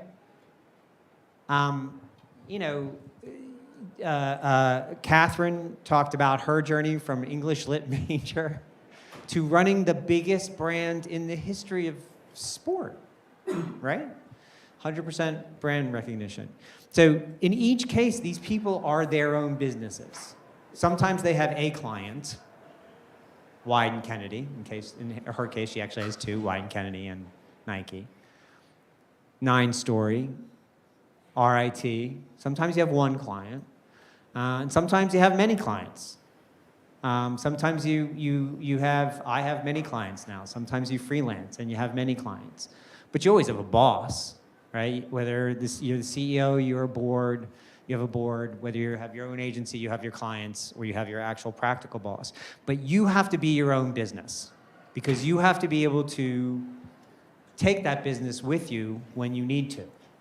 You have to be able to ship that business to new opportunities when it's necessary. And if you don't control it, if you're not in constant control of it, it will take control of you. And then you don't get to make the decisions. And that's a shitty place to be, having been there.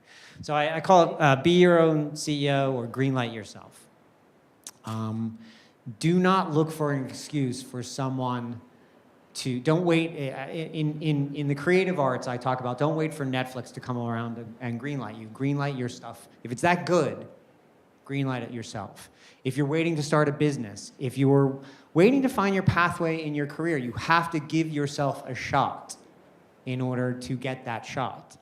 And it doesn't always come in the form of a job interview or a job itself. Sometimes it comes in other ways. These are the 3 engines for your flywheel.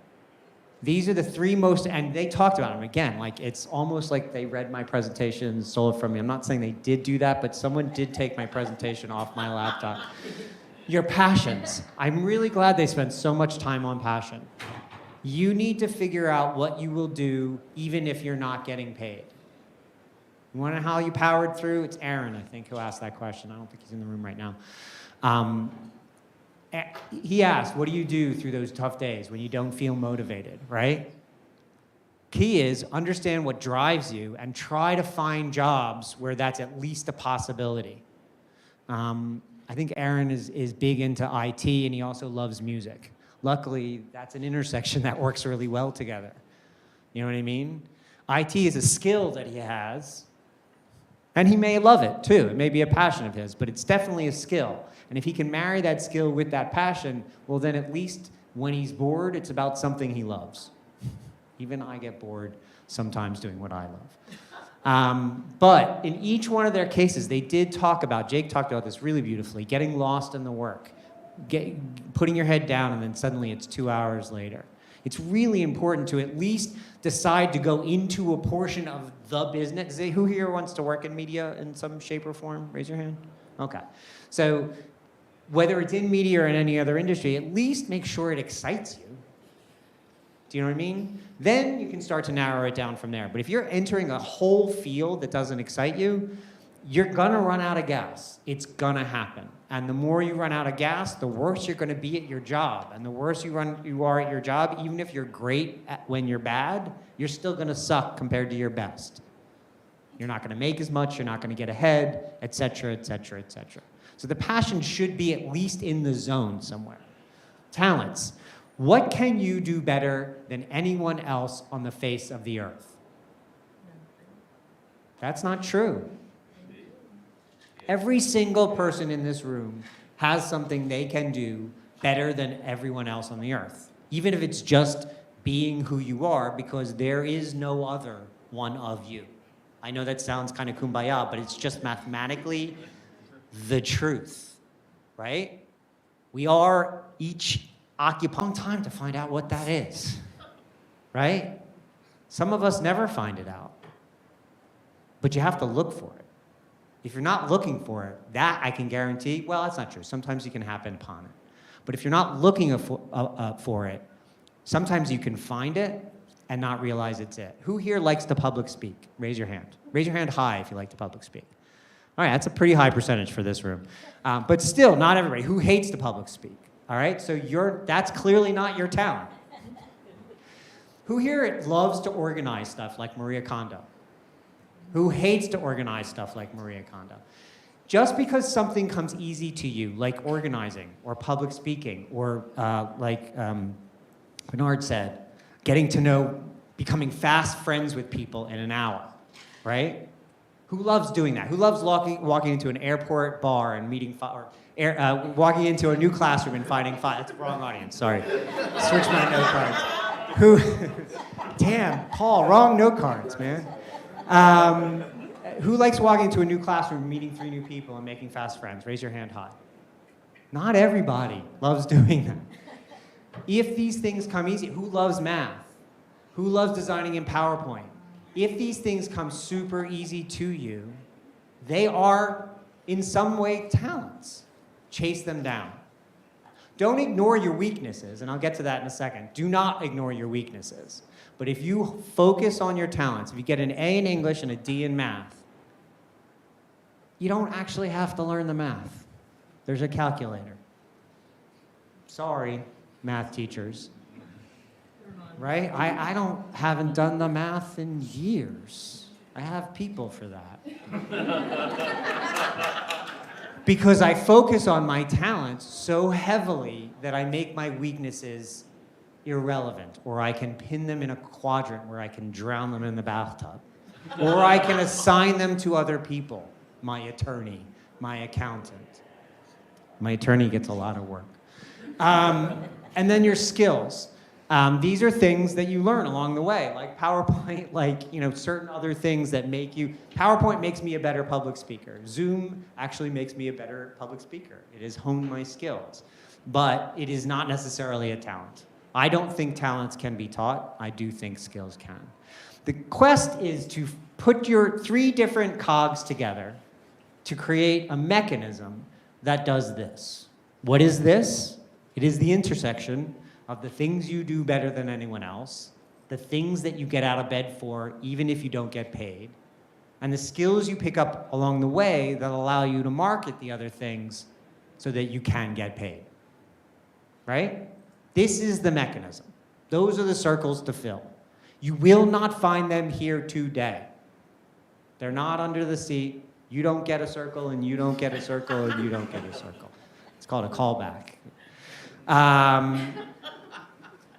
But if you look for them, you will find them. You have to actively do these things. It will not just magically appear like in front of you, like Jack's magic beans. You have to hunt them down, right? You have to skip class for them. Dedicate as much time to this, for the search for these things, as you do to any class you'll take. Dedicate as much time to this as you do to any part of your individual job. Do this when you're not at work. Do this when you are at work. Bernard talks about loving to talk to people.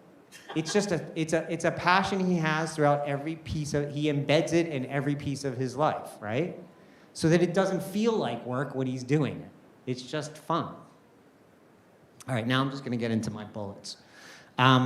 These are the 7 steps, 7, right? 7 steps I like to talk about to go push you along the journey, right? What you need, I think Crystal talked about routine, right?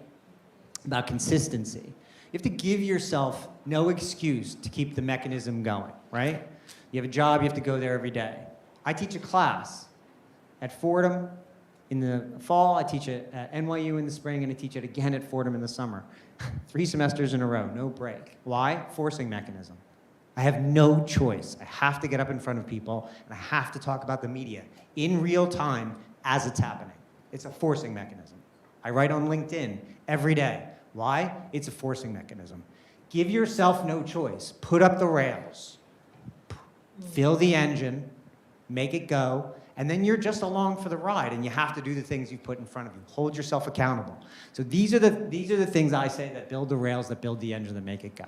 Identify your natural talents, get objective support, be self-aware. Again, they stole my whole gosh darn presentation.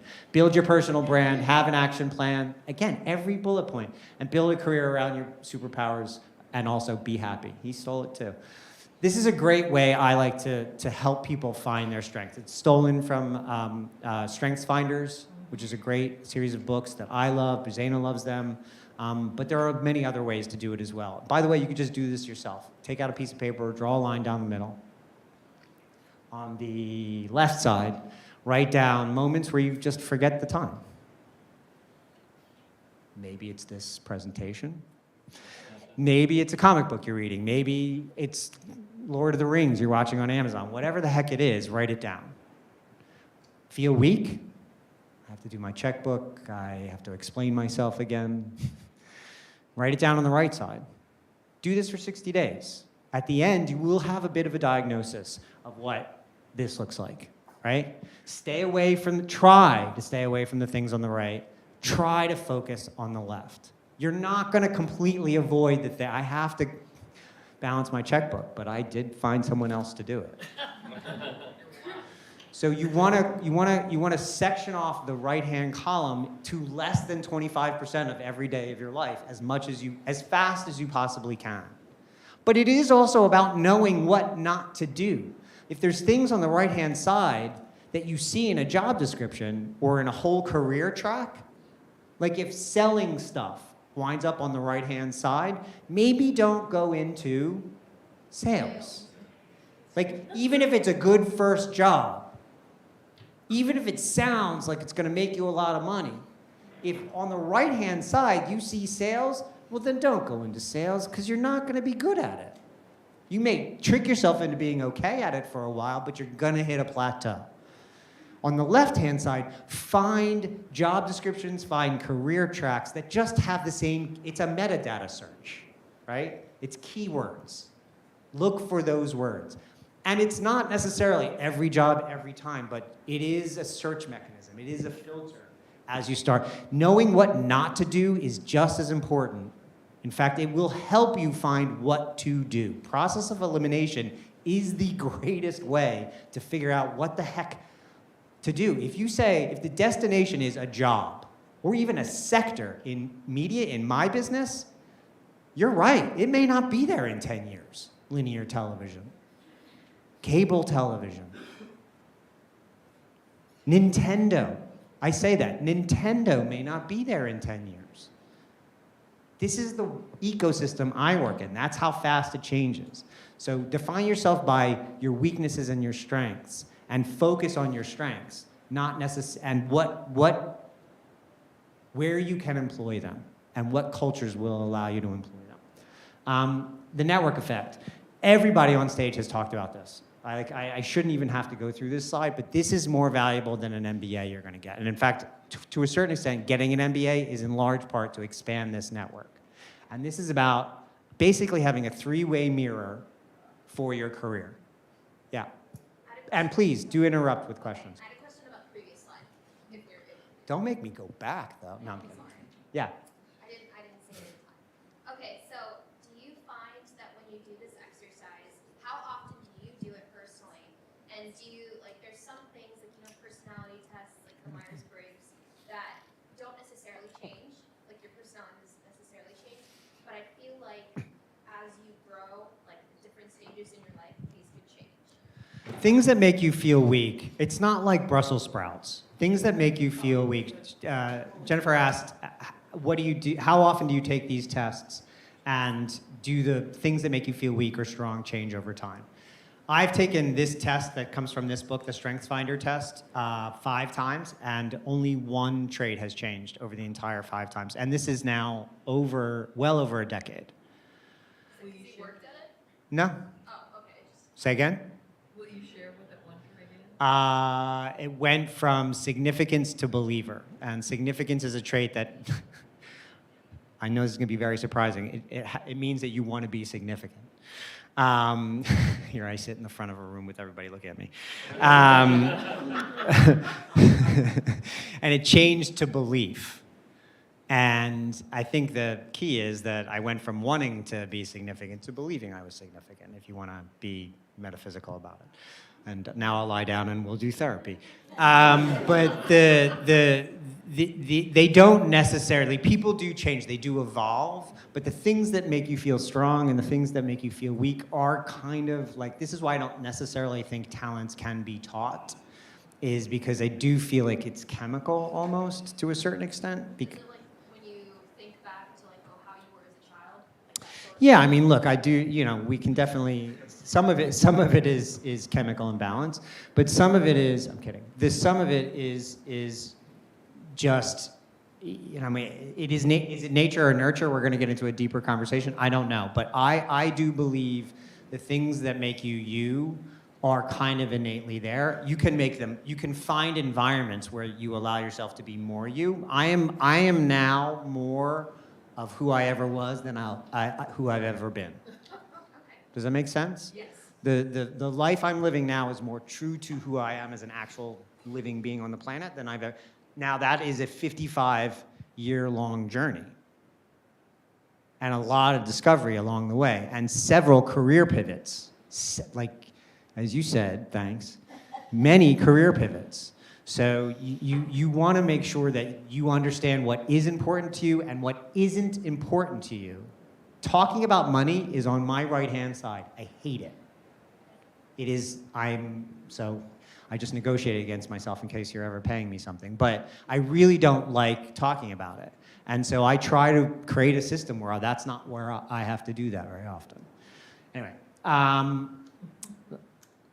this is your three-way mirror. This is your tracking device for your career. These are the people who are going to talk to you no matter how bad your career is going or how bad your life is going, or how great your life is going, or how great your job is going. They're going to be there for you, and even when your career is going great, they're going to tell you that you're being a jerk. And even when your career is going poorly, they're going to tell you you're great. And that's something that you need. You want to know that someone's going to tell you the truth all the time.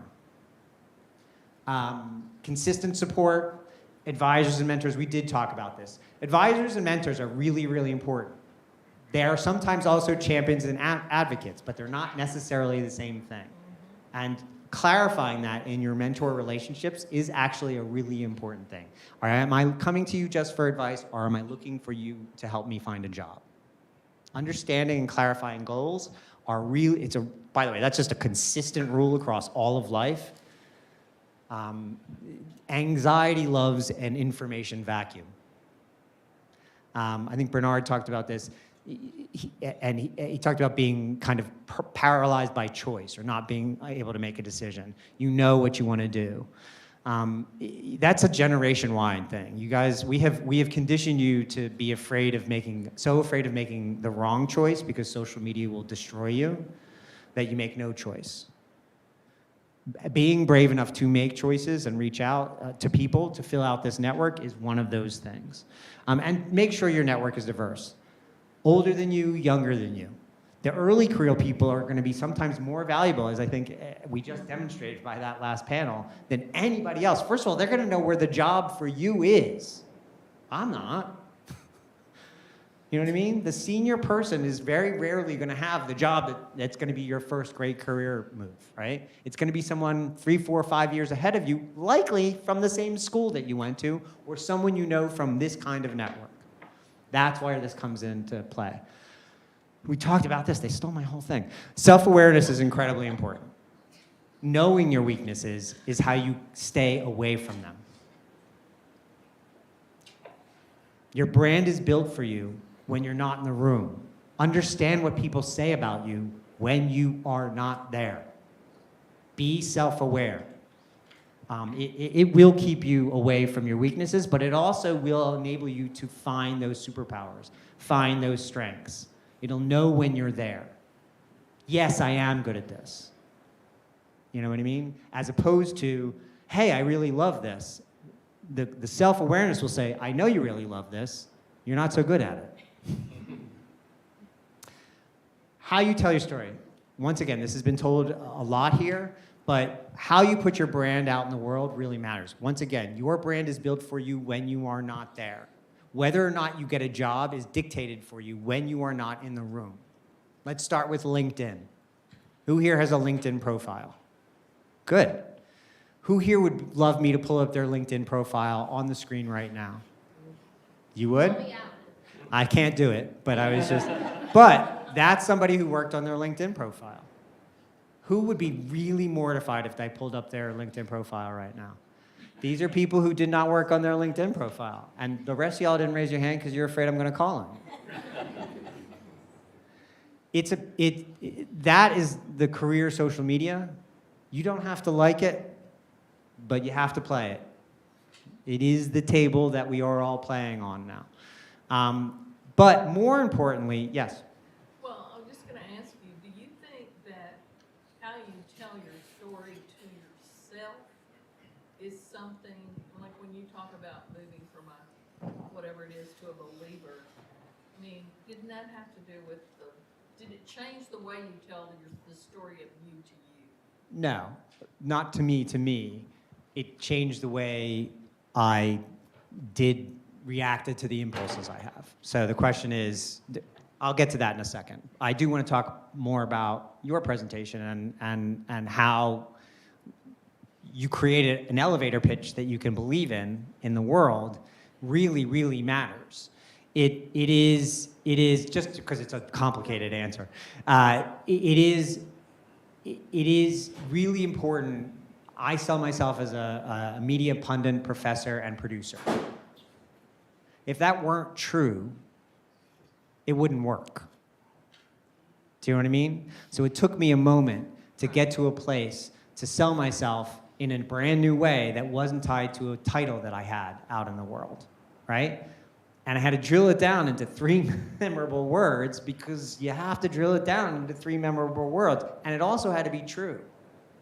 So being able to take your various experiences and drill it down into a 25-word summary of yourself in a way that makes you more interesting and wants us to read on is a crucially important thing. Understanding how to tell that story, like, I know people who've been marketing for 25 years in media who do not know how to tell their own story. I do go through their LinkedIn profile with them on a Zoom call, and it's like I'm looking at their, cholesterol levels. They're embarrassed, right? And then I take them through their own connection set, and I show them where the opportunity lies. Understanding what your network looks like and asking them for their stories and how they tell their stories well. Kathleen Finch and Catherine Addo from Wyden are both good examples of how to tell your story really well. But they also had really good networks helping inform those stories along the way. Hearing from other people how they saw their stories.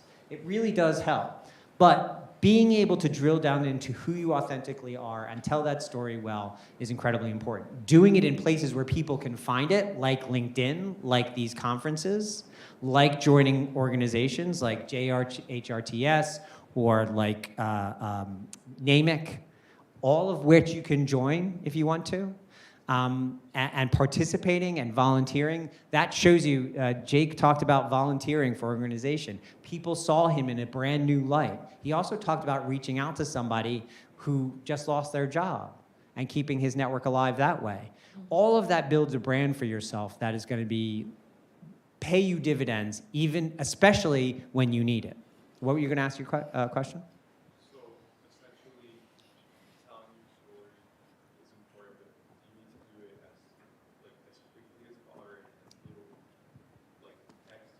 No. So here's an example of me telling my story. So this is a map that I made called the Map of the Media Universe.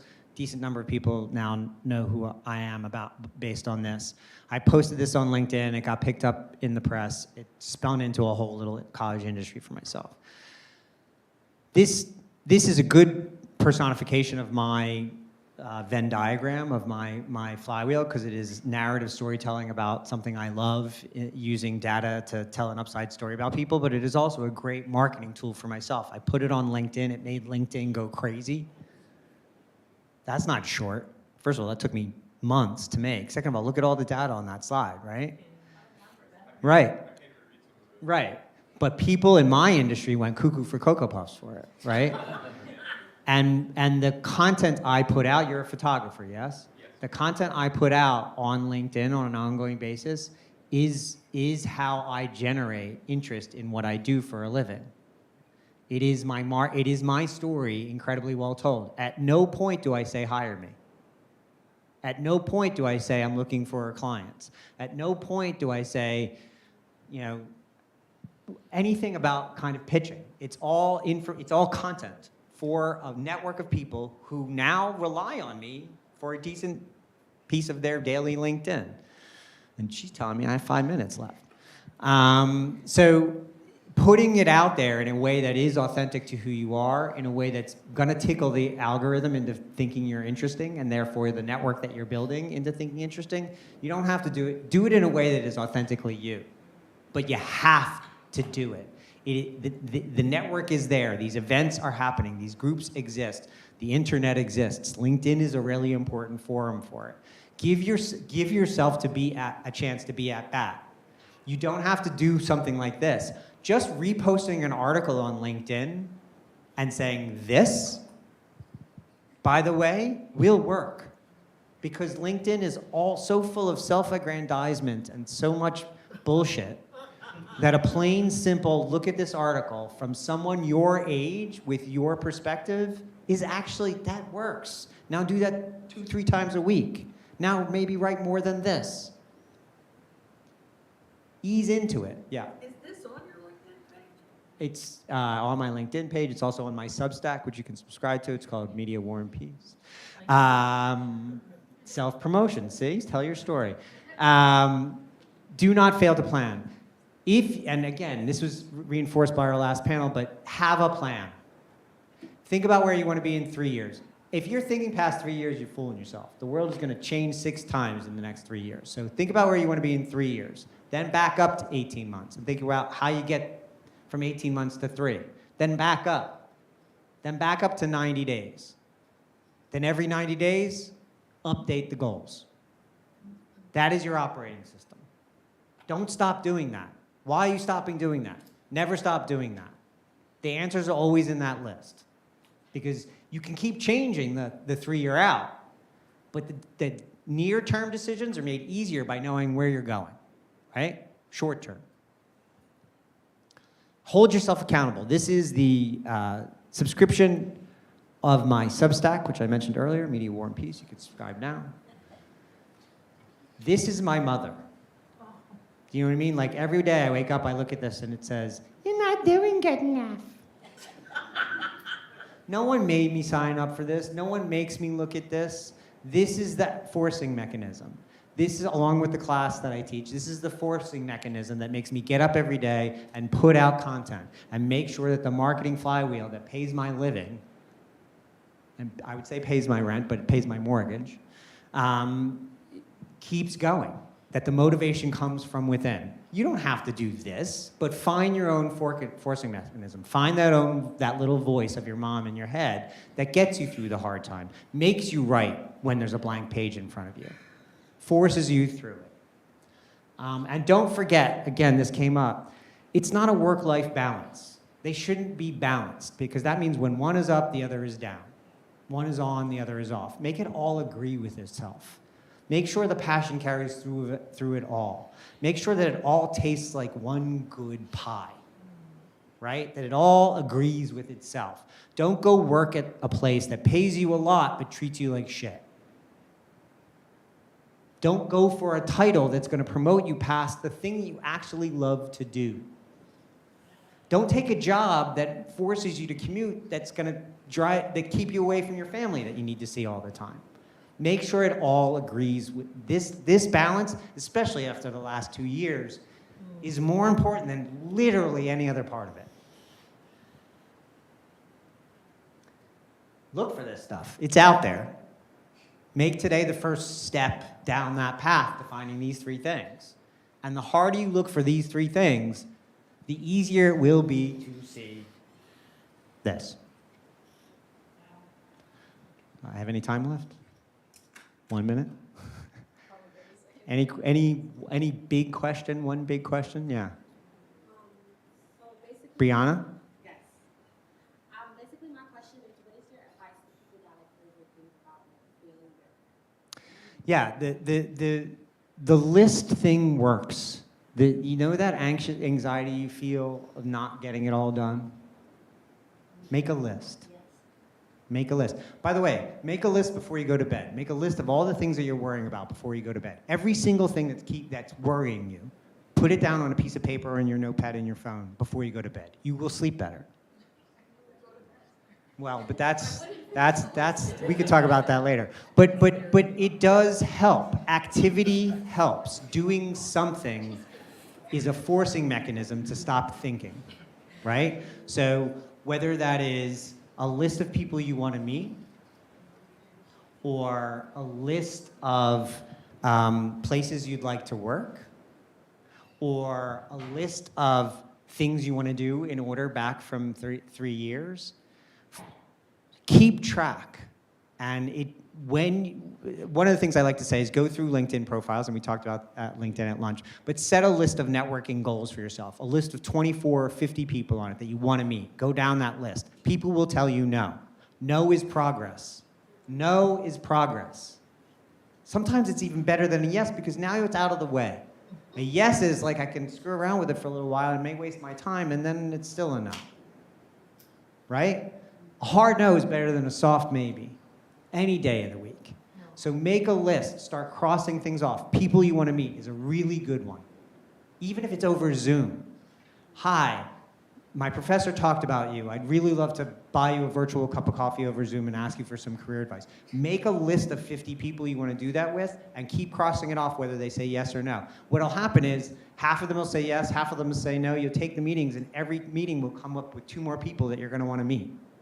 Keep doing that over and over again. Keep the tracks going. Find the forcing mechanisms. Keep yourself moving forward. Anxiety hates action. It really does. When you're playing tennis, you can't think about anything else, right? So keep moving forward. Keep making lists for yourself. I know that you have high ambitions for yourself. You want to start your own business. What are the barriers to entry to that? Put them down, then figure out ways around them. Activity really does take care of that anxiety, but give yourself a break. You will learn more from your failures than you will ever learn from your mistakes. You will never, ever, ever get ahead if you're not failing at one point in your life.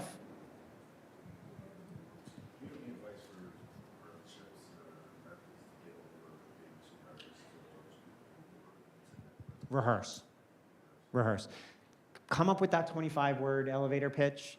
Come up with talking points. Even senior executives, Tim Cook, when he gets in front of a camera, the talking points have been drilled into his head with a nail gun. That's a mixed metaphor. But and no matter what the question is, he gives his answer. Rehearse, rehearse, rehearse. Write it down, rehearse it, have it down. Once you know the melody, the jazz is easy. Yeah.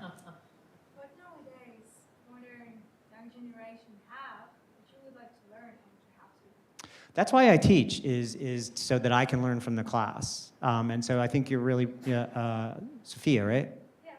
Yeah. You want to make sure that you understand what the olds need to learn, what the hiring manager is looking for, what the media companies really need, and then you want to go in, I think like Crystal said, and by Dolly's advice, and say, this is how I solve your problem.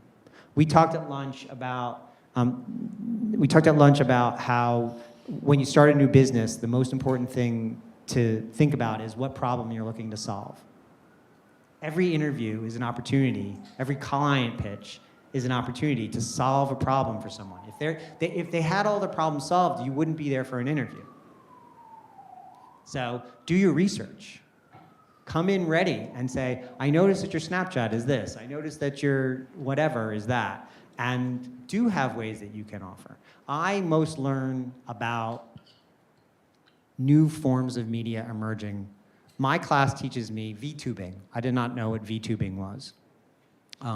The first time I learned about really the true opportunities of advertising in gaming. Advertising in gaming. That's not a sector that existed 5 years ago. It's going to be one of the largest sectors of the media economy in the next 10 years. So that's how you learn about opportunities, I meet people your age all the time from various walks of lives. You're from the Ukraine, for gosh sake. And it informs my point of view. You heard that earlier, how important that was. Diversify your network. That's what I learned from people my age, is new forms of media before they become hits, let's say. I think I'm over time. I'll be here the rest of the day. Please definitely hit me up.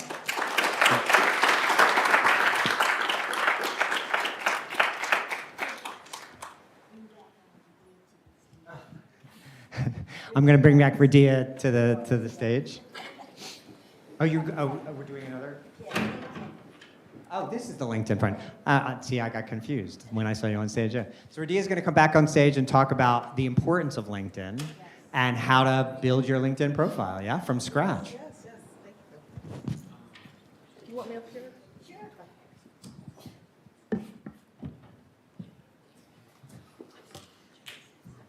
Wow, that was really, really good. You saw I was taking snaps and notes. That was good stuff, Evan. Thank you. All right, I'm back, folks. We're going to be talking about LinkedIn. LinkedIn is so very important. I'm going to give everyone homework already. If you do not have the LinkedIn app, I saw most of you raise your hand, but if you do not have it, download it right now. It's a free app. And for those who do have it, and while the other folks are getting it, I want you to make sure that you do a post today. I want you to make a post about the ODI Conference. I want you to tag Dolly. I want you to tag your university, tag people that you've met. I want you to connect with at least 10 people here today. So that's your homework. Connect, get the app, and make a post. That's how you get started. So, and if you don't have the app, you must get it. It's very, very important. All right, so what is LinkedIn? LinkedIn is an online network for business professionals and students designed specifically for professional networking. Specifically for professional networking. So this is the social media for professionals. It's very similar kind of to Facebook, but it's very much more formal, and it's not as fun as Instagram. I know we all have Instagram and we love Instagram. Well, I think this generation is all TikTokers, right? I think I got left behind. I got left behind in the TikTok, but I do Instagram, so. It's great for finding a job, discovering leads, connecting with potential clients, and business partners. A LinkedIn profile is one of the most important career tools that you will ever have. You want your profile to always be up to date, optimized, and professional. You will always update your profile. You just won't make a profile and just leave it there. Last week, I attended a conference. I received an award. I have to add that to my LinkedIn profile. Thank you. If you do a project, get any recognition at work, add any new volunteer work to your life, always add that to your LinkedIn profile. This is your time to shine. This is the way people find things out about you. So, just some quick statistics. 93% of recruiters use LinkedIn to find candidates for jobs. And 100% of them use them to screen candidates. This is very, very important. Your profile headline and recent job title are weighed heavily in LinkedIn's search algorithm, as well as recruiter behavior. So why would you get LinkedIn? You use it to find a job and grow your network. You can use it to curate your work history in your favor. So unlike a resume, which is very kind of strict and with a tight format, on LinkedIn, it's a little bit more relaxed, and you can curate your own story. You can tell your story the way that you want to tell it. It helps you build an online brand. I think we kind of touched on that a little bit. And it's a way for you to tell your story in your way. So, we're going to talk about building your profile. So there's a lot to LinkedIn, and I'm going to try to squeeze it all into 15 minutes, but you really, really want to kind of take some time to put it together. It's just such a great way to tell who you are. Take a Saturday afternoon, sit down, and do your LinkedIn profile. You can add, a great headshot. You can add like a nice banner. You want to put all your school accomplishments. So it's really something that you should take your time. Once you do it the first time, then you can just add to it, and it'll be great. Okay, so the first thing on your LinkedIn profile should be your headline. So your headline is your kind of like your title. So my title is Diversity Partnerships at Pride Global. I also have Diversity Leader on there, Equitable and Inclusive Learning, nonprofit founder, social responsibility that talks about diversity, corporate social responsibility, career pivots, and strategic partnerships. That kind of sums up all the things that I could talk about, all the things that I work with, things that I like to work with. So I know that's a lot. I wish I had my LinkedIn profile just so you could all see, but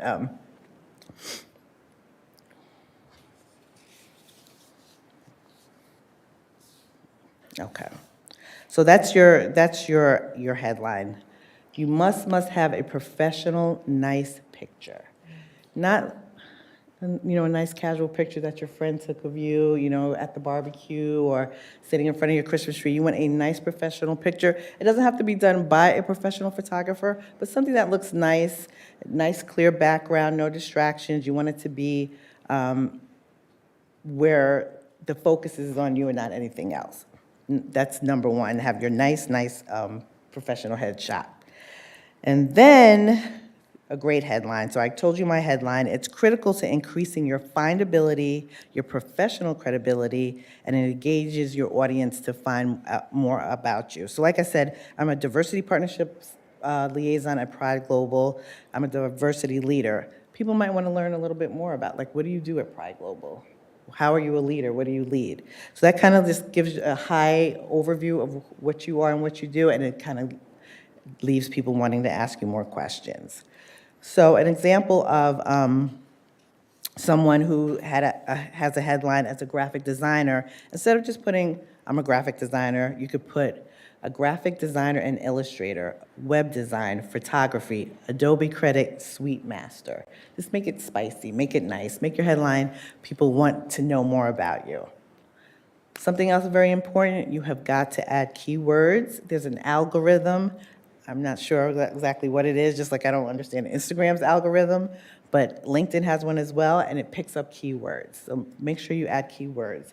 One way that you can find out keywords for your industry is look at other job descriptions. Look at your job description, maybe at your workplace, on how they describe your role. You can pick out those words that you see repeated a lot, pick those out and add those to your profile. Let's see. Among the many things that LinkedIn offers, its search tool is highly important to recruiters everywhere. Long before they actually post an open position on LinkedIn and elsewhere, many company recruiters will peek to see if any profiles match their experience. So before they even start their job search, they go straight to LinkedIn, start putting in those keywords to see if what candidates pop up immediately. They may not even have to do a search after that, but this is the tools that they use.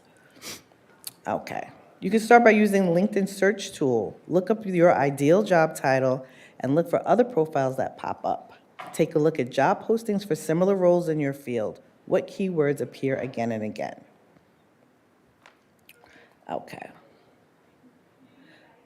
So use your current title, look up 4 or 5 job descriptions, and look for those keywords. You're going to add those to your profile.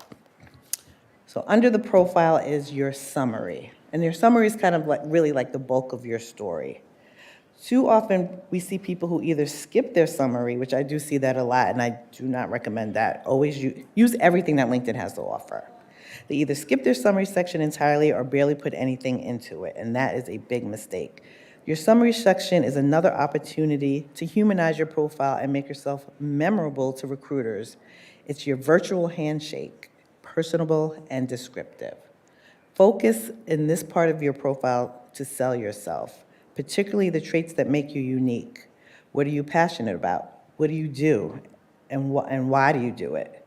By focusing on writing a value-based summary, you'll attract more notice.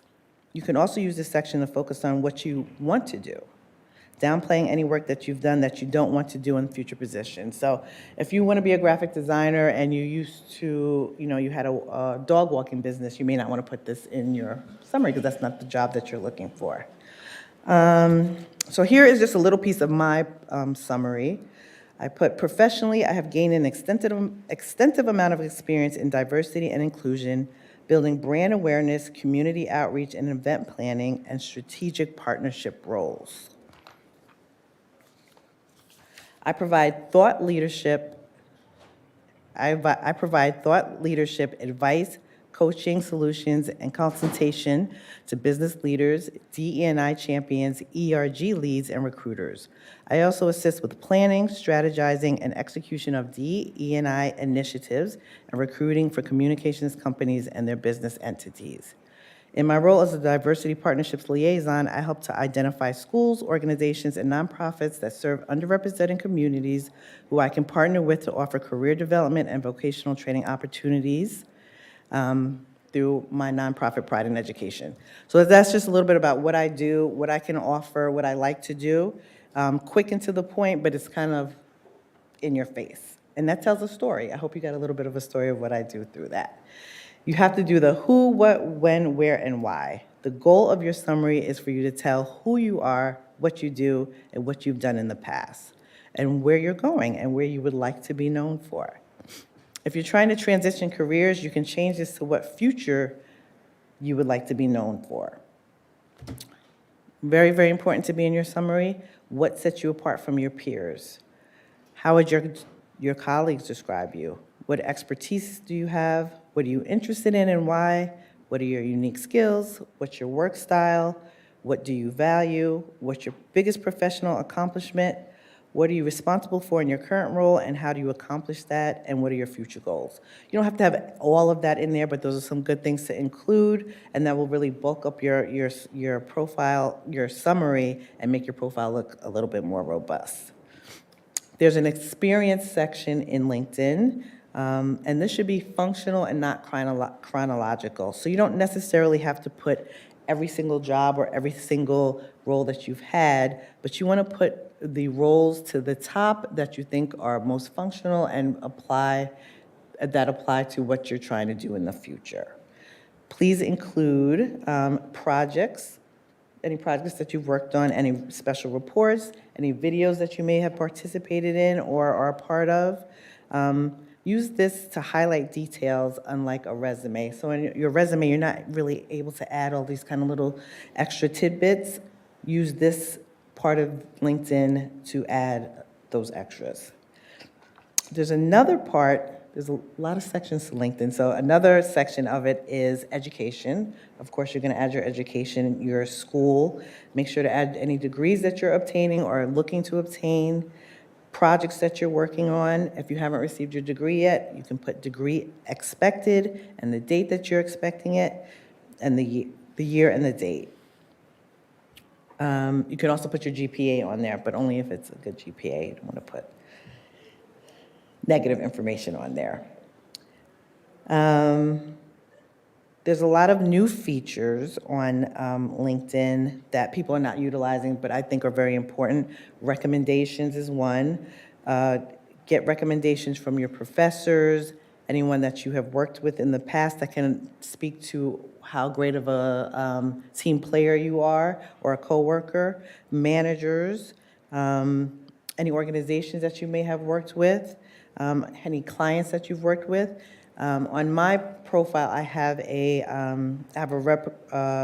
recommendation from a senator that I worked with before in the past. I did some work with him, and I have a DE&I global head that I've worked with. So get those good recommendations. People look and say, oh, listen, this person knows what they're doing. Look who recommended them. So one or two, you don't have to have a whole bunch. I say no more than 3 on there is, that's more than enough, but make sure that they're good, they're positive. And a lot of people will write their own recommendation and send it to the person to kind of gloss over and make it their own, and then send it back and they'll add it to their profile. There's also another section on there called Creator Mode that is for creatives. So I don't know if there's a lot of creatives in here, but you're able to add your creative projects to there, your videos, your projects. And that's kind of hidden. You have to look for it, but there's a little switch that you can toggle back and forth, and you can turn Creator Mode on, and you're able to add that section there. There's also a volunteer section. If you've done any great volunteer work, you can add that. Honors and awards, you must add that. Any awards, any honors that you've received. Any organizations that you've worked with in the past. Any licenses and certifications that you have. You may be a notary, you may have your real estate license. Any type of license that you have, please add that as well. Any other languages that you may have, that you may possess, very important. People love to know if you speak different languages, there's a section for that. There's also a profile badge, which is a new section on there as well. And it's the purpose of inserting into your, you can insert this LinkedIn badge into your own blog or your own website or your own personal portfolio. So this is something new that they have rolled out as well. They also have a pronunciation of your name. So you have a unique name, like me. There's a little button right under your name on LinkedIn that you will say your name and people can press on it and they can know the proper pronunciation of your name. So those are just some kind of new things on there. But I just want to make sure that you get the key most important parts of LinkedIn are your profile, which is your professional summary. You can write that, and you can always change it. You may have it up for a week and say, you know what, I need to tweak it, I want to make it better. It really tells your story, so really, really work on that. And then your headline, I think, is very important because that's how recruiters find you. They will tap into those keywords, and it's the way to grab people's attention. Let me see if there's anything else that I missed. I was trying to get it all in 15 minutes. Does anybody have any questions? Mm-hmm. So I'm someone who didn't have the best luck with LinkedIn for a while. I'm cleaning it up and changing my approach. But I think an issue I had is right out of college, I was doing a lot of independent work. Me and a partner started an independent studio, and it was kind of hard to verify because we weren't a big name, that we were just going off skills and being a small company, having to do everything, saying you're a director, writer, producer, all these nice things, but you only references yourself in that. It's kind of hard to make those connections, and I wanted to know what's a good way for someone who did start off independent to kind of market themselves in that system. Yeah, I think the creator mode will kind of really work to your favor and really beef up your summary. Let it be known that you are a creative mind, you're an entrepreneur, you started off in an unorthodox way, and this is the direction that you're going in. Like, that's really the opportunity to tell your story. And believe me, we're reading those profiles. We really want to dig in and find out, look at the type of candidates and look at the people's, see if we can see their personality through that. So really explore that, a creator mode little section now that they have. And there's also a section where you can highlight your work as well, and you're able to kind of stick, flyers, videos, banners on there as well. Thank you very much. Mm-hmm.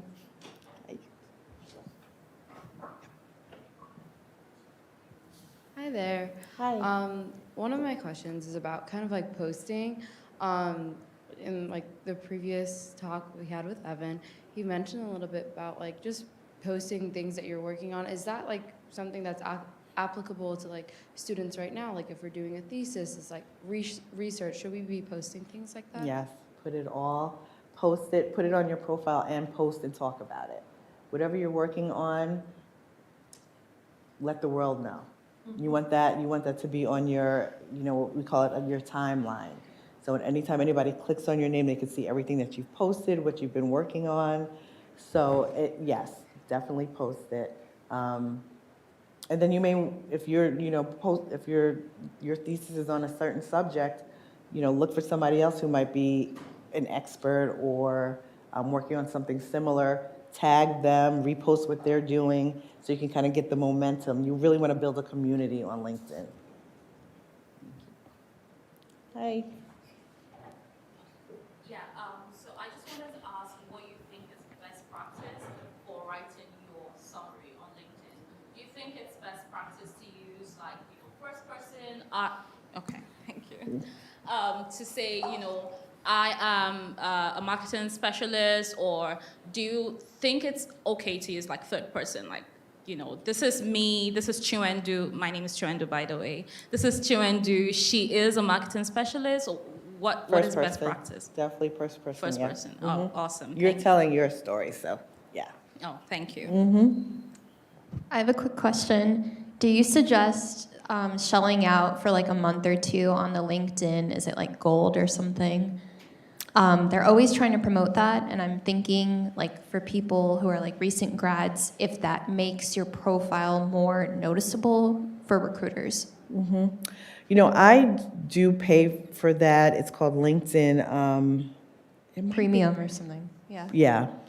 I use that when I'm job searching or when I'm really trying to get noticed on LinkedIn. I don't use it for more than like a month or two, but it does give you better insights. You're able to message people that you can't message everybody.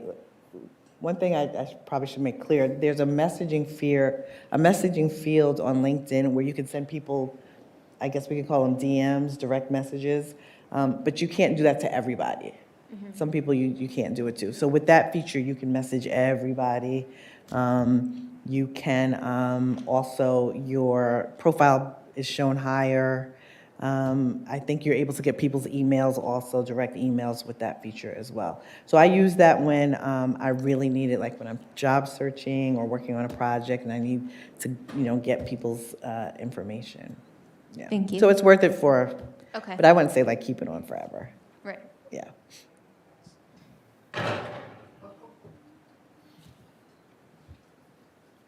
A quick question regarding the profile picture. So there's also you can put a badge, open to work. I was just wanted to know how do recruiters really see it? Because personally, I think it comes across as too desperate sometimes. What do you think? Secondly, there's also a video feature these days, video profile picture.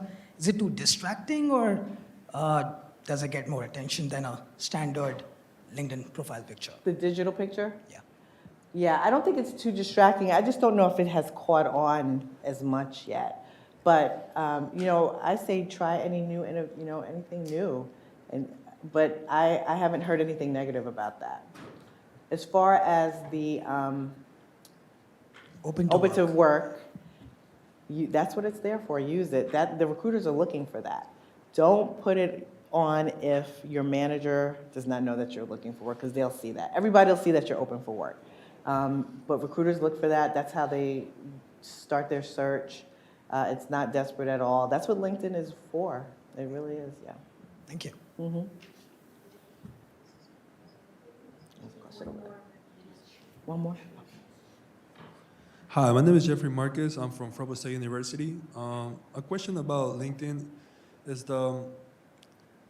so whenever you try to act, professional, it's like a whole bio page, and you said there's a section where you can put your resume and the rest of you. What do you look whenever you do this search, whenever you want to hire new people? Since you say you go through multiple profiles, like what are the first features that you look and it's like, oh, this is a very good potential? Your headline. So your headline is right under your picture, and that is like just those kind of few bold words that talk about you, like diversity leader, nonprofit organizer, a graphic designer who knows Adobe. You have to have those bold sentences. It gives you a character limit, but it's really like your headline. And you may not be aware of it because a lot of people don't use it, but yeah. And please look at my name, Radia Barnes. You can see my LinkedIn, and you'll see all of these different features that I'm talking about. I think we have one more, right, Dolly? One more? Yeah. Mm-hmm. Along the lines of the headline, for us, like we're students, so I mean, I know some of us are working and maybe some of us aren't. So, what should we put for our headline there? Like I think right now I have that I'm a digital design student at Fordham University, but that's it. I don't really know like what to add or if I should add anything or if I have to add anything at all. Yeah, you might want to just bulk it up a little bit so you have the great main points. You're at this university, you're studying this. You may want to add, what you're really focused on, what you're looking for. Looking to do this in this industry. Experience with, whatever you may have. You may have a talent or expertise.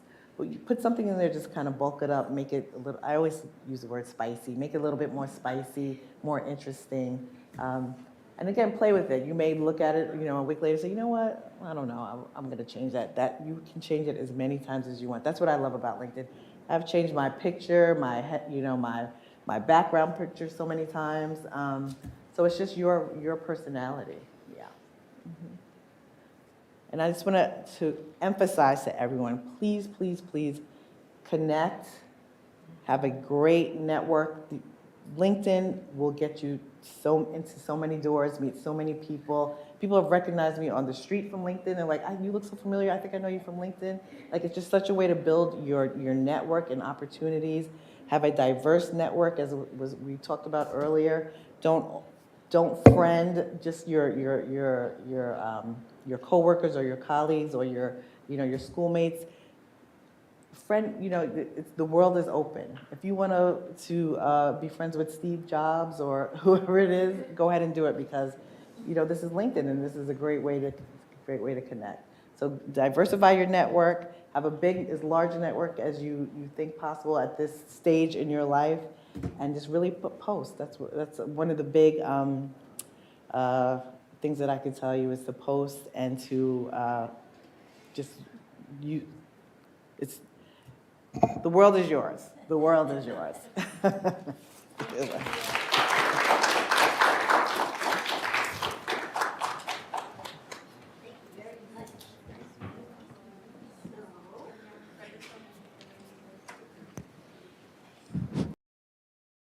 Last session, and I hope you've all been enjoying all of these conversations.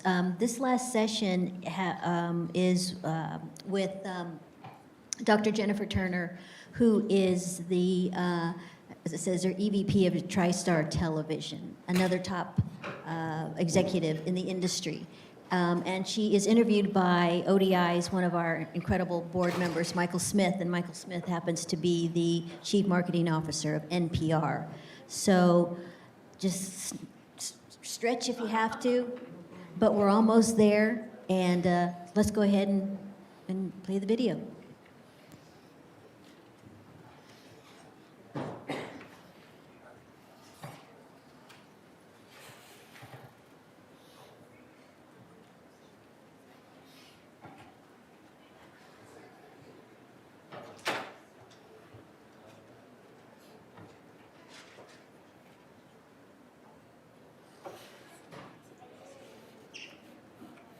Welcome.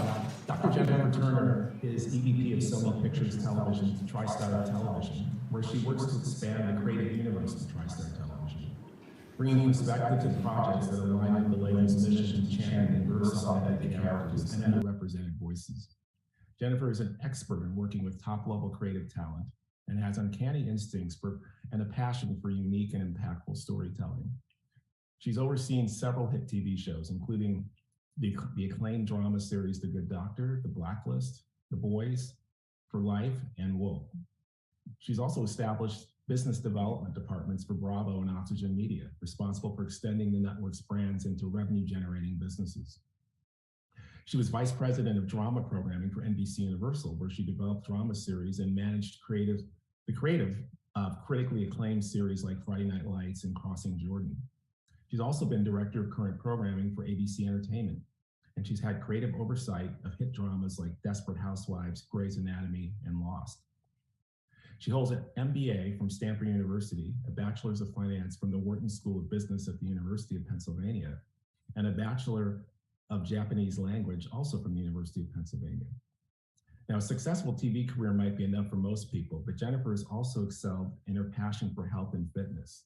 She's completed 7 marathons, 12 triathlons, and even an Ironman triathlon. She's founded her own business, Mad Cool Fitness, which is an inclusive, multicultural, healthy lifestyle brand that fosters long-term healthy lifestyle changes in everyday people. In addition to her MBA, she has a Doctor of Public Health specializing in health education and behavioral science from the Rutgers School of Public Health. And did I forget to mention, she's also a classically trained violinist.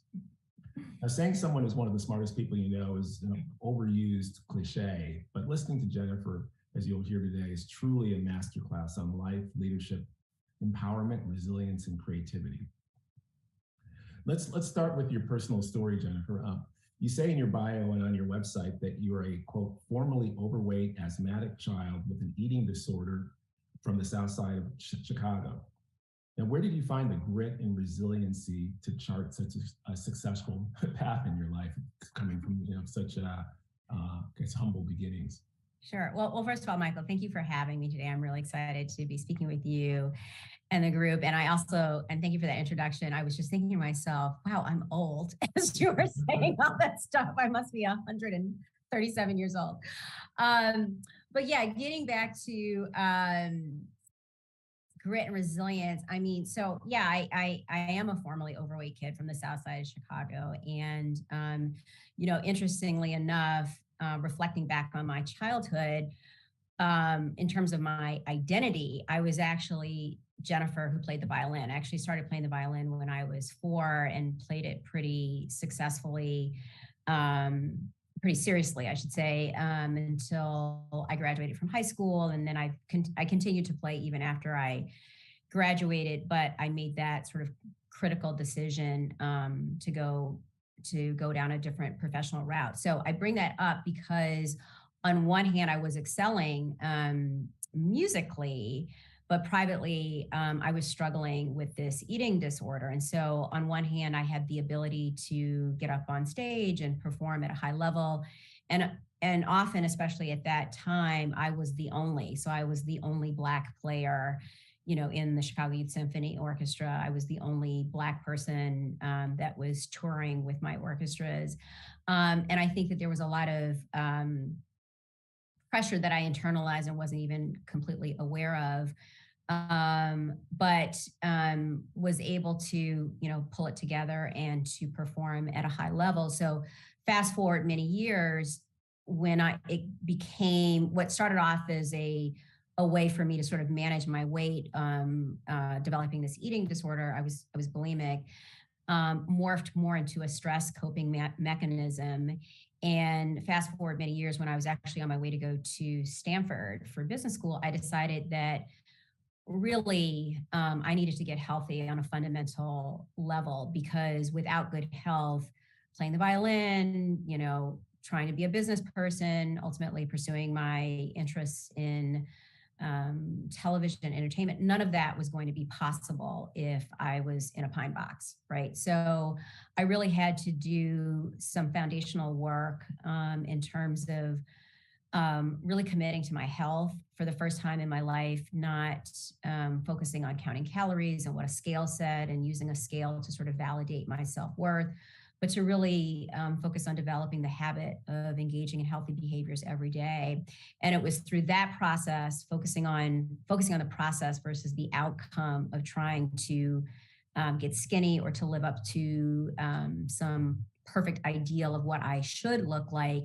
It was actually through that process that I was actually able to get healthy and ultimately not only get the physical look that I was trying to achieve, but most importantly, I achieved a sense of empowerment, a sense of self, an understanding of how to use positive behaviors like engaging in physical activity and eating healthy to be a way to deal with life's challenges. So rather than dealing with life's challenges in a counterproductive, unhealthy way by engaging in, bulimia, I was able to use exercise as a way to sort of center myself, use that as a coping mechanism, understand that I was way stronger than I thought. And I definitely had, fast forward, I called my company Mad Cool Fitness because I wanted something that captured the feeling that I had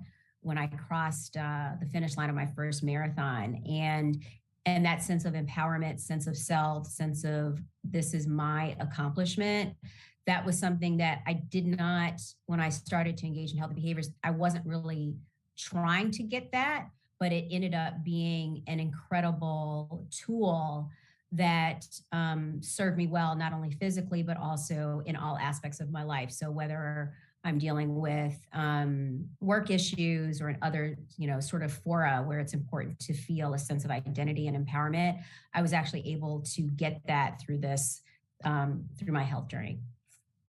And how did that all connect to getting into the entertainment business? When did you first get that bug? Was it something you thought about when you were a kid because you were, I guess, sort of an entertainer as a violinist, or did you? Yeah. In life that you thought about you wanted to go into show business? Well, no. But so it's interesting how I think you end up where you're supposed to end up, and you're sort of, the universe kind of guides you in a direction, even if you're not completely aware of how you're getting there. So looking back at it, I can see from my core and my being, I probably was always destined to be in entertainment in some kind of way. But my pathway to it was a little more circuitous. So I made that first critical decision to not pursue music professionally. And I think, and I decided to go to business school, undergrad. I went to Penn, Wharton, as you said in my bio. And the reason for that was a couple-fold. One, I saw that the pathway for a musician could be very challenging. Either you would, if you were lucky, you would get a position in an orchestra. Those chairs are few and far between. If you were extremely lucky, you could make a living as a soloist, but also very difficult. And my love and my passion for music was so pure that I never wanted to feel the pressure of playing to pay my mortgage or pay my rent. And so I made the decision for that reason. I also did feel that my interests were a little bit more expansive. Beyond music. So interestingly enough, it was because of music that I really wanted to go into what I was calling then international business. So I used to travel with my orchestra every summer on tour. And when we would go to different countries, we would go to Austria and Germany and Japan.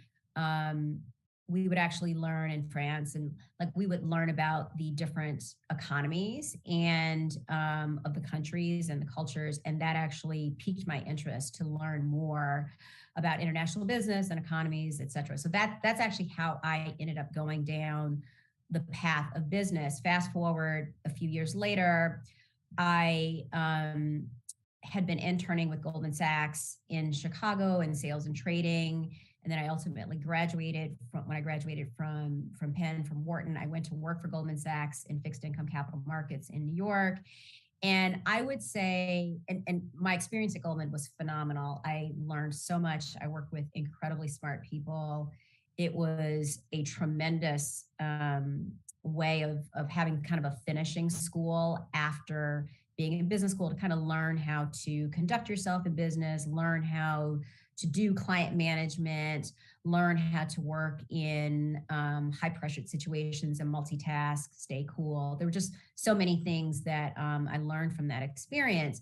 But I will tell you, I would say probably within a few hours of being on the trading floor, my heart told me that I was inherently more of a creative person. And at that point, I didn't know that I would be a creative executive, because I didn't even know that I didn't even know that job existed. But I felt that fundamentally I was a creator, meaning that it wasn't enough for me to just be in a purely transactional profession, meaning moving money from one place to another. But I found myself really wanting to learn more about, once we did a bond financing for a company, what did they do with the money? How did they use the money to build their businesses? And we covered a lot of different industries, but we covered the media. We had a couple of media and entertainment clients, and I found myself reading the investor prospectus to learn more about the business operations versus just focusing on the particular financing piece of it. So it was that combination, and then the fact that yes, I kind of considered myself to be a more creative person. I played the violin, I used to dance, and I watched a lot of TV growing up. I have an older sister who's 8 years older, but because of the age difference, I was effectively an only child. So I spent a lot of my time alone watching television. And so that's when I made the decision to go back to business school to see if I could reinvent myself as someone who wasn't just a finance person, but somebody who could actually work in entertainment. And at the time, I was specifically looking at working on the business side of entertainment, because at that time, as I said, nobody knows what a creative executive is, especially coming up on through a place like Wharton. It's like not something that you discuss. And I think even in liberal arts schools, you don't really know what the different components are in terms of creative jobs within the entertainment industry. So that's kind of what took me down that path. But I will also say that personally, and in this conversation around bringing your whole self to work, I also felt that, at least at that time, and this was many, many years ago, I felt like I was having to be almost two different people. So when I was working on Wall Street, it was like I had to be one sort of persona at work, but then I was really somebody else in my own personal time, and nothing, hugely divergent, but I felt like the creativity and just the fullness of my personality, there really wasn't a mechanism for that at work. Now that may have changed. I mean, we're talking, I worked on finance. I left Goldman in 1998. So this is like 1,000 years ago. But certainly at that time, there was, I think in general, a need to kind of fit a certain mold. And I felt like that was going to be, I was very young at the time, but I felt like that was going to be too exhausting to have to be one way at work and another person, my true self sort of outside of work. So it was that whole sort of, combination of factors that led me down the path of, I think I need to work in entertainment. I think that's an industry. I need to work in an industry. I want to build a business. And it feels like entertainment is a business that will allow more creativity and allow me to be more of myself. Well, you certainly can see it even now with the response to return to work, where you see the Wall Street banks, trying to force their workers to come back 5 days a week. And then you see the total, contrast in the entertainment business where most people are working hybrid or even fully remote. So just a different culture. But when you were in that business and in business school, how did you get more information about entertainment, and how did you make the connections that would lead to actually landing a job in entertainment? Yeah, I mean, I worked the alumni database. So I'll give you some more context and color around what was happening at the time. So I graduated from Stanford in 2000.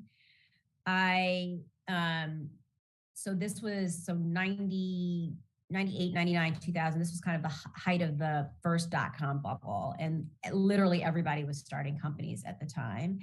And I started .com with some of my classmates, which went bust with everybody else's .com at the time in 2000. And, I kind of went down that path because it was kind of like the wild, wild west, the first internet, gold rush. And so it took me off my path, which was when I went back to business school, my intent was to get a job working in entertainment on the business side. And when the .com bubble burst, now fortunately I had the good sense to not drop out of business school. I finished school, but when the .com bubble burst, I suddenly went from I'm going to be a .com millionaire to I can't pay my student loans, right? And it was a hot mess. I'm not going to lie. Like it was so I was pretty much, and then I went to work at another .com, and then they had layoffs. So I at one point I was kind of almost jobless and homeless. And I decided I used that time to say, let me get refocused back on my plan. Let's get back on plan. The plan is to work in entertainment. I remember it was the summer that Destiny's Child, I'm a Survivor was playing on the radio. And I would drive down the 5 from San Francisco down to LA. I would have informational interviews, and then I would go back up to LA. And then I wasn't really have a specific job opportunity out of that, but I felt like if I moved to LA and committed to the process of getting a job in LA that I would get a job in LA. So that's what I did. I put all of my stuff in storage in San Francisco, drove down to LA, listening to I'm a Survivor on the radio, Destiny's Child, and slept on friends' couches, temped at a, don't tell me that there isn't a irony to the universe. I actually temped at a securities lending firm in Brentwood, California. I had to be at work at 5 o'clock in the morning because they were operating off of LA time. And I was literally checking QSIPs, ID tags on securities in the basement. And eventually, and the reason why I'm giving you this color is because one day, one of the partners actually came down to the basement and was like, how, come upstairs, I want to talk to you. And I was like, oh my God, I'm in trouble for something. And he's like, I'm looking at your resume. And so you have, a BS in economics from Wharton, BA in Japanese. You went to Stanford Business School. How is it that you're in our basement checking QSIPs? And I was like, I think the guy's name was Bill. I was like, well, Bill, it's a long story. I was like, what happened was this. And the long and the short of that conversation is that he was basically going to offer me a job. He was like, well, he wanted to offer me a job as an associate there. And I said to him, I said, look, I really appreciate that. I said, I really want to get a job in entertainment. I want to see this through. I've got a couple things in the hopper. If I were to take this job right now, it's kind of like I could have done this job at Golden. Like I didn't need to kind of go down this whole path. I said, so give me a month. And if I don't have a gig in a month, I'm going to hit that bid and I'm going to take this job. And literally, but I kept at it, temped, so many informational interviews. I actually, and I'm talking about this because I think it is kind of a lesson potentially in resilience. I was temping for this company, basically had to be at work at 5 o'clock in the morning. I'd do that job until the afternoon. I would do informational interviews in the afternoon. And then I was actually training for my first triathlon, the LA triathlon at night. And then I would get home probably around midnight and I would get up at 4 o'clock in the morning and I would do the whole thing all over again. And basically right after I had that conversation, within a month after I had that conversation with that partner at that company, I ended up getting a job at Disney. And I had said to myself, if I'm not on somebody's payroll by October 15th, basically I'm in trouble because a lot of companies kind of shut down their hiring after October 15th. And I started at Disney on the business side on October 15th of 2001. So, and it just, it was like a combination of hustle, grit, vision, faith. I called my mama. I cried a lot on the phone. She was like, it's good. She said to me, she's a Black woman from Alabama. And she said to me, well, baby, sometimes the darkest hours are just before dawn. And I remember saying to her, I was like, well, it's getting mighty dark up in here. So somebody's about to turn the lights on. But she was right, because mama's always right. And sure enough, right when I thought, oh my God, is this going to work out? Am I going to have a job? I ended up getting a job at Disney. And that's actually how I started my career, over 20 years ago in entertainment. So I guess besides the sleeping 4 hours a night, it seems like a couple of lessons are putting yourself, like moving to LA, so you're actually in the area where the jobs are, which allowed you to be able to do so much interviewing and networking and meeting people, and then I guess also setting some expectations and some goals for yourself, and was really key. How do you think, especially for students that are considering getting an MBA, I mean, it seemed to be beneficial to you. Do you think it's necessary for success in the entertainment industry, or how should people think about an MBA?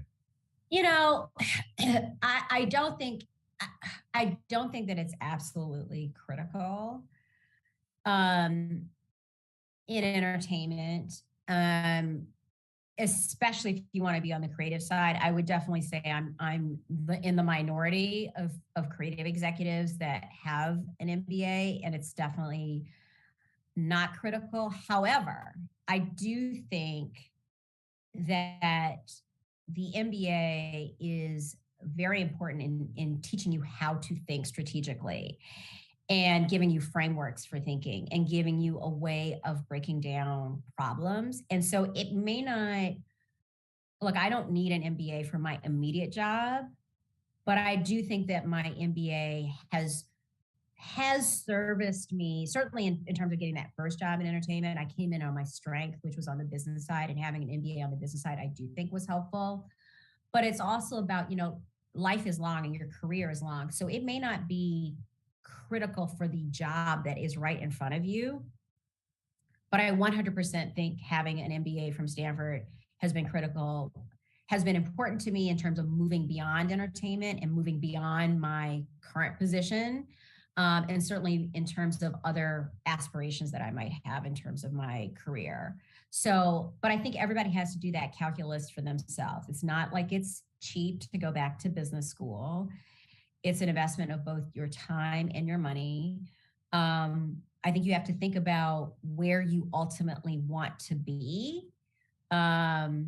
If you, in terms of your career, if you want to stay plus or minus within the same realm of what you're currently doing, then I would say, no, you don't necessarily have to get an MBA. But if you're trying to think beyond and build the resume and the skill set that positions you beyond like what you're currently doing, and an MBA, the long and the short of what I'm trying to say is I think an MBA is a passport, and it gives you access, in addition to, like I said, those critical thinking skills and ability to think analytically. It also gives you the ability to travel across multiple different industries that I do think is beneficial. Yeah, so you're kind of getting at career strategy and how an MBA impacts that positively. Do you think you need to have a formal career strategy? Did you have one, or as a lot of people say in the entertainment business, you just sort of end up where the universe conspires to send you? Or did you have a plan once you got in? Well, I didn't know that I was going to necessarily end up in this job. However, when I started down the path of entertainment, and I made the decision about whether or not I wanted to work in features or in television. And I knew myself, so I did some research. You know, I think, so one of the other takeaways is like, you don't know, you better ask somebody, right? So I asked people who worked in television what they did to get an understanding of that industry. I asked people who worked in features to get a sense of what they did. And the reason why I specifically chose to not go down the path of features was that I knew myself and my personality too well. I'm way too output driven. And the idea of working on a project for 10 years and it not getting made, I was just like, that doesn't work for me. So I was like, we're not doing that. But television, in addition to being an avid television watcher, I was like, things happen because no matter what, you have scheduling. And this was pre-streaming. But the bottom line is, you know, networks have schedules, they've sold ads against them. Something has to go in those time slots. So people have to make decisions and things have to get made. So I made that decision. And then, you know, the other reason why I went into television is that I really wanted to be in a medium that I thought could educate, entertain, and inspire. And specifically, Lifetime Television was the #1 cable network. I mean, I'm 100,000 years old, y'all. But at the time, Lifetime was the #1 cable network. And I made it a goal of mine that I wanted to run Lifetime. I ultimately wanted to be the head of Lifetime. And I said, so how does one get to that job? And I, you know, realized that the people who were running networks at that time, it's changed slightly over the years because the business got more complicated. They almost all came from creative roles, so either programming or marketing. But the point is, at that time, nobody was coming from, you know, business strategy or business operations or business development or any of that, right? Or strategic planning. And so then that's when I decided that I needed to get creative experience. So in addition to feeling like I was more creative just in my gut, I also felt just more tactically and sort of like strategically speaking looking at my resume, I needed to get that creative experience so somebody would take me seriously. Because at the end of the day, the television industry, and I would probably say this for features as well, at the end of the day, it is a creative business. It is about the creative product, and being able to demonstrate that you have creative acumen is still probably the most important thing. So even now, where there may be situations where you have a creative person, you may have a business person running a network or whatever, some enterprise, they're almost always paired with a creative person, because at the end of the day, our product is creative. So that's where I made the decision. So I came into ABC Cable Networks on the business side, but I was always thinking about, how do I get creative experience? And when the opportunity presented itself for me to go over to ABC Daytime, working for a gentleman by the name of Brian Franz, he was the head of ABC Daytime and also ultimately became the head of SoapNet as well, which was part of ABC Cable where I worked. When he was looking for somebody to come over to his to ABC Daytime to be a creative executive, I jumped at that opportunity. And even though, quite frankly, I had no idea what a creative executive was, I had been watching ABC Daytime soap since I was 5. I knew the shows very well. I knew what I thought about the shows. I didn't necessarily know how to communicate it in the lexicon of creative and how you speak to creative people and how you give notes, but I knew what I thought. And fortunately, Brian thought I was smart and thought that he could train me in creative.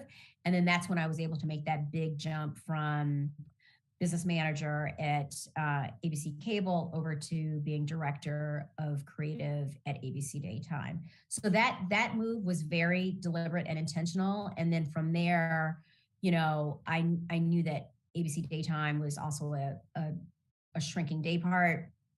I knew it was important to continue to build my creative skills and to build a resume with shows and creative experience that more broadly, people would understand. And so then that's when I had the opportunity to move to primetime current programming at ABC. And as you said in my bio, covered Lost and Desperate Housewives and Grey's Anatomy. And then from there, I moved over to the studio at NBC Universal, again, really getting deep into creative, because at the studio, you get even closer to actually making television shows. So I went even deeper with that. And I also was able to develop some television shows there. And then, I made another big leap, which was also very intentional, where this was on the heels of the writer's strike. I felt like I had gotten plenty of creative experience. And one of the things, this was the writer's strike of like 2007. One of the things that I think was particularly scary for a lot of creatives at that point was when we couldn't make any television shows because writers weren't writing scripts, is that the skill set of creative development is highly narrow, meaning marketing is marketing, right? That is a functional skill. And you can use it in entertainment, you can use it in consumer, you can use it in multiple different places, but noting scripts, that is fairly narrow. And so I felt like, rather than, I didn't want to get too far away from my business background. It's like, let's not throw the baby out with the bathwater. I have all this business experience. Let's make sure we get back in touch with those skills so that I'm still a more rounded executive and I don't get pigeonholed, ironically, as a creative person, just a creative person. So that's when I made the very deliberate, intentional jump back on the business side and moved to New York from LA and headed up business development for Bravo and Oxygen. So I'll tell you, it's not like I had a master plan that ultimately got me into this job running TriStar today. And I can give you the details of how I got into that. But I will tell you, with every move that I made, I knew why I was making that move and what I hoped to get out of it. So it wasn't like whatever, no, it was actually I think it's a combination of knowing what you want, getting information about it, and also telling people what you want. Like, you have to tell people so that they can also be looking for opportunities for you. And then I do think once you do those two things, the universe / luck will guide something to you, and then you're ready for it because you've been intentional. You when the opportunity presents itself, you can recognize it, be like, okay, this is the opportunity I'm looking for, and so let me jump on that. Yeah, it seems like the knowing what you want part was really important, because you mentioned how you had a job in mind, you know, the head of lifetime, and you kind of understood and researched like what the background of that person was, and then that kind of helped frame the things that you needed to put in your own toolbox to prepare yourself for that opportunity if it came up, which seems to be a really great lesson. You know, one of the things that I know that you're very involved in is bringing more diverse and inclusive storytelling and storytellers, you know, into just the industry in general. And I know that's a big priority at TriStar. But you know, I guess in early 2020, when I guess we call it the most recent racial reckoning happened, there was a huge amount of conversation and activity in the industry around diversity and inclusion. Do you think that, now looking back a couple of years, do you think it was mostly performative, or do you think it was really transformational and will have a lasting impact? I don't think it was just performative. I do think that there was a reaction from many companies around what do we do? Like, how do we address this? But I do think that there were many initiatives that came up. And so we have an initiative, a corporate initiative called Sony Pictures Action, where we look at diverse and inclusive practices across Sony, and also support organizations that are doing work in the areas of social justice. On the television level, in the television division, we have an initiative called Time for Change, where we look at diverse and inclusive practices throughout our television operations. So we look at, we have different subcommittees within that. I head the content committee, where we look at diverse and inclusive practices in terms of the writers that we're getting in business with, directors, actors, really look at how do we make diversity and inclusion a part of every single piece of the content that we produce.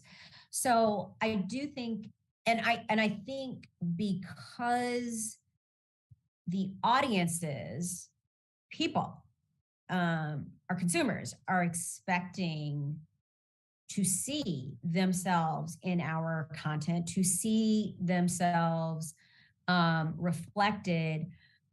I think it can't be performative. And I think there's also a part of that. I think there's also been a conversation around who has the right to tell which stories. Like, so,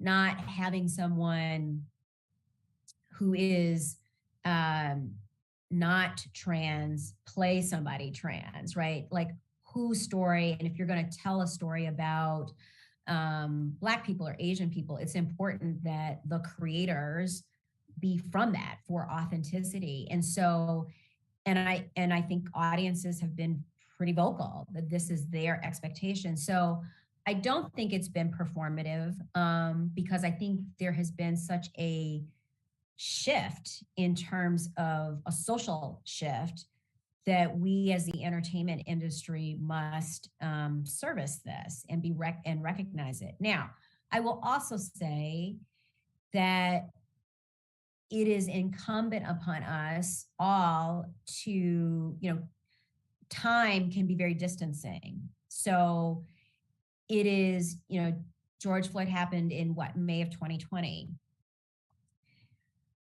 A lot has happened since then in so many levels globally, like so many things. It seems like every day there's been some new crisis, whether it's economic, political, climate, there's just been a lot. And as humans, I think it is easy to forget. It is easy for things to lose momentum. So I do think it is incumbent on all of us to remain true to understand that reckoning happened, and to continue to push forward with these initiatives, and to not let time sort of take the urgency off of continuing to address. Well, this has been great. I think we have time for just one last question, and I'm thinking about. I talk a lot, Michael. What can I tell you? It's just like you give me one question, and I'm like, I'm like Sophia Petrillo from the Golden Girls. I'm like, picture it in Sicily, 1940.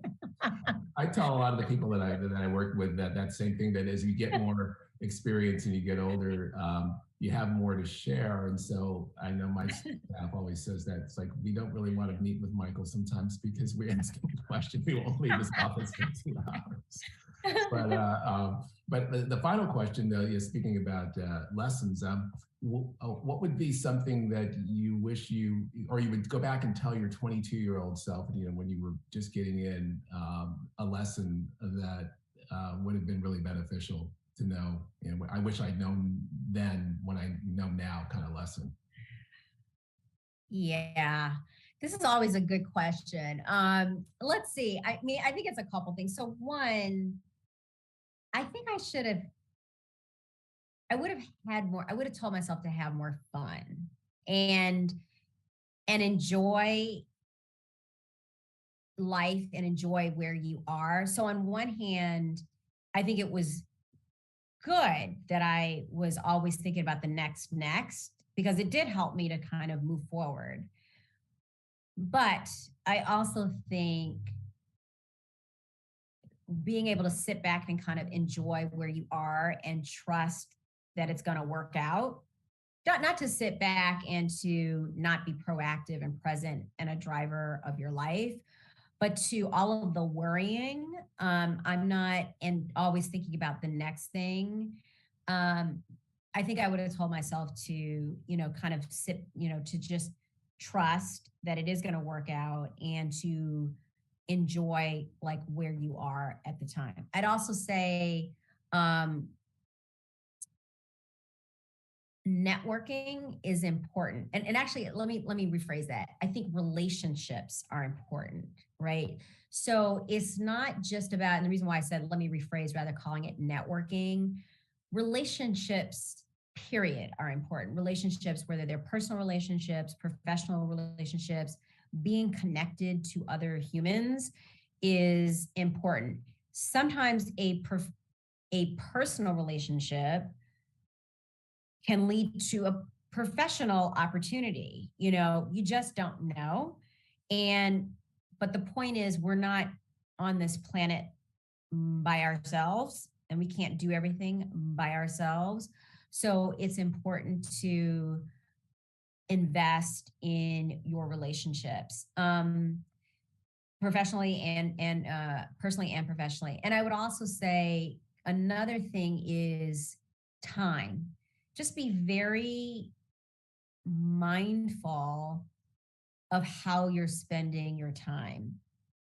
Meaning and I think I did a decent job of this, but I think as you get older and start to come to terms more with your own mortality and you're dealing with mortality around you, you realize that the time that you have there's certain things that in life that you're not going to get that time back.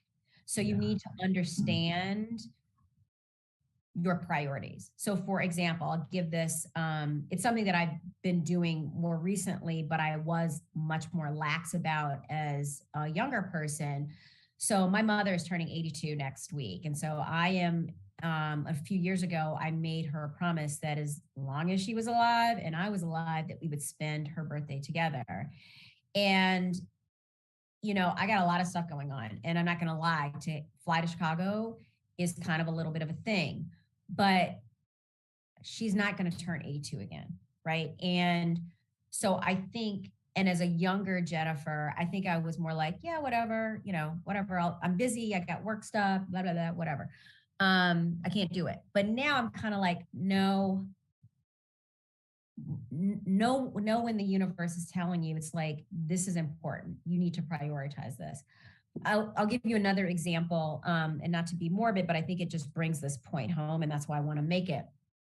My godfather passed away a couple of weeks ago, and he had been ill for a while. And the week of his death, his daughter was texted us, like, because he was my neighbor too, literally lived across the street from me, and Mr. Brown drove me to violin lessons, and he was very much a second father to me. And so anyway, his daughter texted us and said, yeah, he's not doing well. His doctors say he has a week.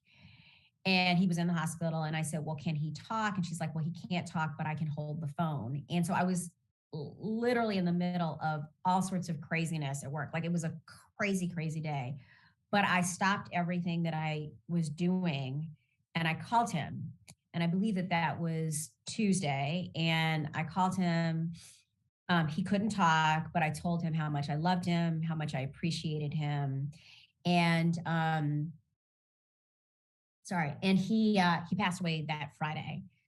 My point is, and I was still very sad about it, but I felt that I knew that I needed to, whatever it was that I was doing, it wasn't that important, because this moment was not going to happen again. And I needed to catch him before his transition. And so I say that to young people because, life is short, you're told life is short, but you don't really internalize that. You don't really feel that and live that way, usually, unfortunately, until later in your life. And so I just wish that my younger self had been a little bit more attuned to it.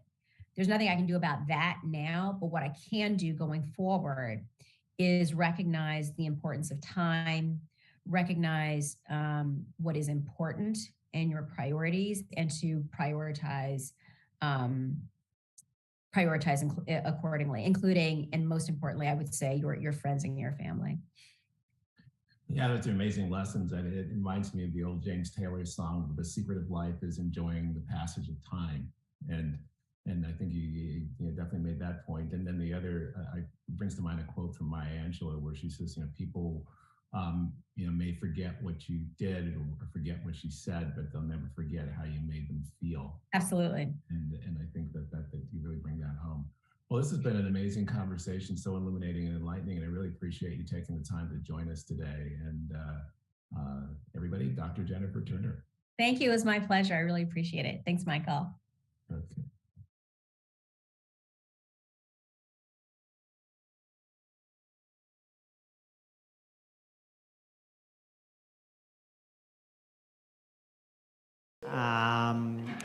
And thank you all for coming. Did you? She's registered at Tiffany's, y'all. Thank you all for coming. Thank you for spending the day. This day doesn't happen if there's not an audience for it, so we really appreciate it, and I hope you got a lot out of it. Please stay in touch. As we saw, it actually matters. And thanks so much. Have a great weekend.